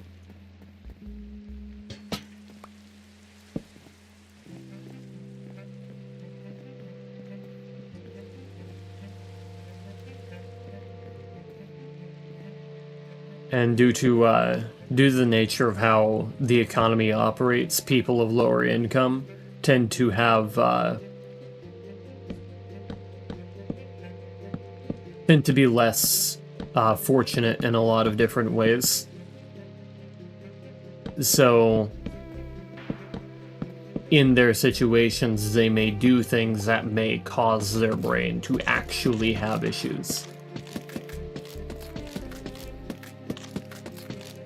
Especially very, very low income, like being entirely homeless, for example. For those at that low of an income bracket, you're bound to run into a lot of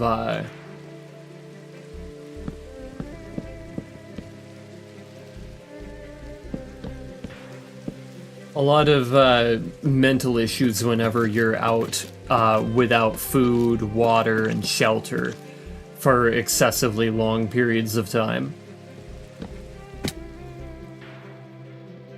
It will actually harm your brain being out there like that.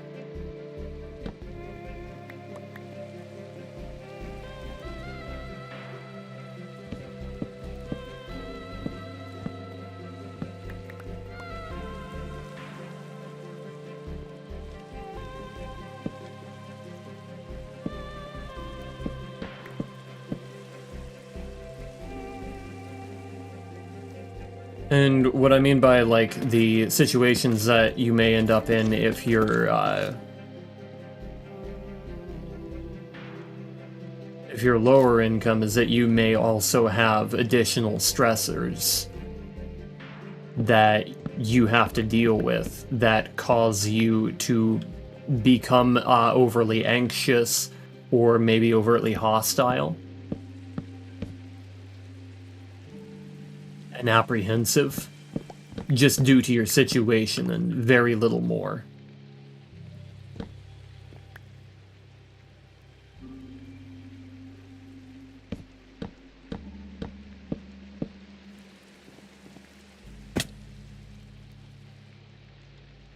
Which is why places like Walmart may see people that are a little less, you know, prim and proper, because they don't exactly have the,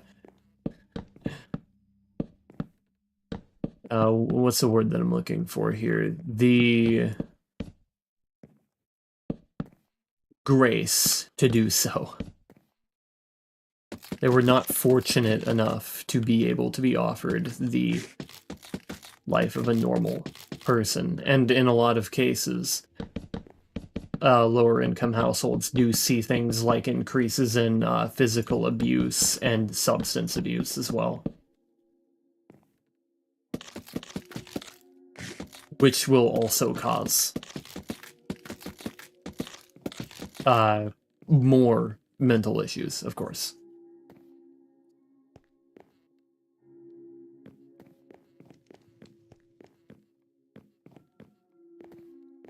There is a lot that piles on to people of lower income, which is why I'm very patient when it comes to people. Because I know that if you are in a rough situation, you are going to behave in ways that you normally wouldn't. Or I should say otherwise wouldn't. That's just how people are. If you're in dire straits, you're probably going to act a little funny. I question that too when I see the bids in stores that literally only cater to those who are wealthy. That can come from things that happen on the other side of the scale. Where you may end up with things like inflated egos and whatnot.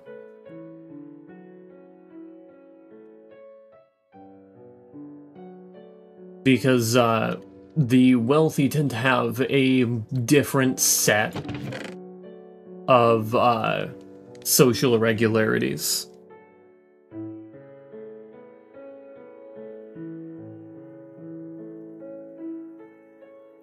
Such as they may be frugal in a bad way.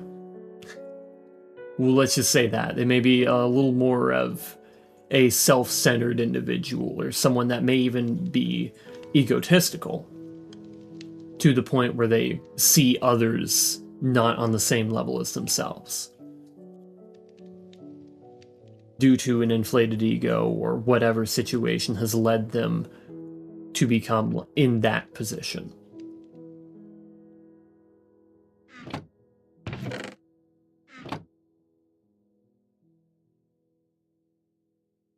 And some people are just more likely to be wealthy simply because they are selfish.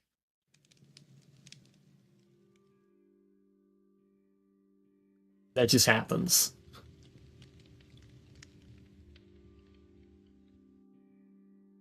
Generally speaking, if you're selfish, you have a better shot at doing a lot of things because it is the case that you are not so concerned with other people around you that you'll undercut them.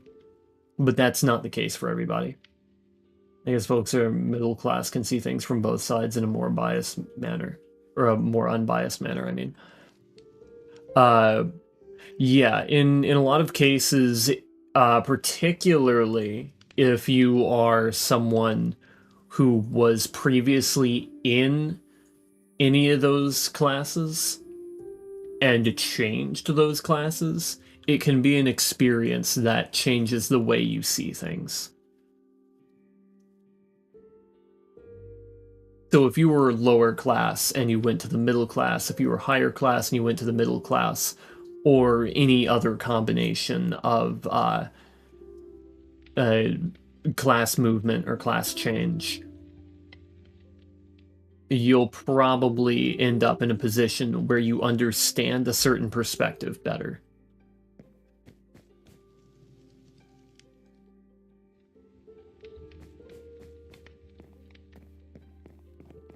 It also ties into a lot of things that happen with people who are in leadership positions or in public office.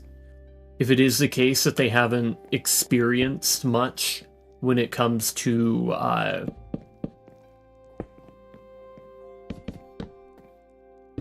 say, for example,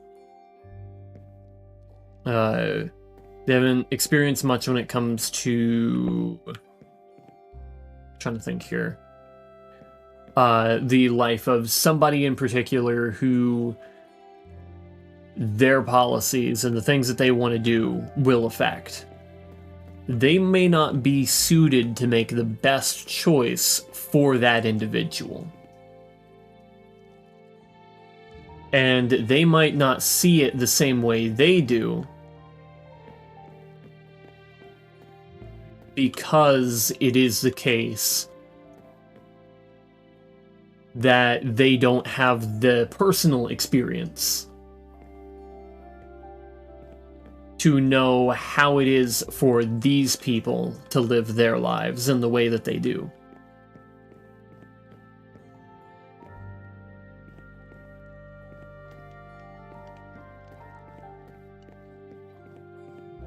I think we're good.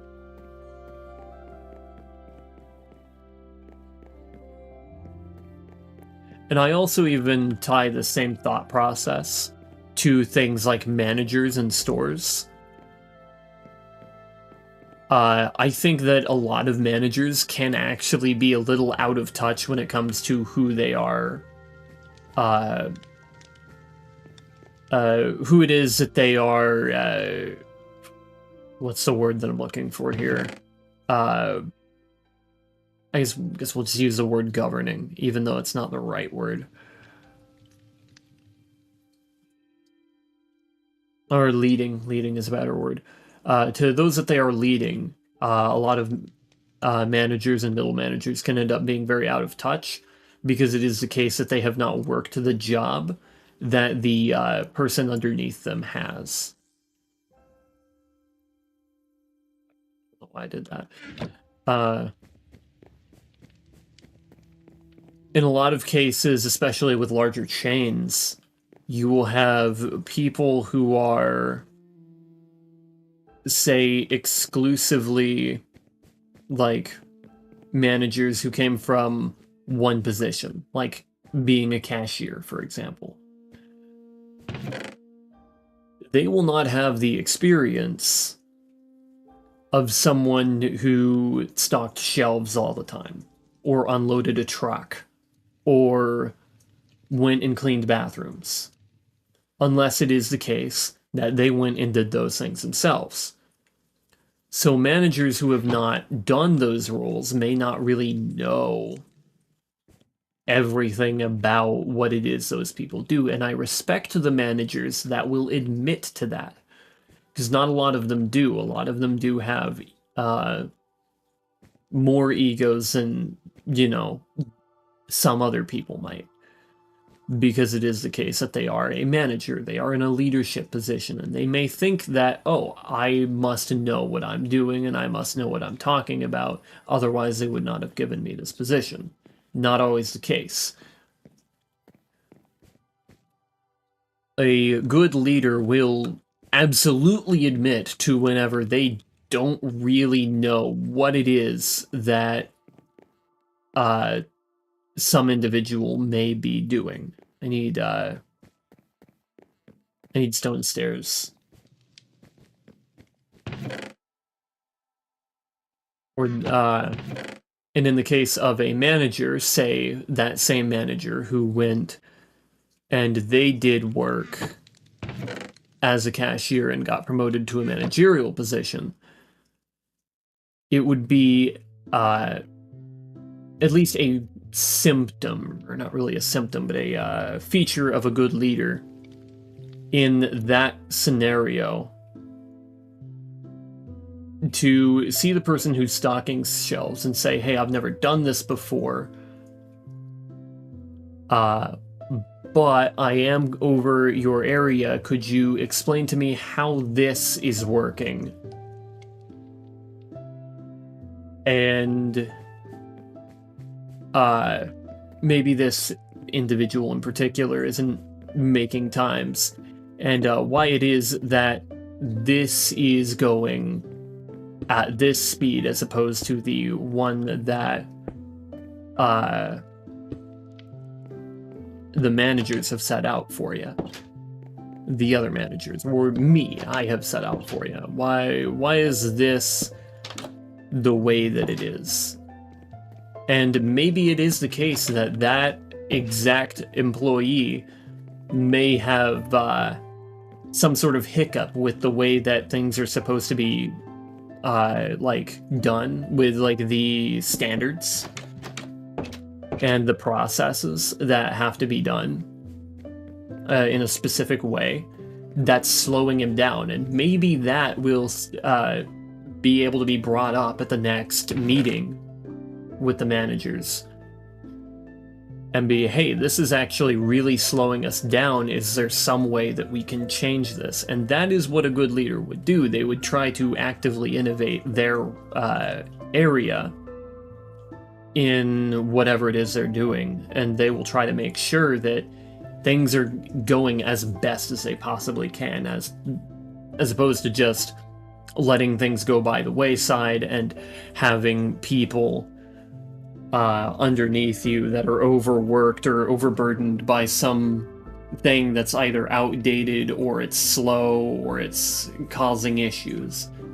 Like, you're actively looking to improve and you're actively seeking out the experiences of the people around you so that you know how they feel, how they work, and how they operate, as opposed to the limited experiences that you might have. Especially when certain issues are very easy to make worse. A common issue here, we have housing issues, yet we have all these abandoned buildings that could have been taken down. Yeah, that comes to an issue of very commonly it comes to an issue of, what's the word, nepotism, in that a lot of public officials may be more inclined to do development in areas that their family or they personally live.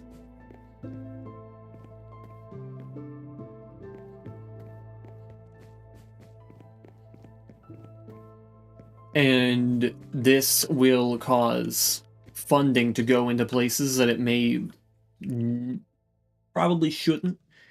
For example, in a city I've lived in, they had a issue where there were two sides of town, or really three different sides of town, and one was way, way nicer in both infrastructure and housing than the other two sides were. And in one, like, specific district in particular, there were a lot of old abandoned, like, grain mills back from when the town was a agricultural hub. And it was the case, and probably still is the case, that the people in the government leadership are pouring money into that part of town because that's where their children, their families, their relatives, their friends, or even themselves live. And so they don't understand that there's a lot of problems happening in this area because it is the case that they have neglected that area for decades, even. And that's happened with Detroit as well. The areas that ended up abandoned after mismanagement and the crash of the auto industry were neglected, and these areas were not properly torn down, and things were not properly done with these areas that became abandoned. And they never did anything to try to fix these issues, or whatever they did, it was clearly ineffective, and they didn't do what was necessary to properly re-stimulate growth in the region. And maybe they're turning it around now as I'm seeing the population finally begin to incline after 40 years of nothing but a staggering drop from 1.8 million to 600,000. Like, you know, a city's doing something wrong when over half of their population leaves in the span of decades.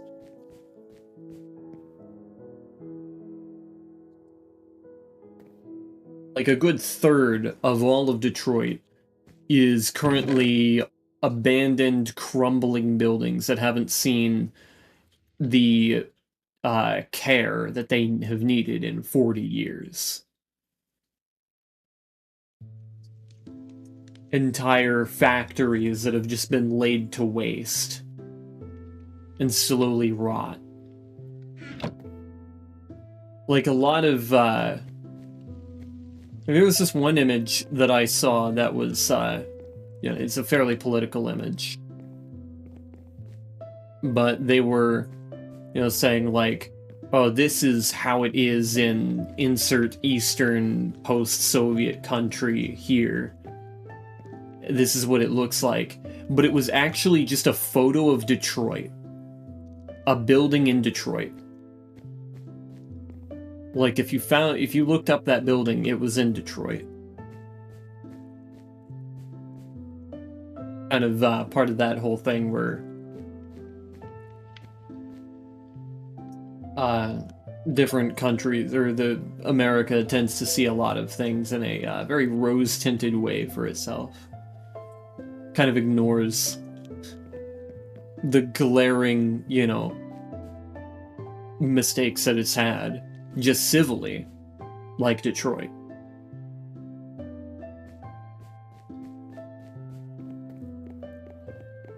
Another common trend you see is when the population goes up, instead of using land that's already ready, they dig up dirt somewhere else when it wasn't even needed.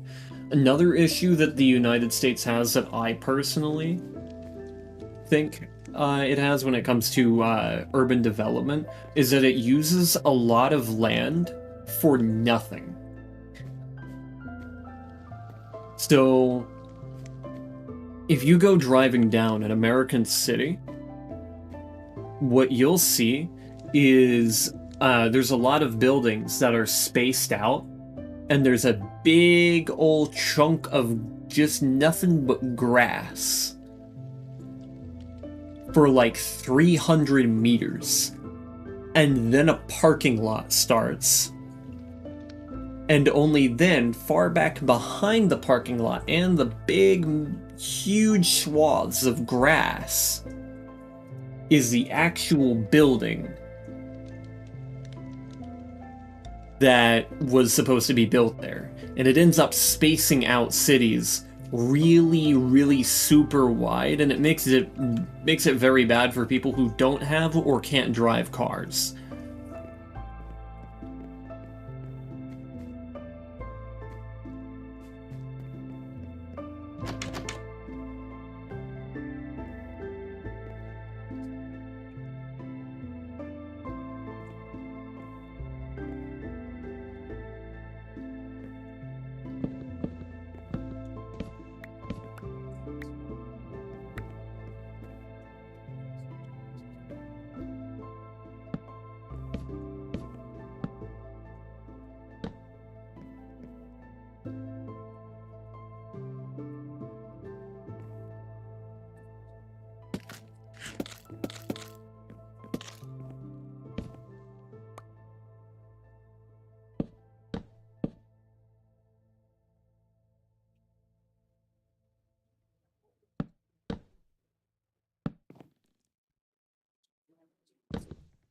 Yeah, so one of the things that I would really like to see, something like where I live, something I'd like to see them do is start putting or rather, in new constructions. Start putting, what's the word that I'm looking for here?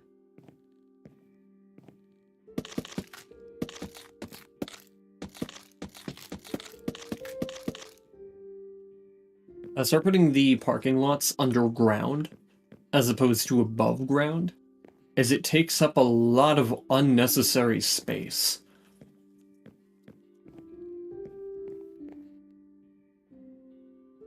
And then get rid of these grass spacers. They're completely useless. They don't do anything.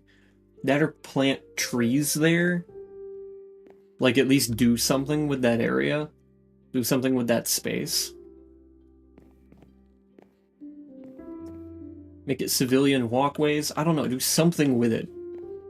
So that you're not actively making everything really far away for no good reason.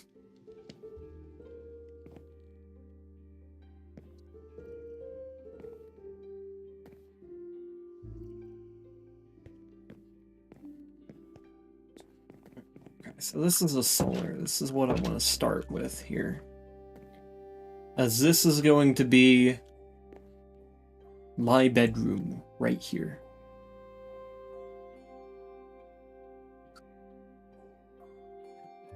Let me see what solars looked like typically.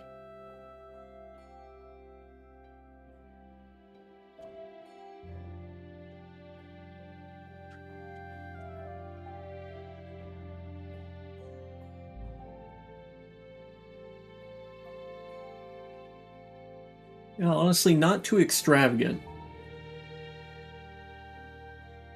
It's not like it's a king or anything.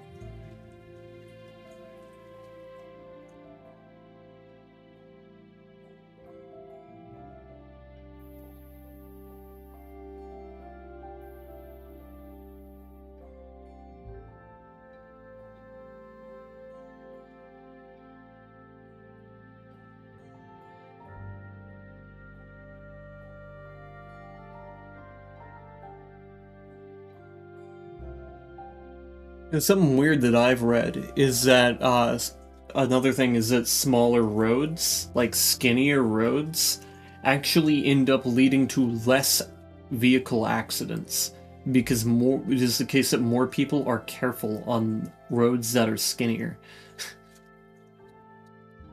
Yeah, I'd like to see more things that like balance out the amount of land we need versus what we take from our environment. Yeah, the general idea that I would have is just to make things a lot more, you know, a lot easier to traverse in things that aren't cars. For example, bicycles, on foot, uh, on a skateboard. I don't care. Just as long as it's easier to traverse on something that isn't a car, that's great. Because it is the case that more people might actually opt for walking as opposed to driving their car there. And that'll lessen the amount of traffic on the roads, which will make it nicer for people who are actually driving. It'll alleviate some of that stress. And will also reduce traffic accidents, by the way. If there are less people on the road, there will be less traffic accidents. Lessen the carbon footprint. Yeah, I'm not even coming at it from that angle. You could absolutely, totally justify coming at it from that angle.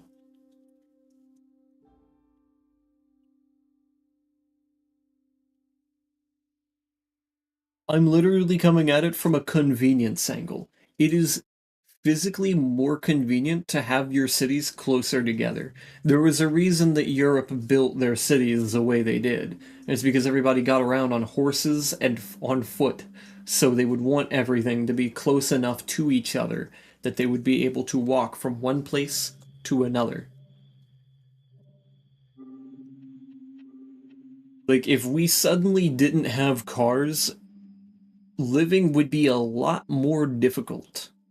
And we would need a lot of horses. And I mean a lot of horses.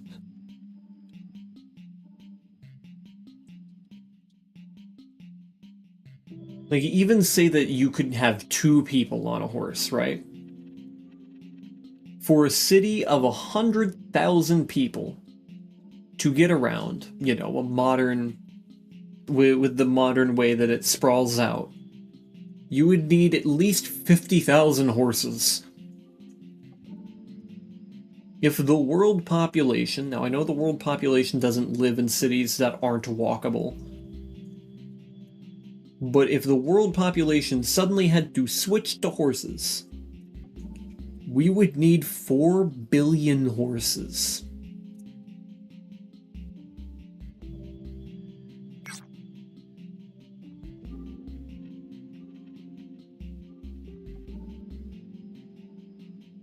There are currently 60 million horses in the world.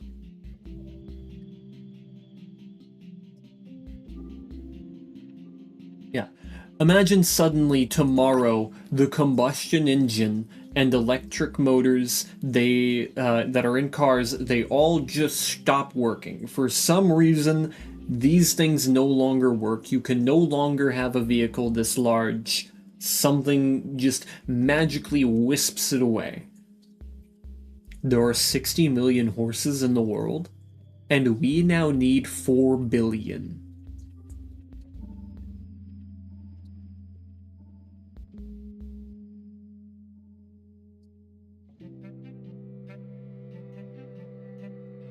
Life would be much more difficult without cars.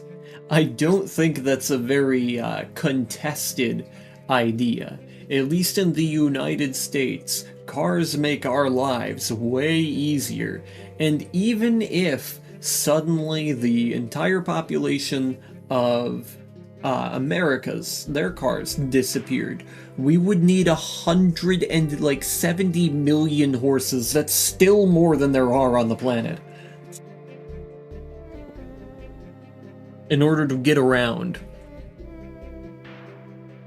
And even if you were generous and said 1 horse per 3 people, we still don't have enough. And we would need at least 20 years to have enough horses. And then all of a sudden, a lot of the city becomes a lot more, desolate, because people can't travel all that far on horse. It's not very convenient. 3 people for 1 horse, oh my poor horse. Yeah. It's not great. It would be a very, very bad situation, and if for whatever reason suddenly we can't use cars anymore, we're kind of fucked in a lot of our cities.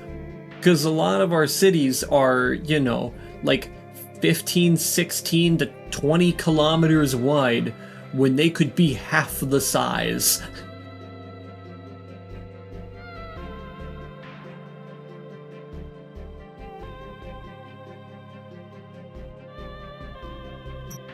It's all because they have parking lots and giant patches of green nothingness in between that you have to spend money on taking care of. That mostly goes for the green patches of nothing. Because if you don't take care of the green patches of nothing, they get overgrown and things become problematic there. So it's good to be self-sufficient. Yeah. Though on the bright side, if it was the case that everybody had to walk around everywhere, we would see a drastic improvement in public health. Because it is the case that automobiles do contribute a lot to the health problems as a result of doing less physical activity because of them. If we walked 2 kilometers every day, as opposed to driving 2 kilometers every day, this is just a number I threw out there, no gravity to the situation, the amount of health that people would gain from that, the physical health of every person would improve like tenfold. It would be insane. There is a silver lining. People would be very much so more healthy in a world without cars.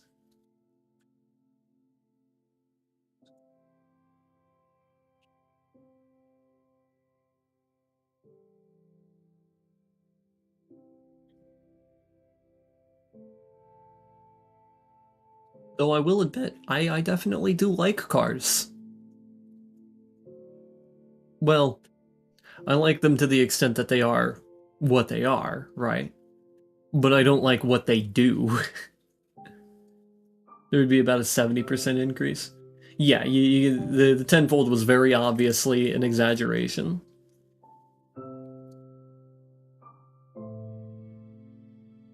But you can see what I mean whenever I say it would be a massive improvement in public health if it was the case that we did not have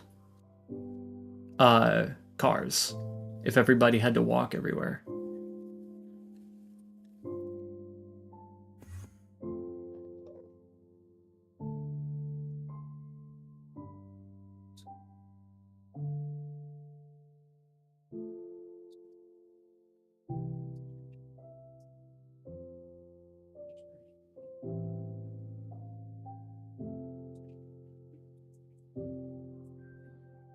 What on earth were those images?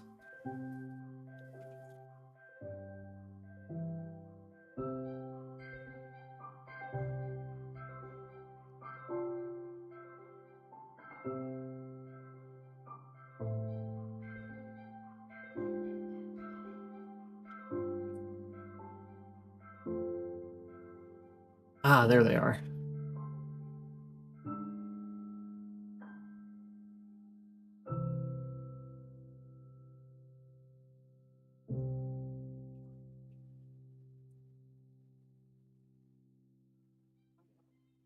You can't out exercise a bad diet.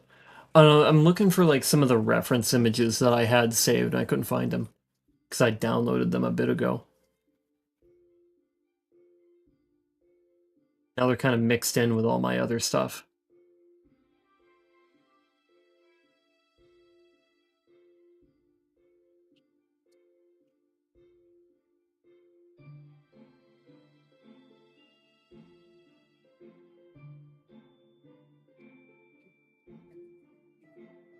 You can typically uh like even if you have a really bad diet, you can probably exercise to the point where it doesn't affect you nearly as much as it would if you had a sedentary lifestyle.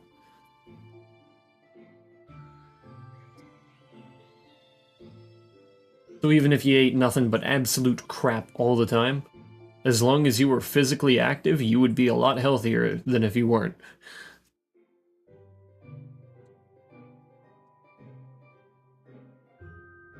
And the crap is not literal, it's just junk.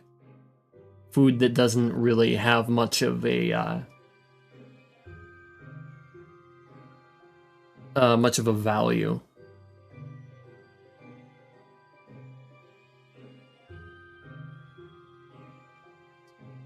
Yeah. My general point is,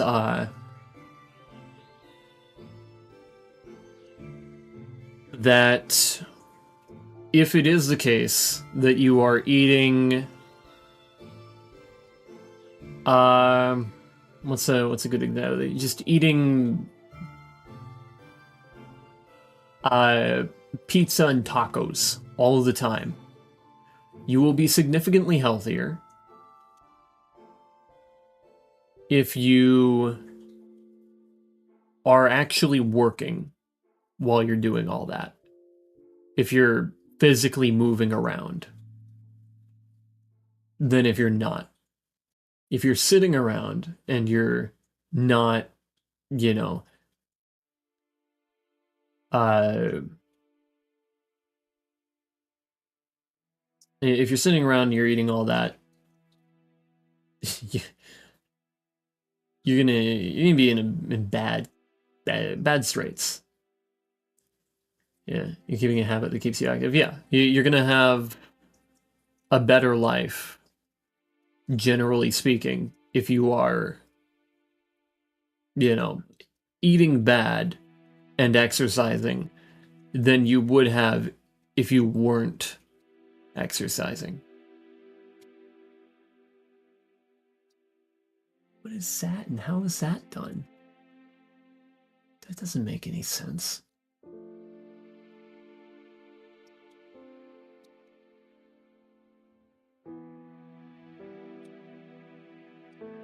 Those banners? How? It's in the middle of a staircase.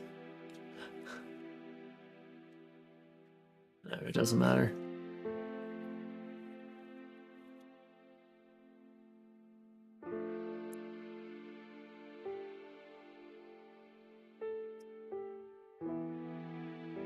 I'm gonna need more bookshelves.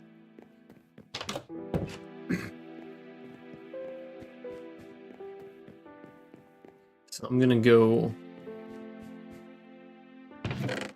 get some emeralds and such. Construction worker who carries 50-pound bags of cement for 60 minutes can burn approximately 600 calories. Similarly, operating a jackhammer for 60 minutes can burn around 700 calories. Yeah, and even a little bit of work. Like if, say, you're eating nothing but fast food all the time, you never make any food for yourself, the only thing you eat is fast food. You will be healthier if it is the case that you're walking 10 kilometers a day. 2 kilometers a day. A kilometer a day.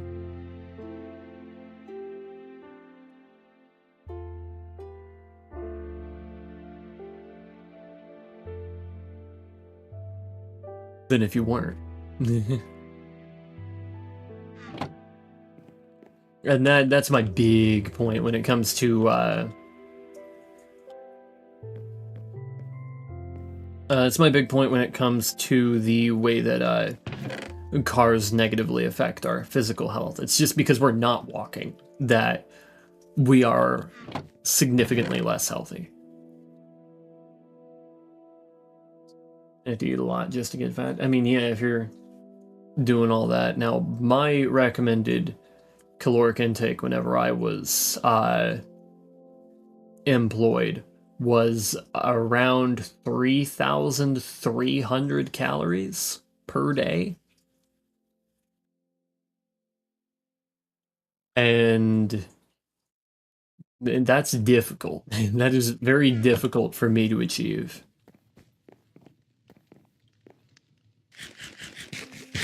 But now, if I had to guess how much I eat a day without being, you know, as physically active as I was whenever I was working every day, it's probably closer to 1,000 now, because I don't need as much, so I don't eat as much. Like, I bet if I just looked at what I ate and, like, figured out how much it cost, or how many calories it was for each thing that each meal that I ate, it would probably round out to about 1,000. Maybe 1,500. I am eating less than half of what I used to. Because it is the case that I don't need that much.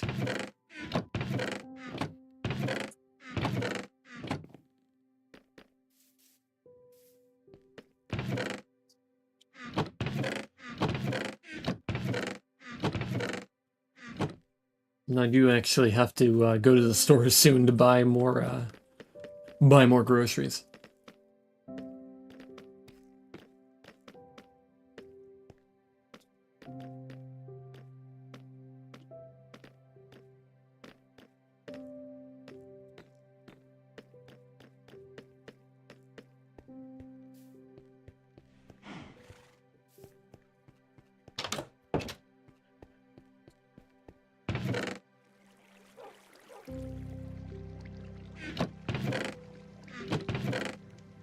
Why do I have so many fucking why?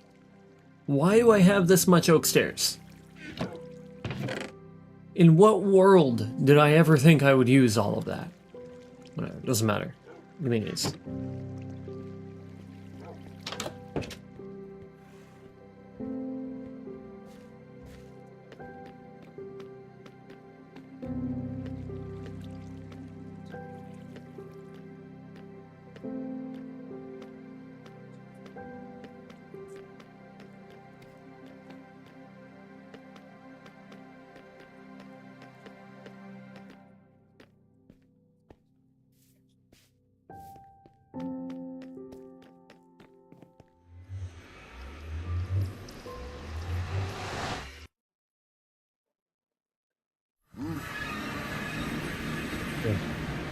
It is also my understanding that some people might not like the fact that I am saying that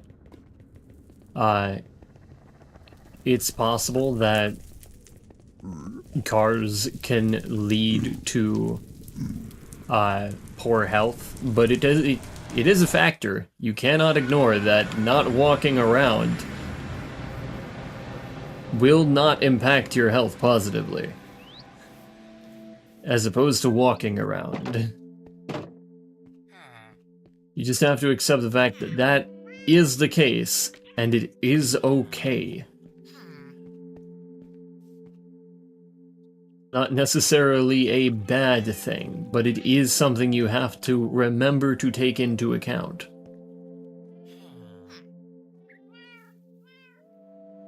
Consider the following, if you will.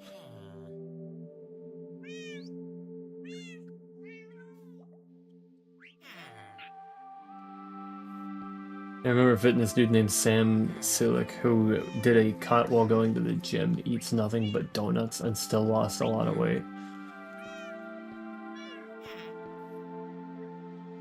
Yeah, you can lose weight and still eat like crap. You just have to work more than what you're eating.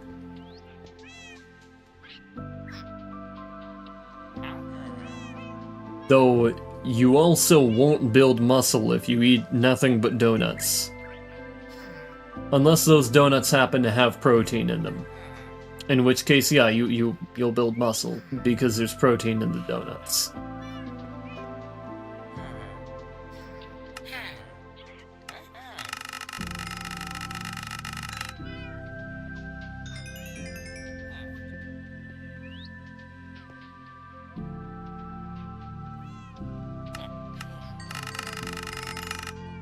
So, depending on what you're doing, if you're just trying to lose weight, anything works. But if you're trying to lose weight and gain muscle, you're gonna have to do something else.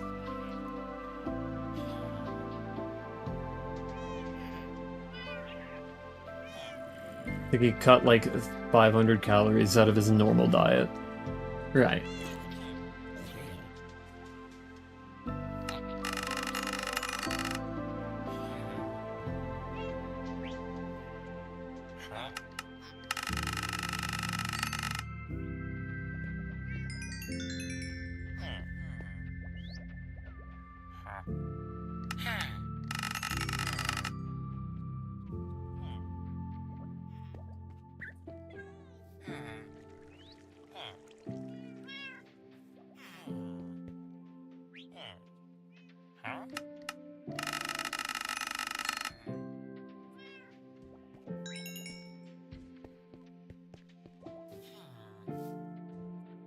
Bookshelves, sell them for 9. Do you have better prices on bookshelves? How about you?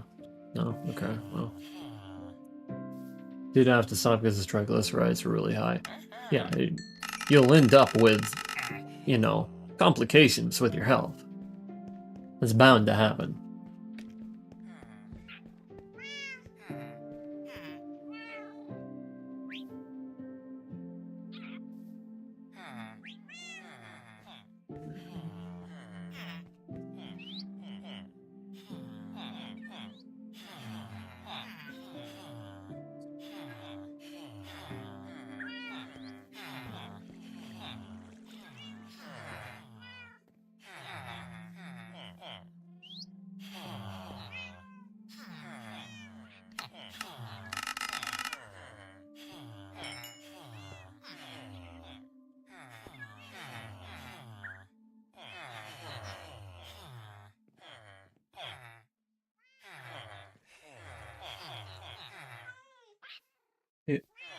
Say you ever went to Japan and stayed there for 2 months.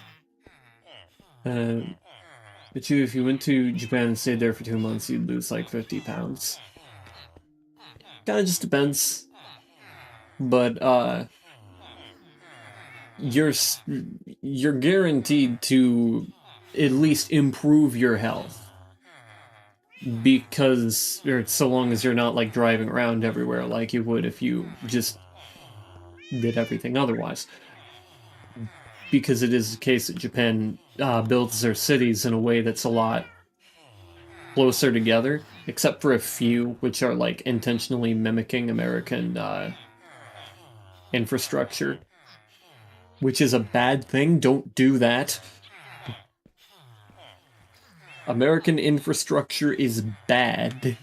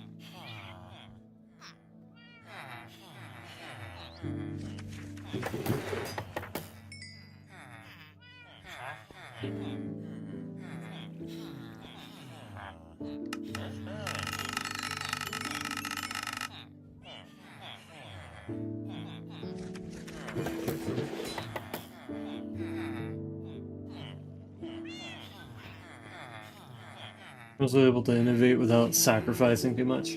Serving sizes are smaller than ours, plus they have a lot more organic farms than we do since they stick to tradition when it comes to agriculture. And the lifestyle plays a huge role in there. The walking, yeah. The walking that you just mentioned, huge. Huge role that plays.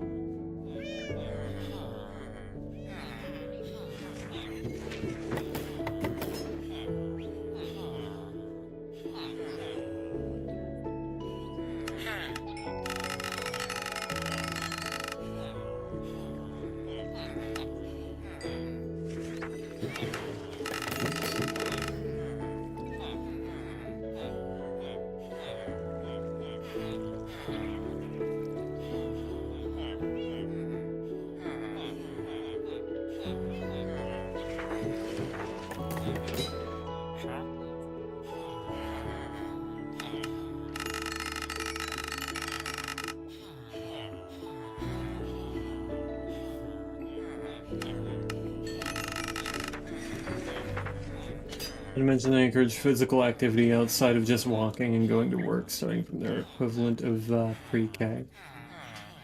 Of course.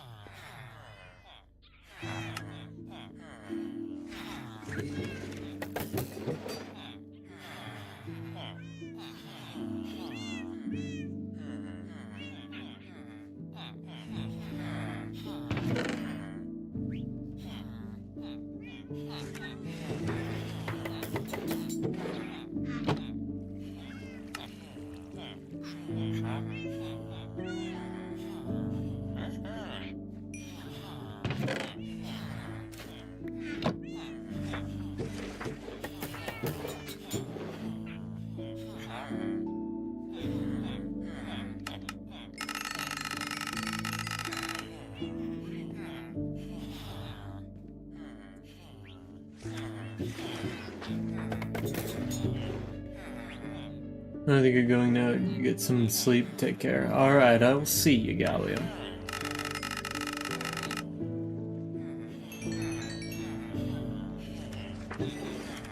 I can't get any more, so I guess we'll go and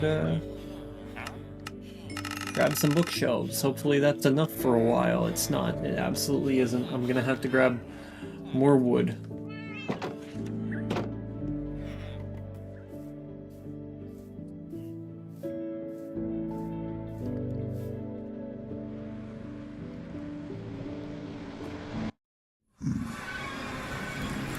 Oh, hello.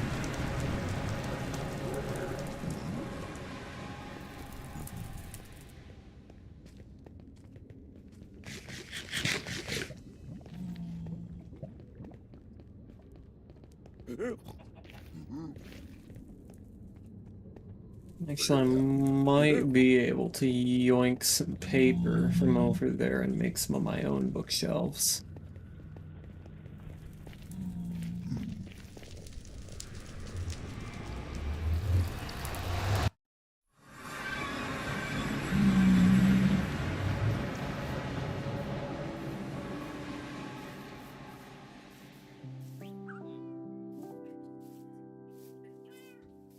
There.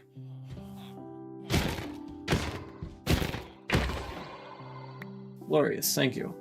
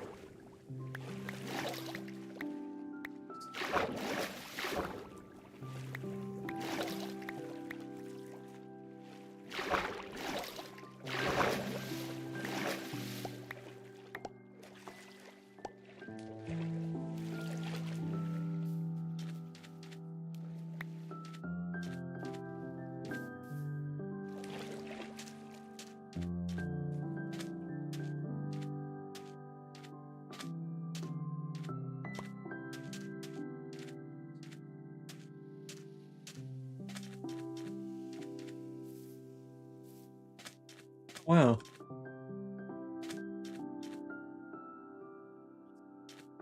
There's like ocean noises now.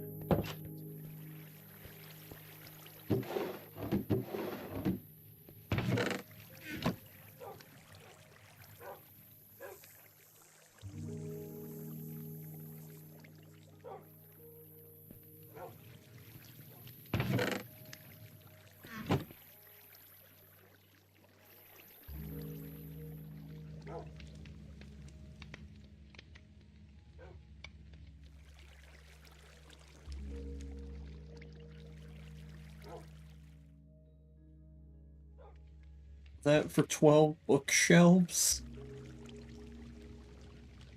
Oh man.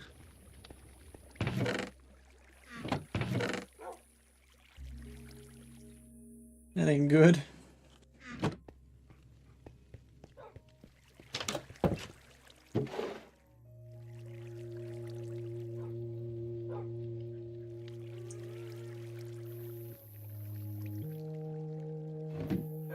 Though I could.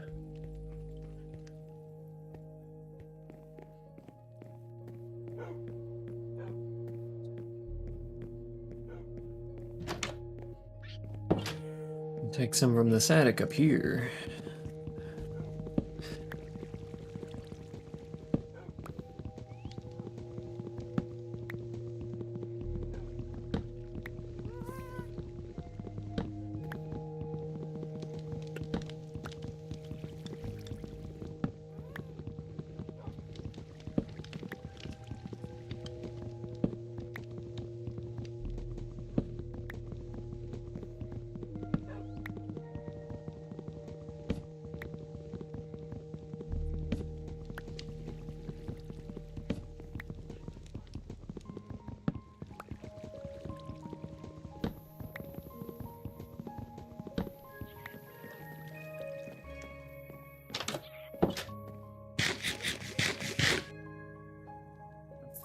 $52 bookshelves. I don't think that'll be enough, but it's better than nothing.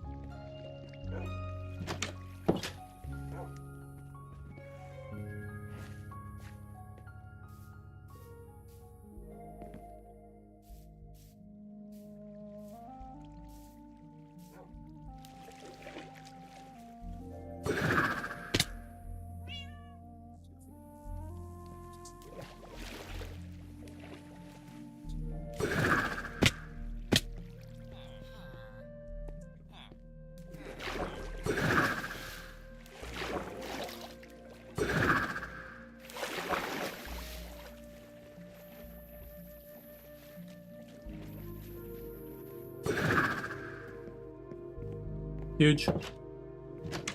Alright, and we have a basement to do after this. Oh, lovely. Oh, lovely. Can't wait for that.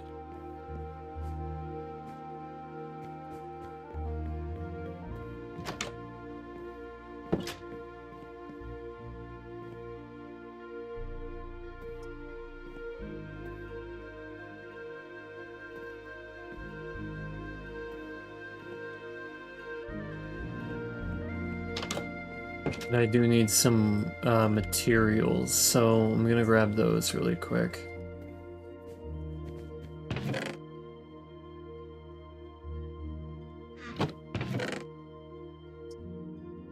We don't have any trash blocks. I'm gonna need to go grab some.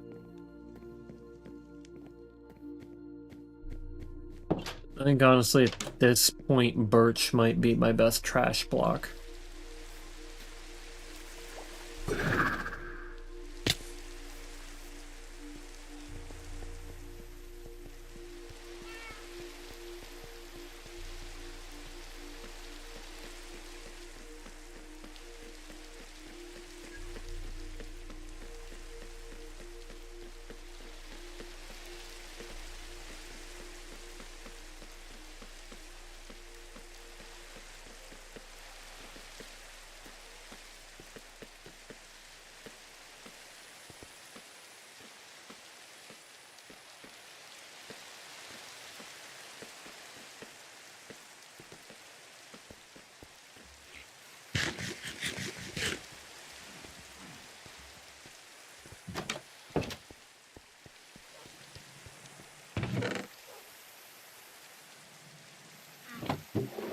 Oh, maybe not. Maybe I don't have much birch wood at all. That is totally possible, huh? Yoink.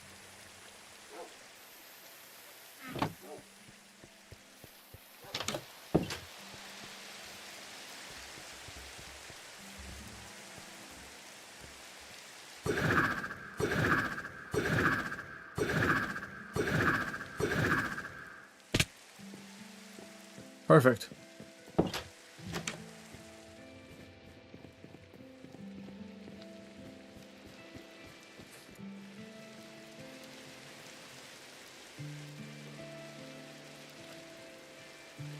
There we go. Can make some of these, and then we can grab some of those. And then I'm gonna grab some of these. Some of those. That. That should be generally good for now. I'm gonna need more in a second, but...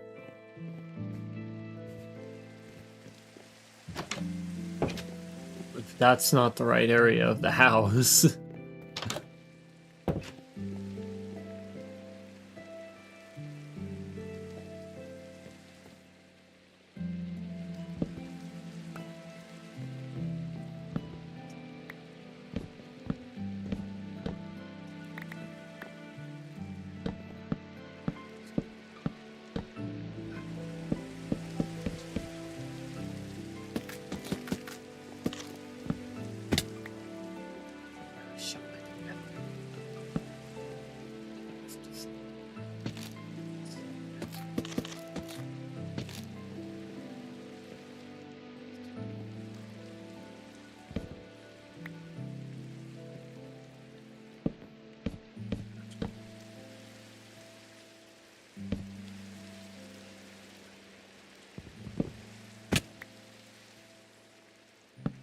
I'm having a very great time right now. Absolutely flubbing it.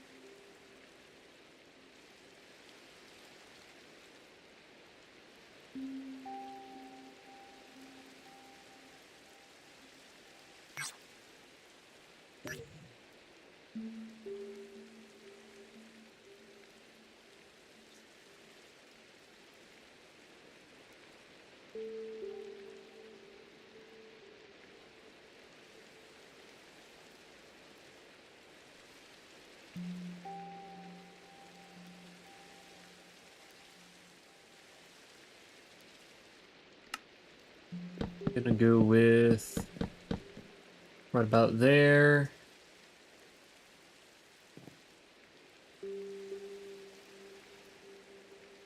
Go ahead and cover this up. And then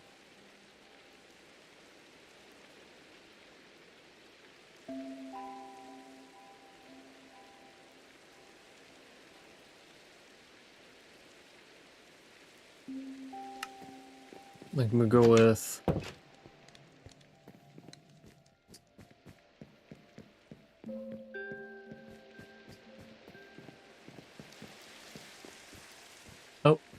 too far. Kind of losing it right now. What is this? Give me this.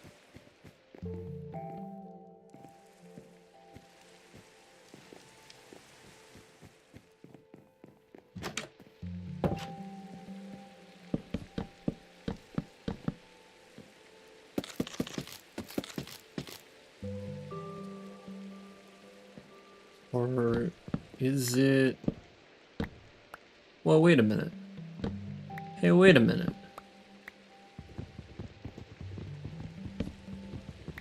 Hey, wait a minute. I can eat into this wall here. Never mind. Holy.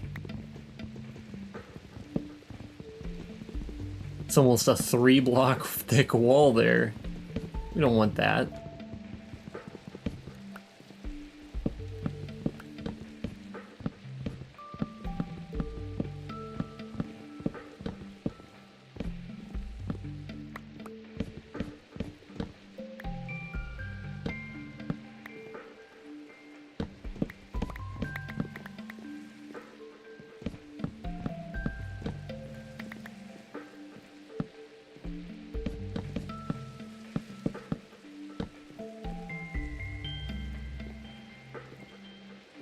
Alrighty. That makes things a little easier.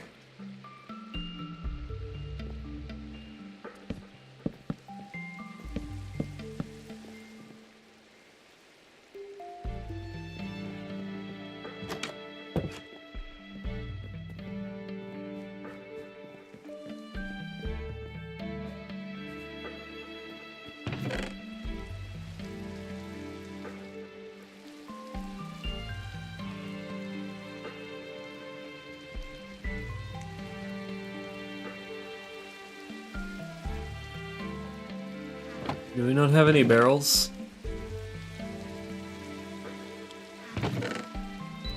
We do not, in fact, have any barrels.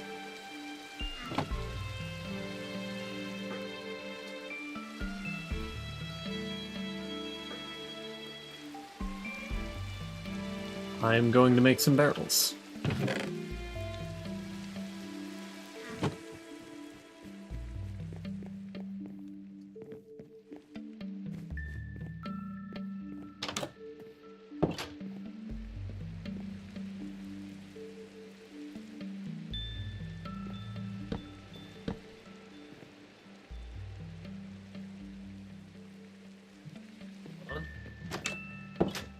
Maybe I have some stone, not stone, I can't think of the fucking name. Pale oak stairs down here.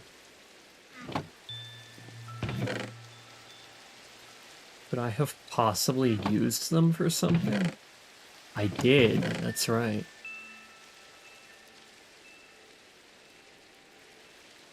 That's in fact quite correct.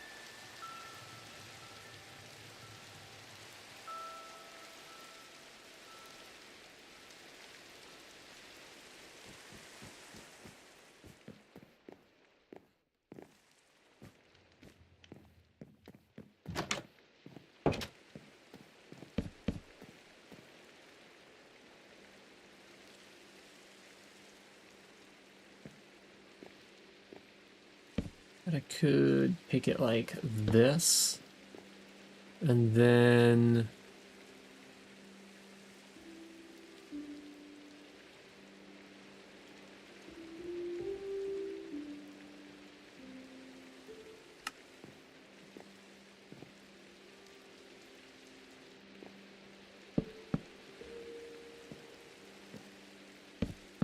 kind of go like that, or even better, we could go another block up.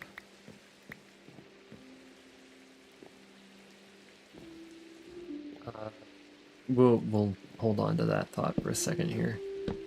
Let me first take it like that.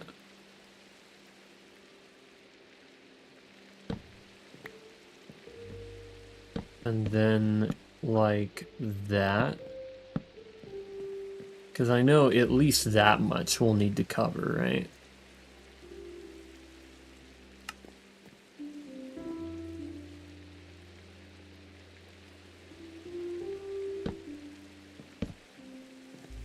No, that is the bottom block.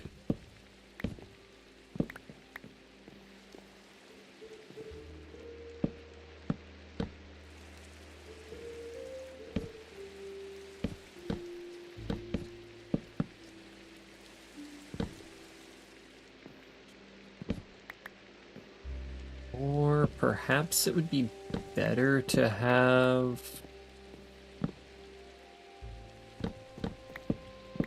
Let me think about this really quick. No, because these are bottoms. These are bottom blocks. I can't do stairs there. Or, no, these are top blocks. These are bottom blocks. Or, hold on. Oh, goodness. I'm confusing myself now. This is a bottom block.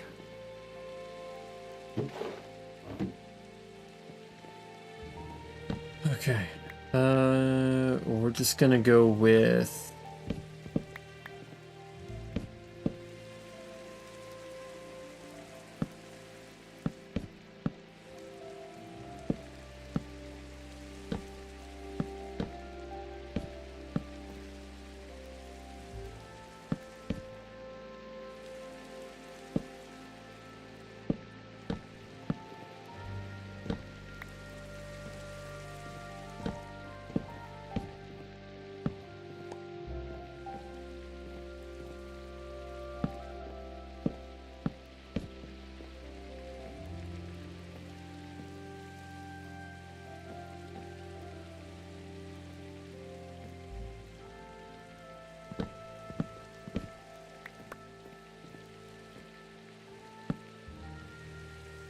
Yeah, we can. Wait, it means we can use it. What the hell? Shit. I'm confusing myself like 300 times right now.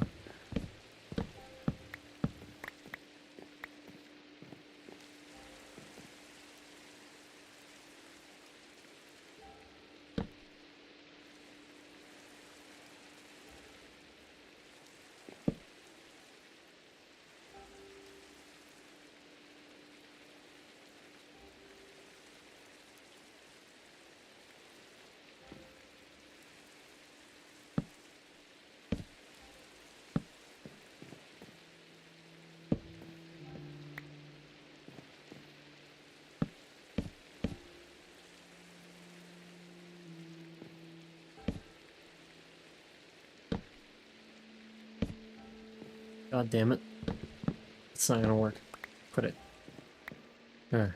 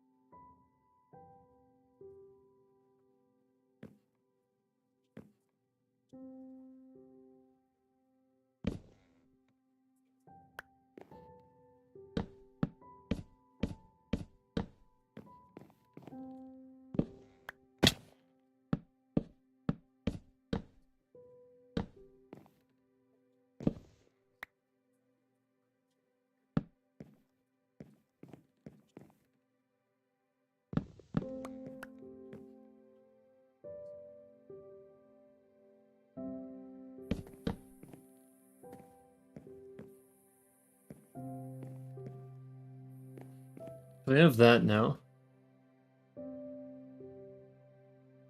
And I could go for...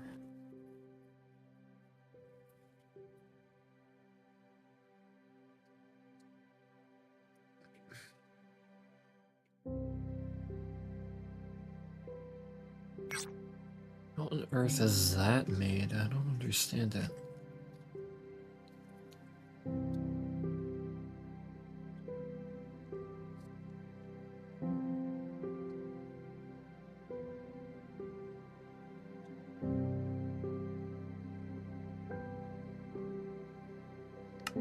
And there's like some way that you can apparently put a banner here. Wait a minute. I think I know what they're doing. Yeah, and I don't think I can do it. No, it would be visible from here no matter what I do, huh?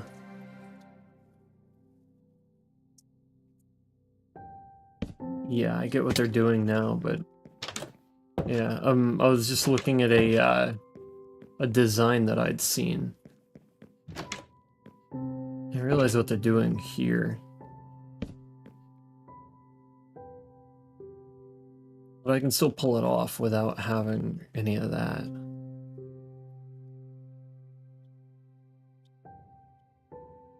We can go ahead and take this here, this here.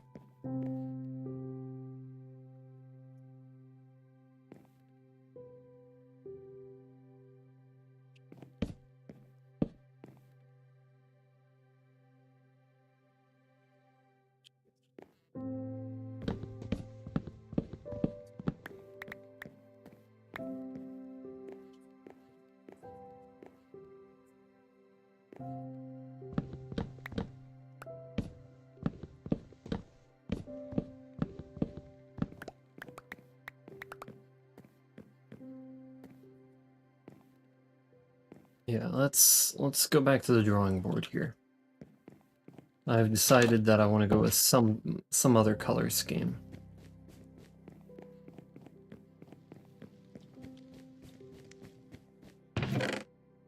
Match the theme of the rest of the place.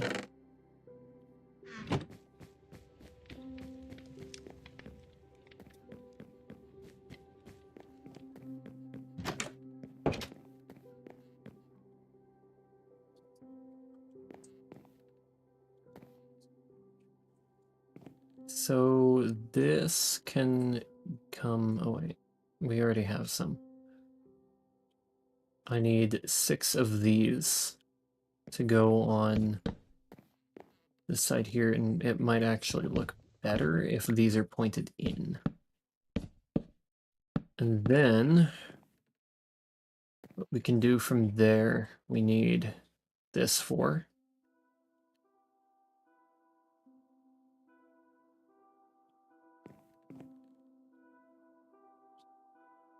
Okay.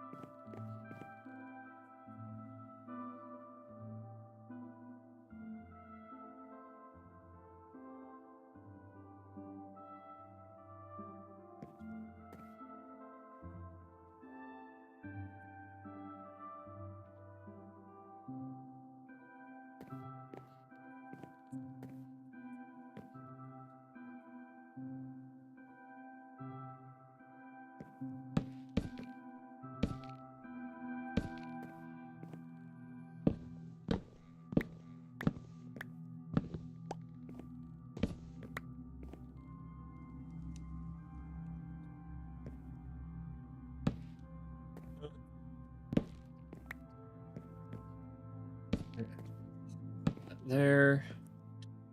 And then we need a couple more stairs. It should be enough.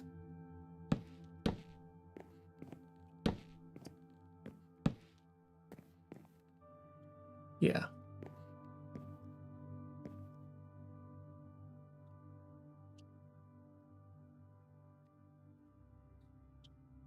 Can't think of other container blocks that exist. But I think it's just shulkers.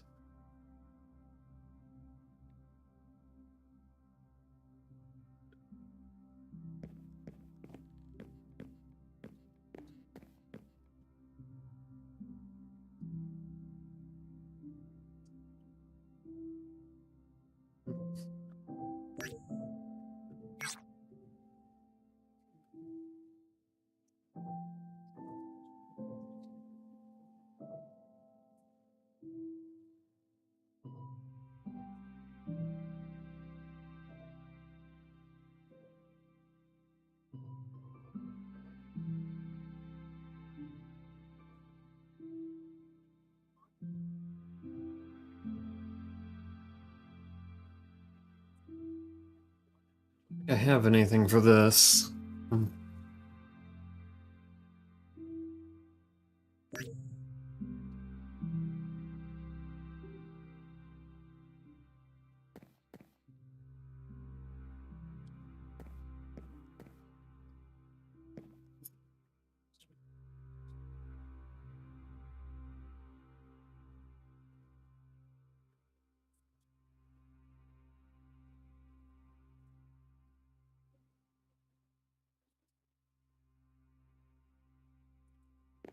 We put these here.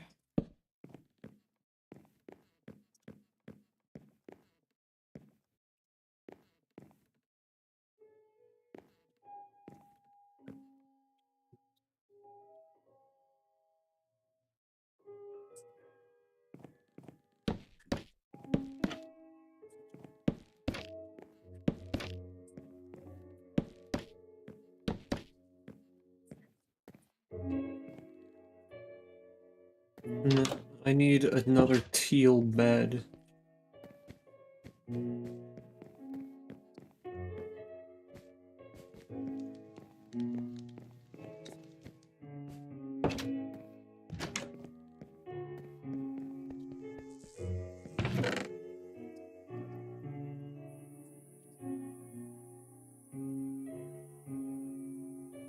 Might be able to just craft one.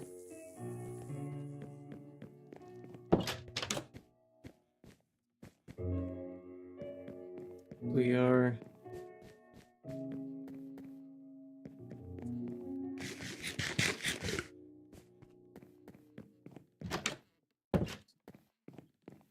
Oh, wait a minute. I still need... I don't need to keep these doors closed. Oh, I thought they opened in different directions. I'm like, what? How? So forgot I need to lock these doors by keeping them open.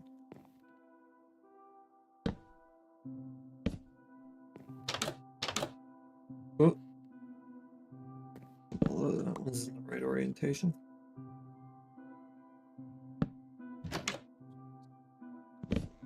The other way then. Okay, these doors are clopen, so people, villagers cannot enter them at will.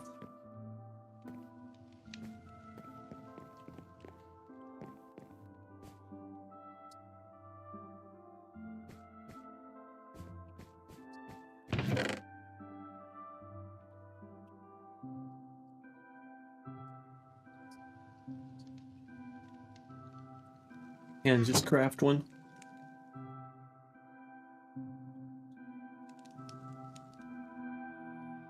In fact, I'm gonna craft both of them here since I have the materials.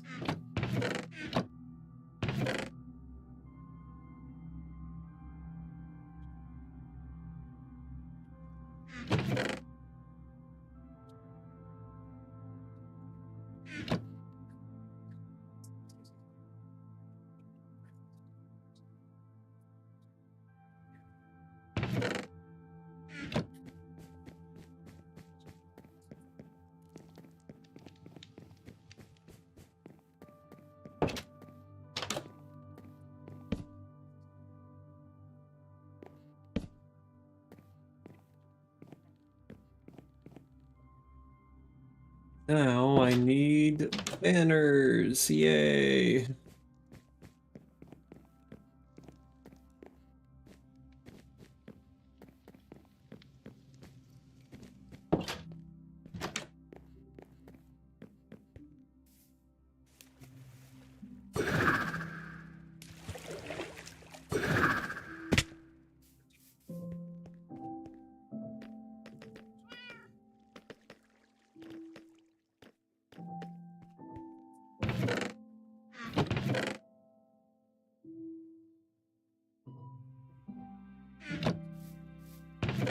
Give me that wood.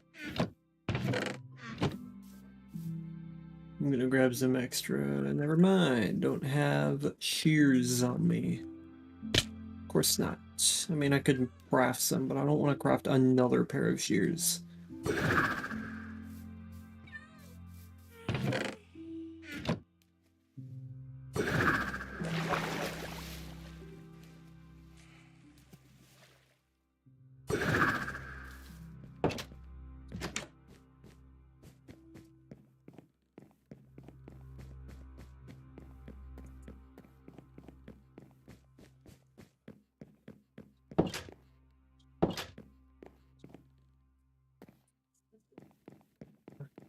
Bruh.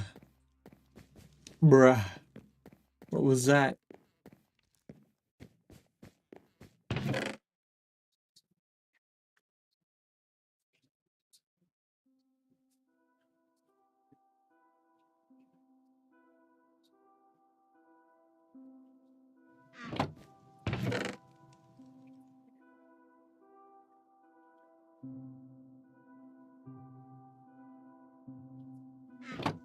I think we should have enough, though.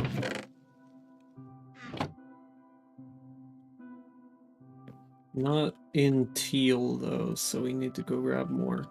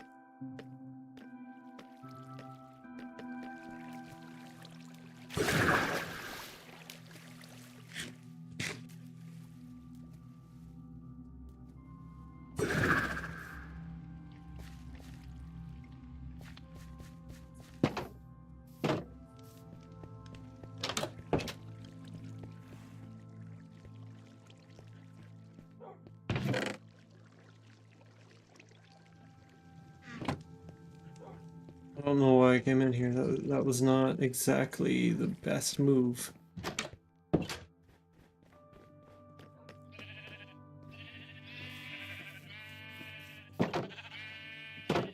Give me wool.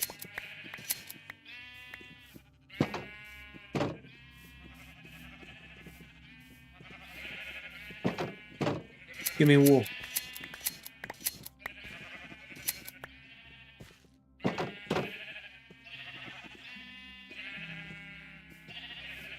Wool.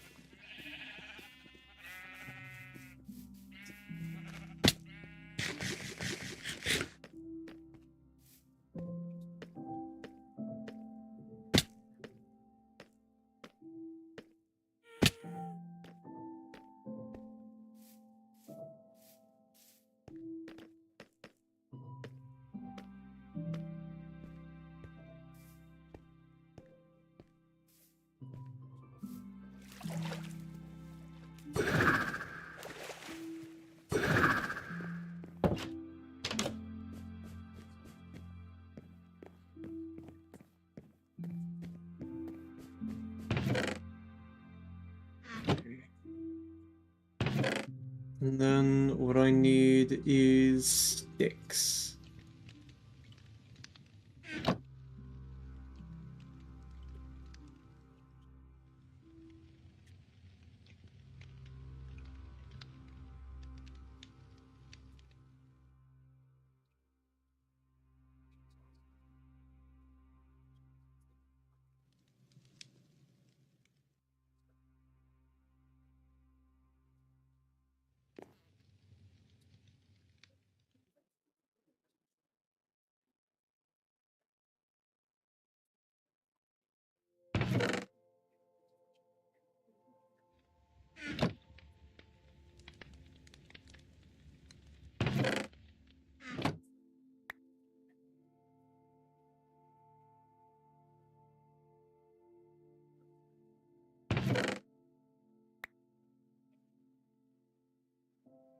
Okay, there we go. I don't think that's gonna be enough, but we can see.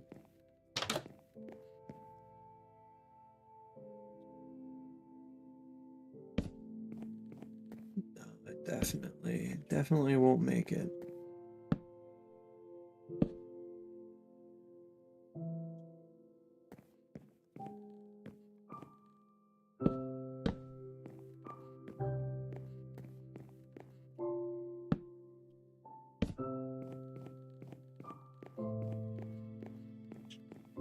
Oh, I think this works fine.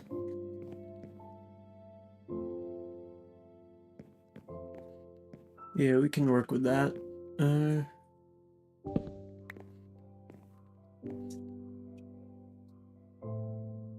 Let's grab this, put it in this corner, this, put it in this corner. Or rather.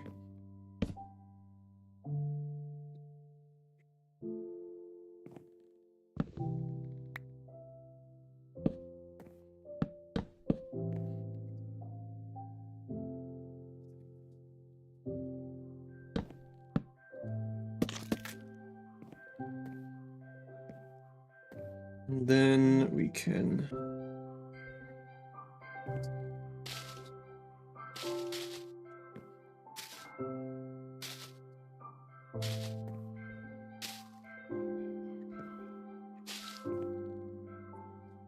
with that, and then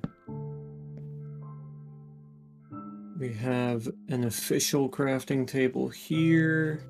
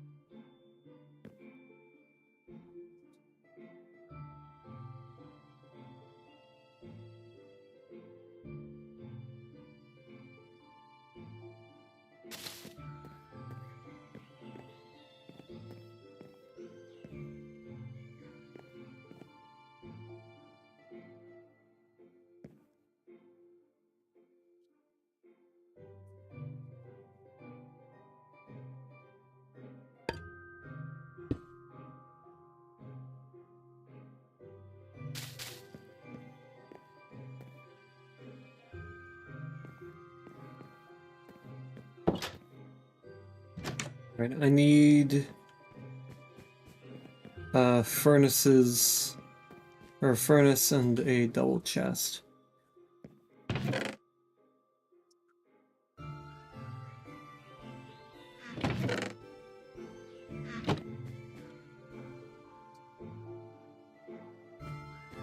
That way it can be, and again, another personal workstation up there.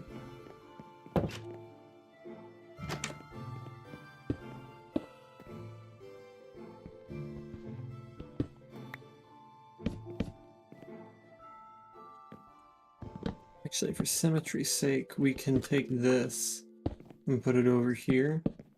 Separate it by this chest. And I do want to take these and remove them.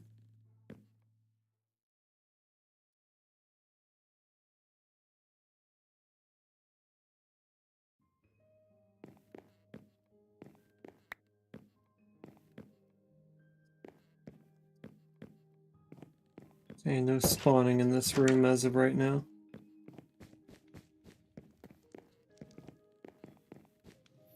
I need...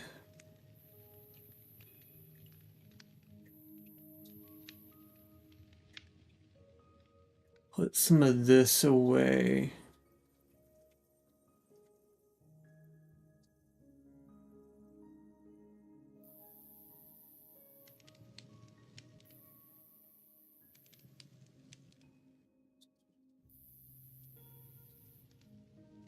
And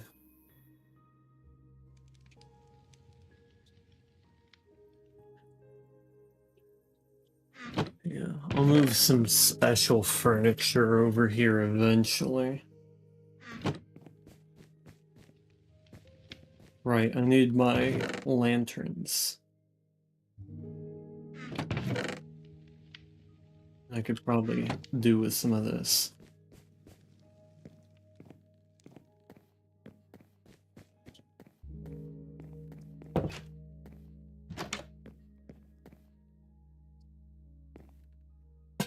That there.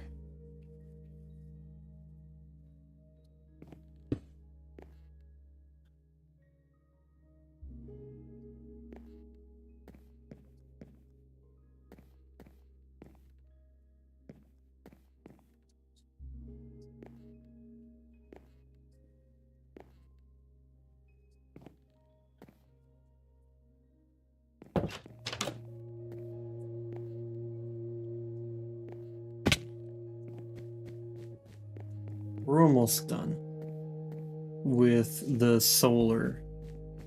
I think I'll probably do the wardrobe and then I'll leave it off for today.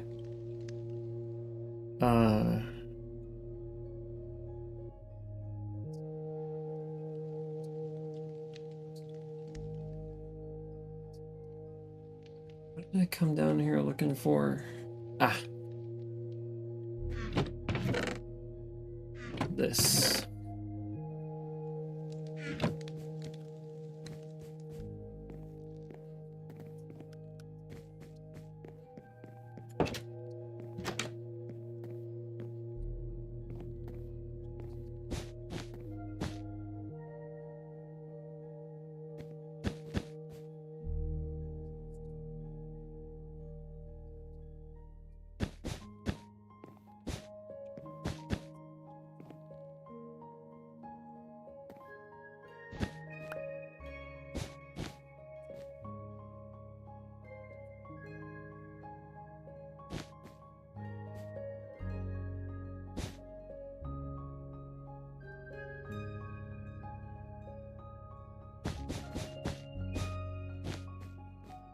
Lovely. And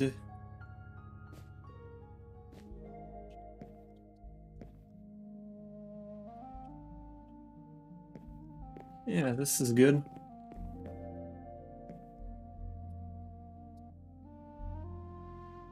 I suppose I should probably check up there to see.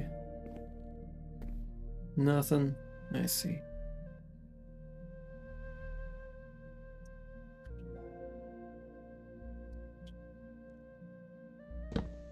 Just thought I'd check. I even considered putting a a chest there, or not a chest, a lantern. I don't know why I said chest.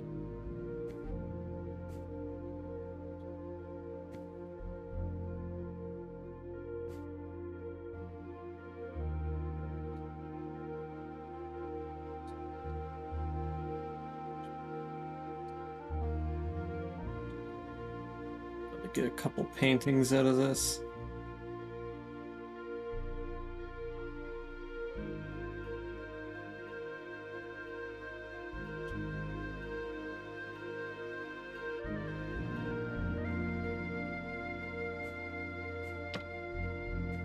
Whoa. That's larger than what I want.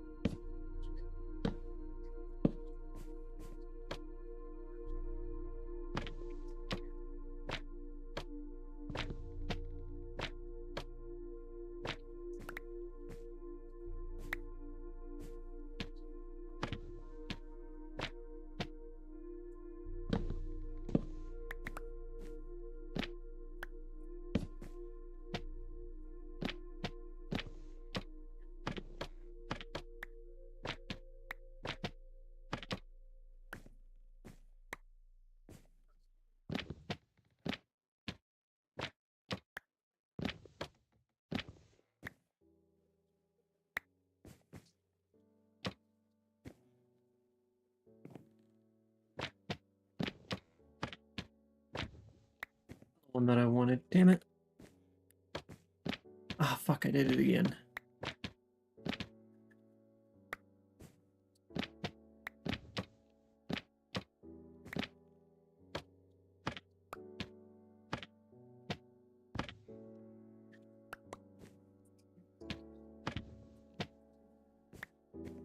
There we go.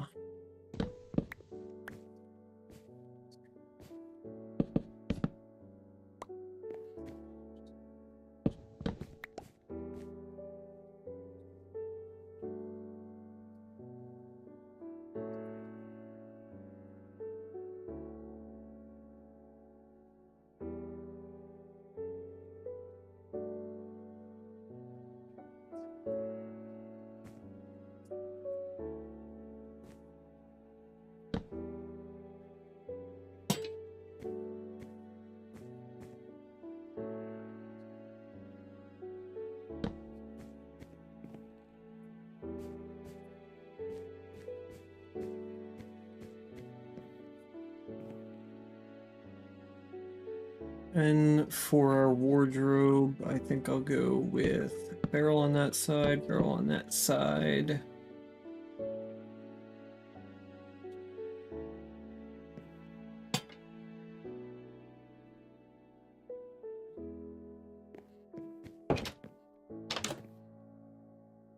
I want my little shelf looking things back.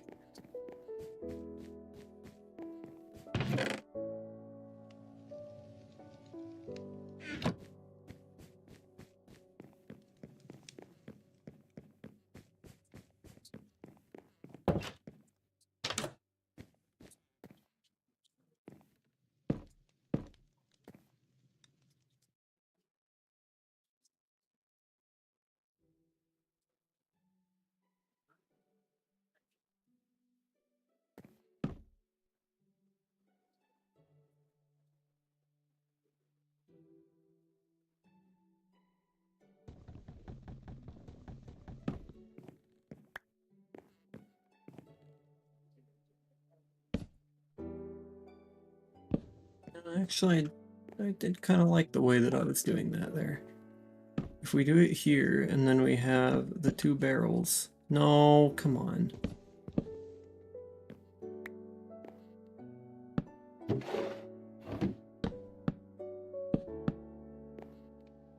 Like that.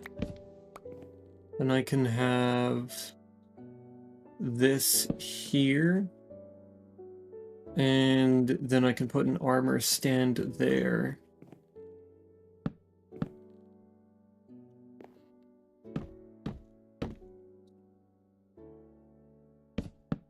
this here.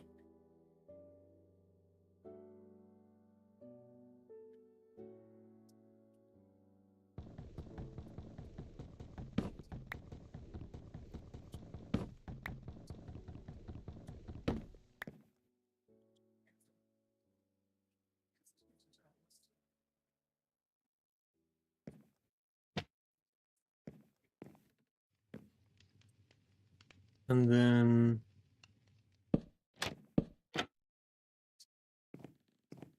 put that there, and then I can even have a larger painting here.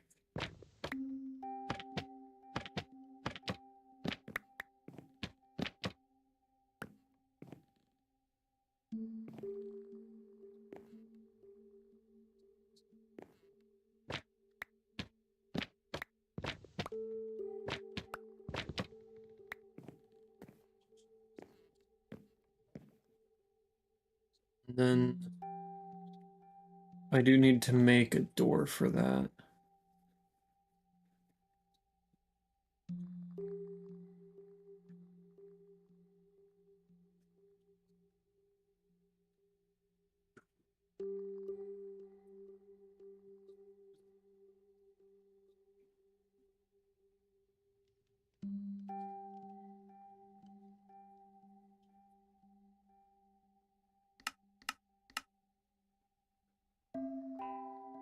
Oh, I don't have the... Yeah, that makes sense. I need a smooth stone slab for that. Okay, buddy. Asshole. Doing your fucking smooth stone slab.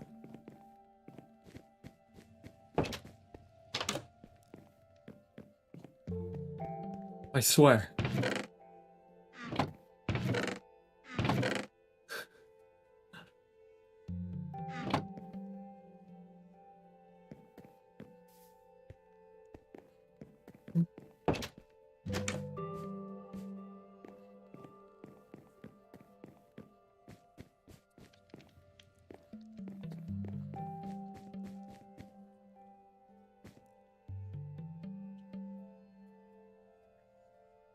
You put armor trims on leather?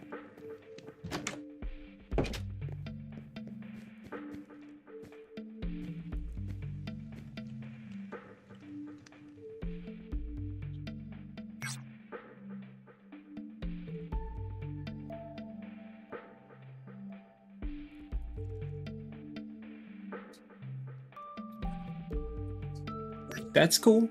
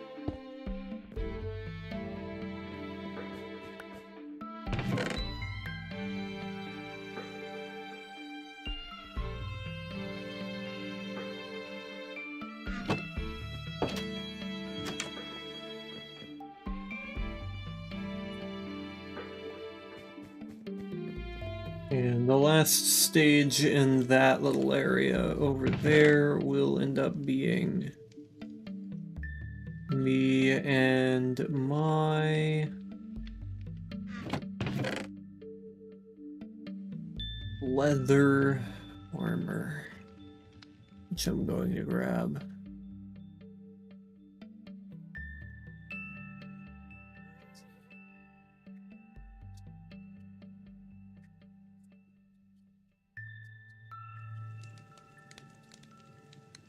Did have leather in here somewhere.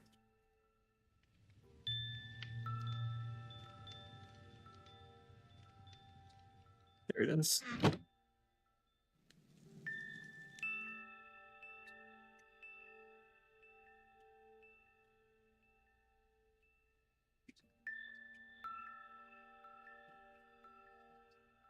I don't know what the fuck I was doing there.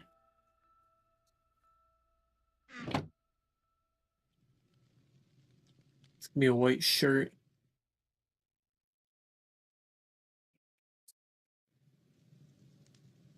Can we make it more white?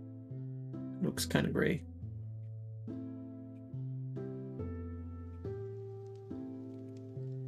Perhaps?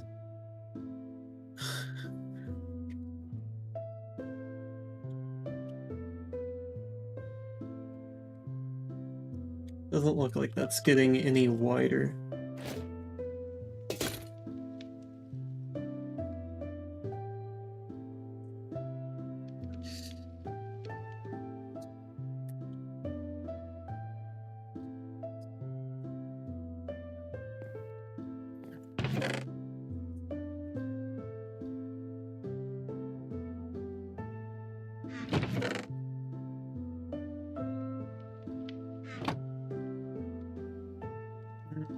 Oh, she's lapis.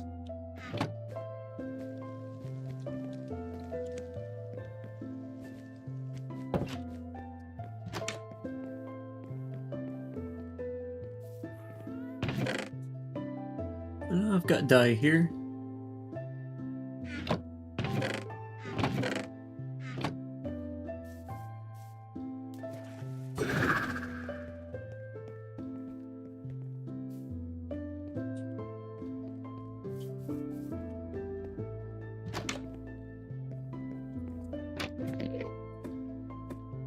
Yeah, you're not tricking anybody, buddy.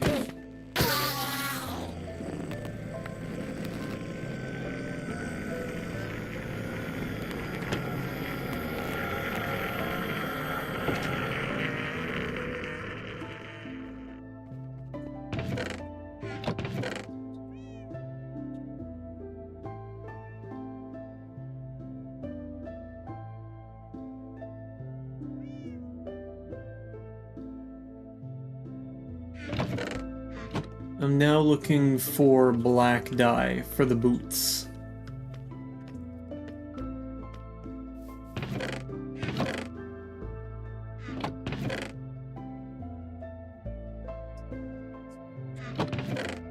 That can be used.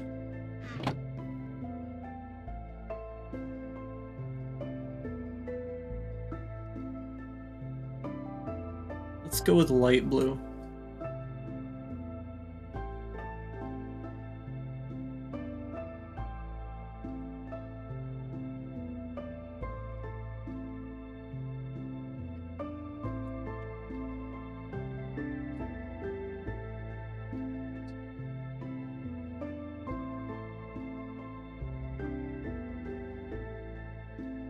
And then... Oh, that's right.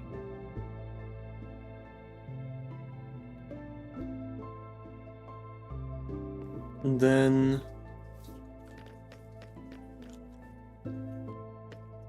it would be emerald for the arbitrum.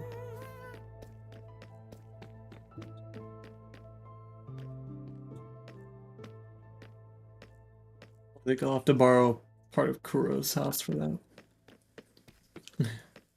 Because I don't think I have a smithing table anywhere.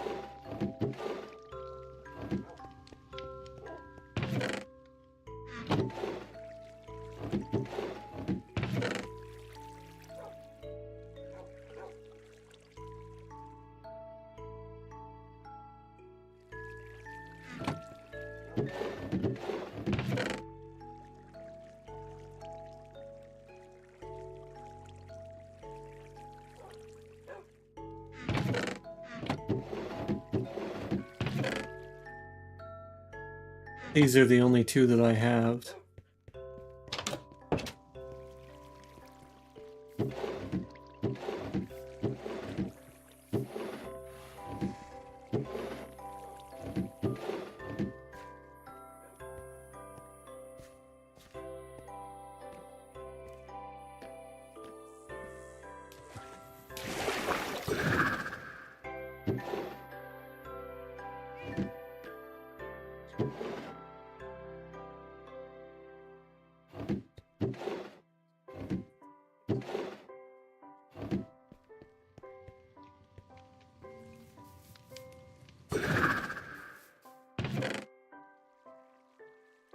No emerald in there. Thought I'd check anyways. Just in case.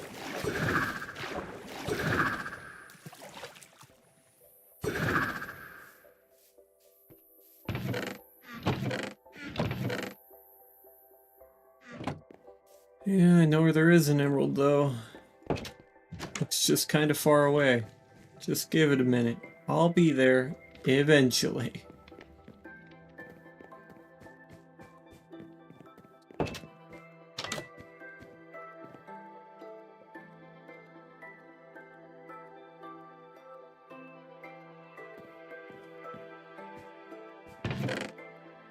Have an emerald. I'm gonna need to get the diamonds to change the shirt up. But other than that, I should be able to use it just fine.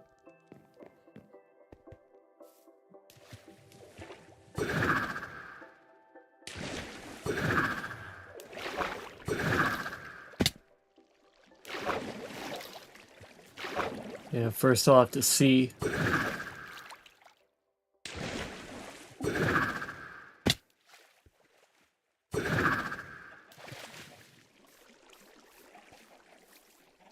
Knock, knock.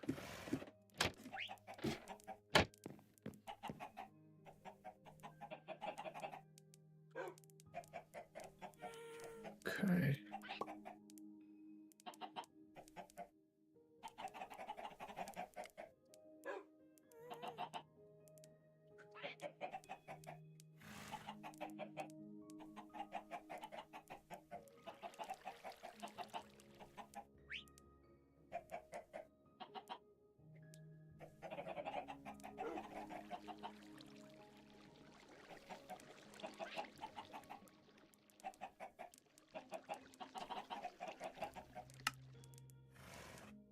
Need a piece of cobblestone.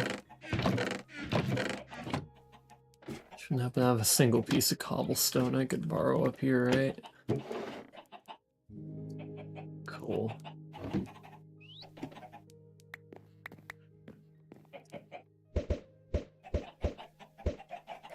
I got one.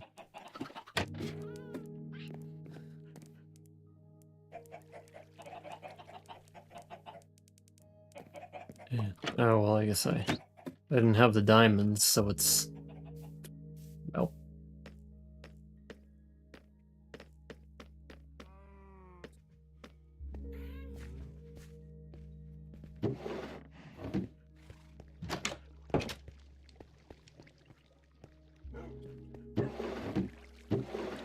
I need more than that.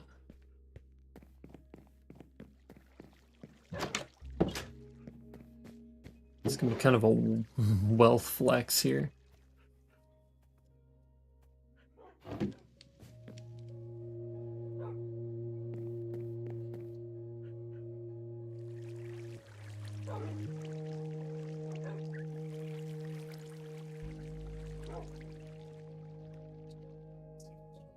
How do I do this again?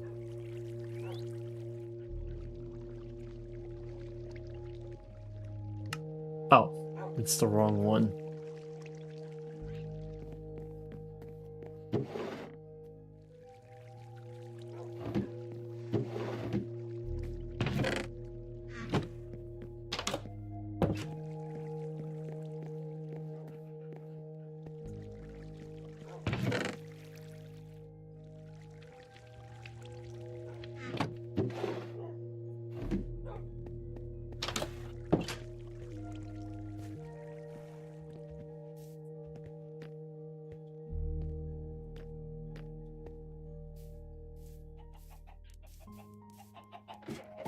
Oh.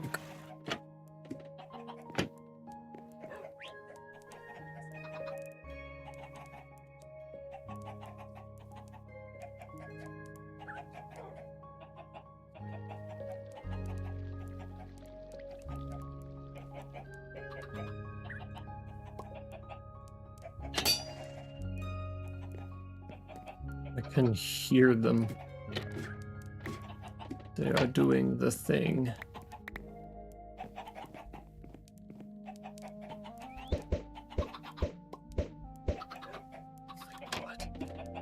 There are 3 more chickens now.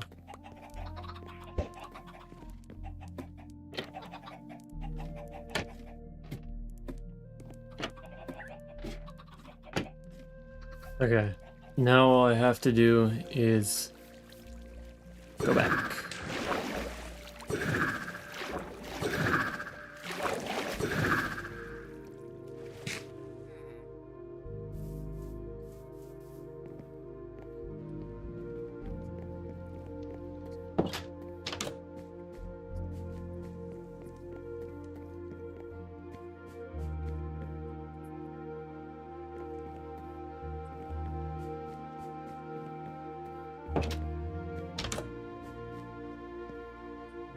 Right.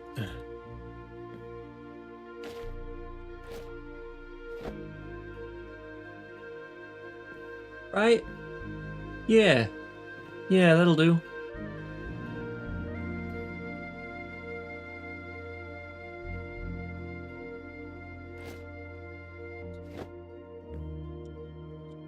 And it can have a sword, right? No?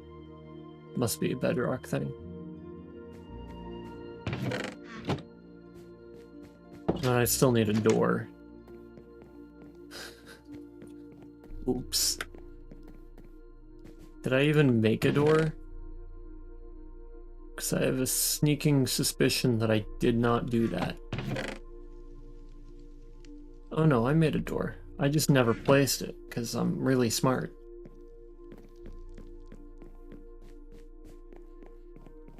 Alright.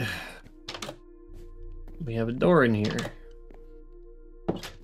And I do kind of want to put the paintings over on that wall there. So I'm going to do that as well. And then I'll sign on.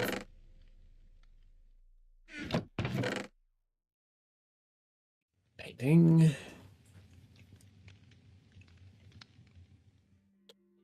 And yeah. And then we'll do a quick review of everything we did.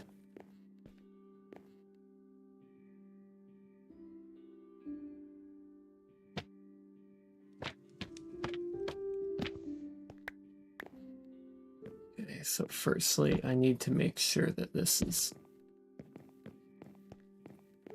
nice and good like this. Uh-huh. Nope. Nope. Wrong. Okay. Like that. Okay. No. Wrong. Like that. Yep. Okay.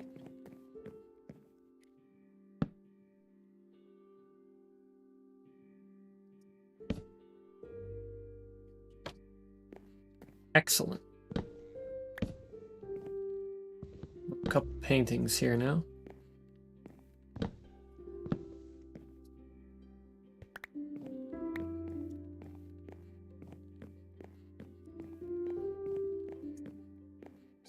Oh.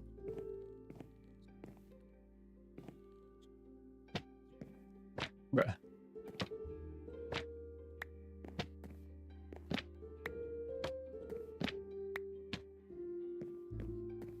Oh yeah. That's a nice painting there. Though I don't know if I'm gonna keep that there. I probably won't, actually.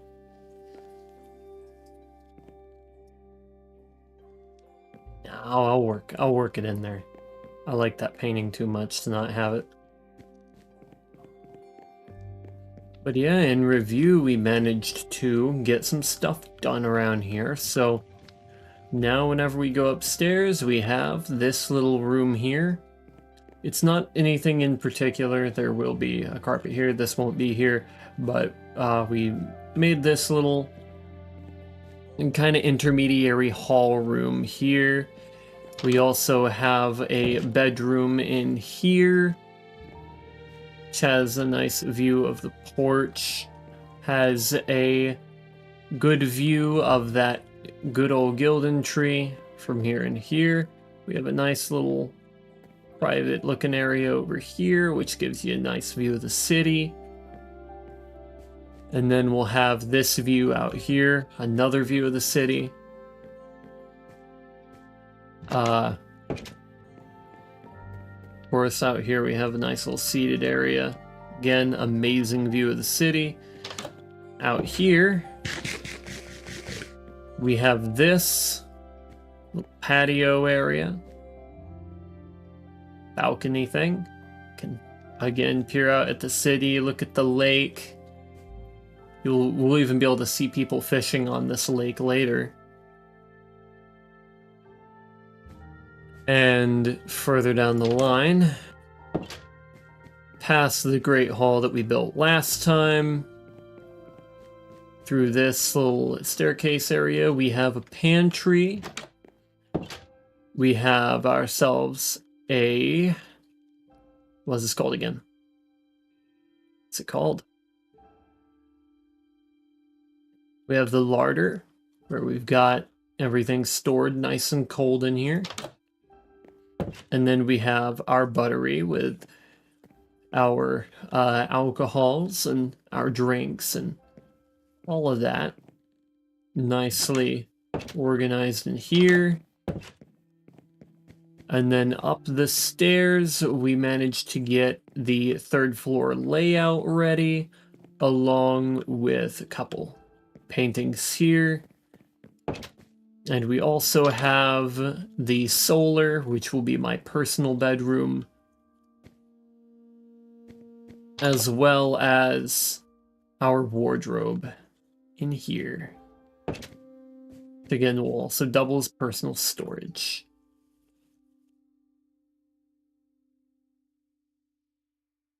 But yeah, that is going to be it.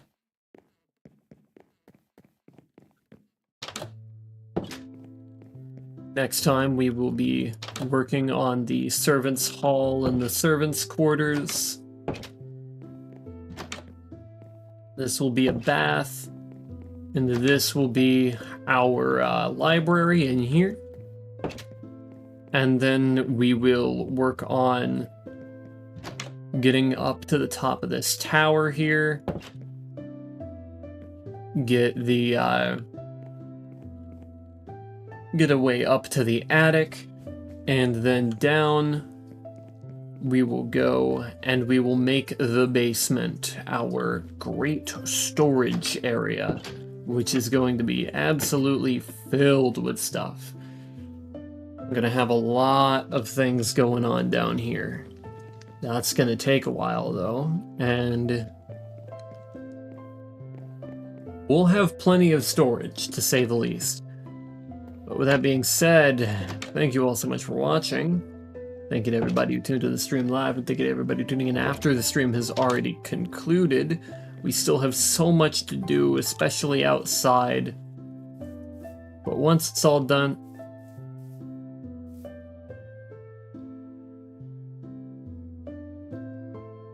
that's not supposed to be working. It's working because it's blocked. Wait a minute. Oh, wait a minute.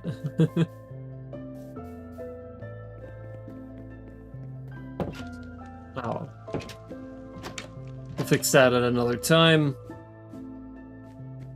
I'm gonna go ahead and get up on that balcony. Oh, the entrance moved over here. Yep. See you guys in another time.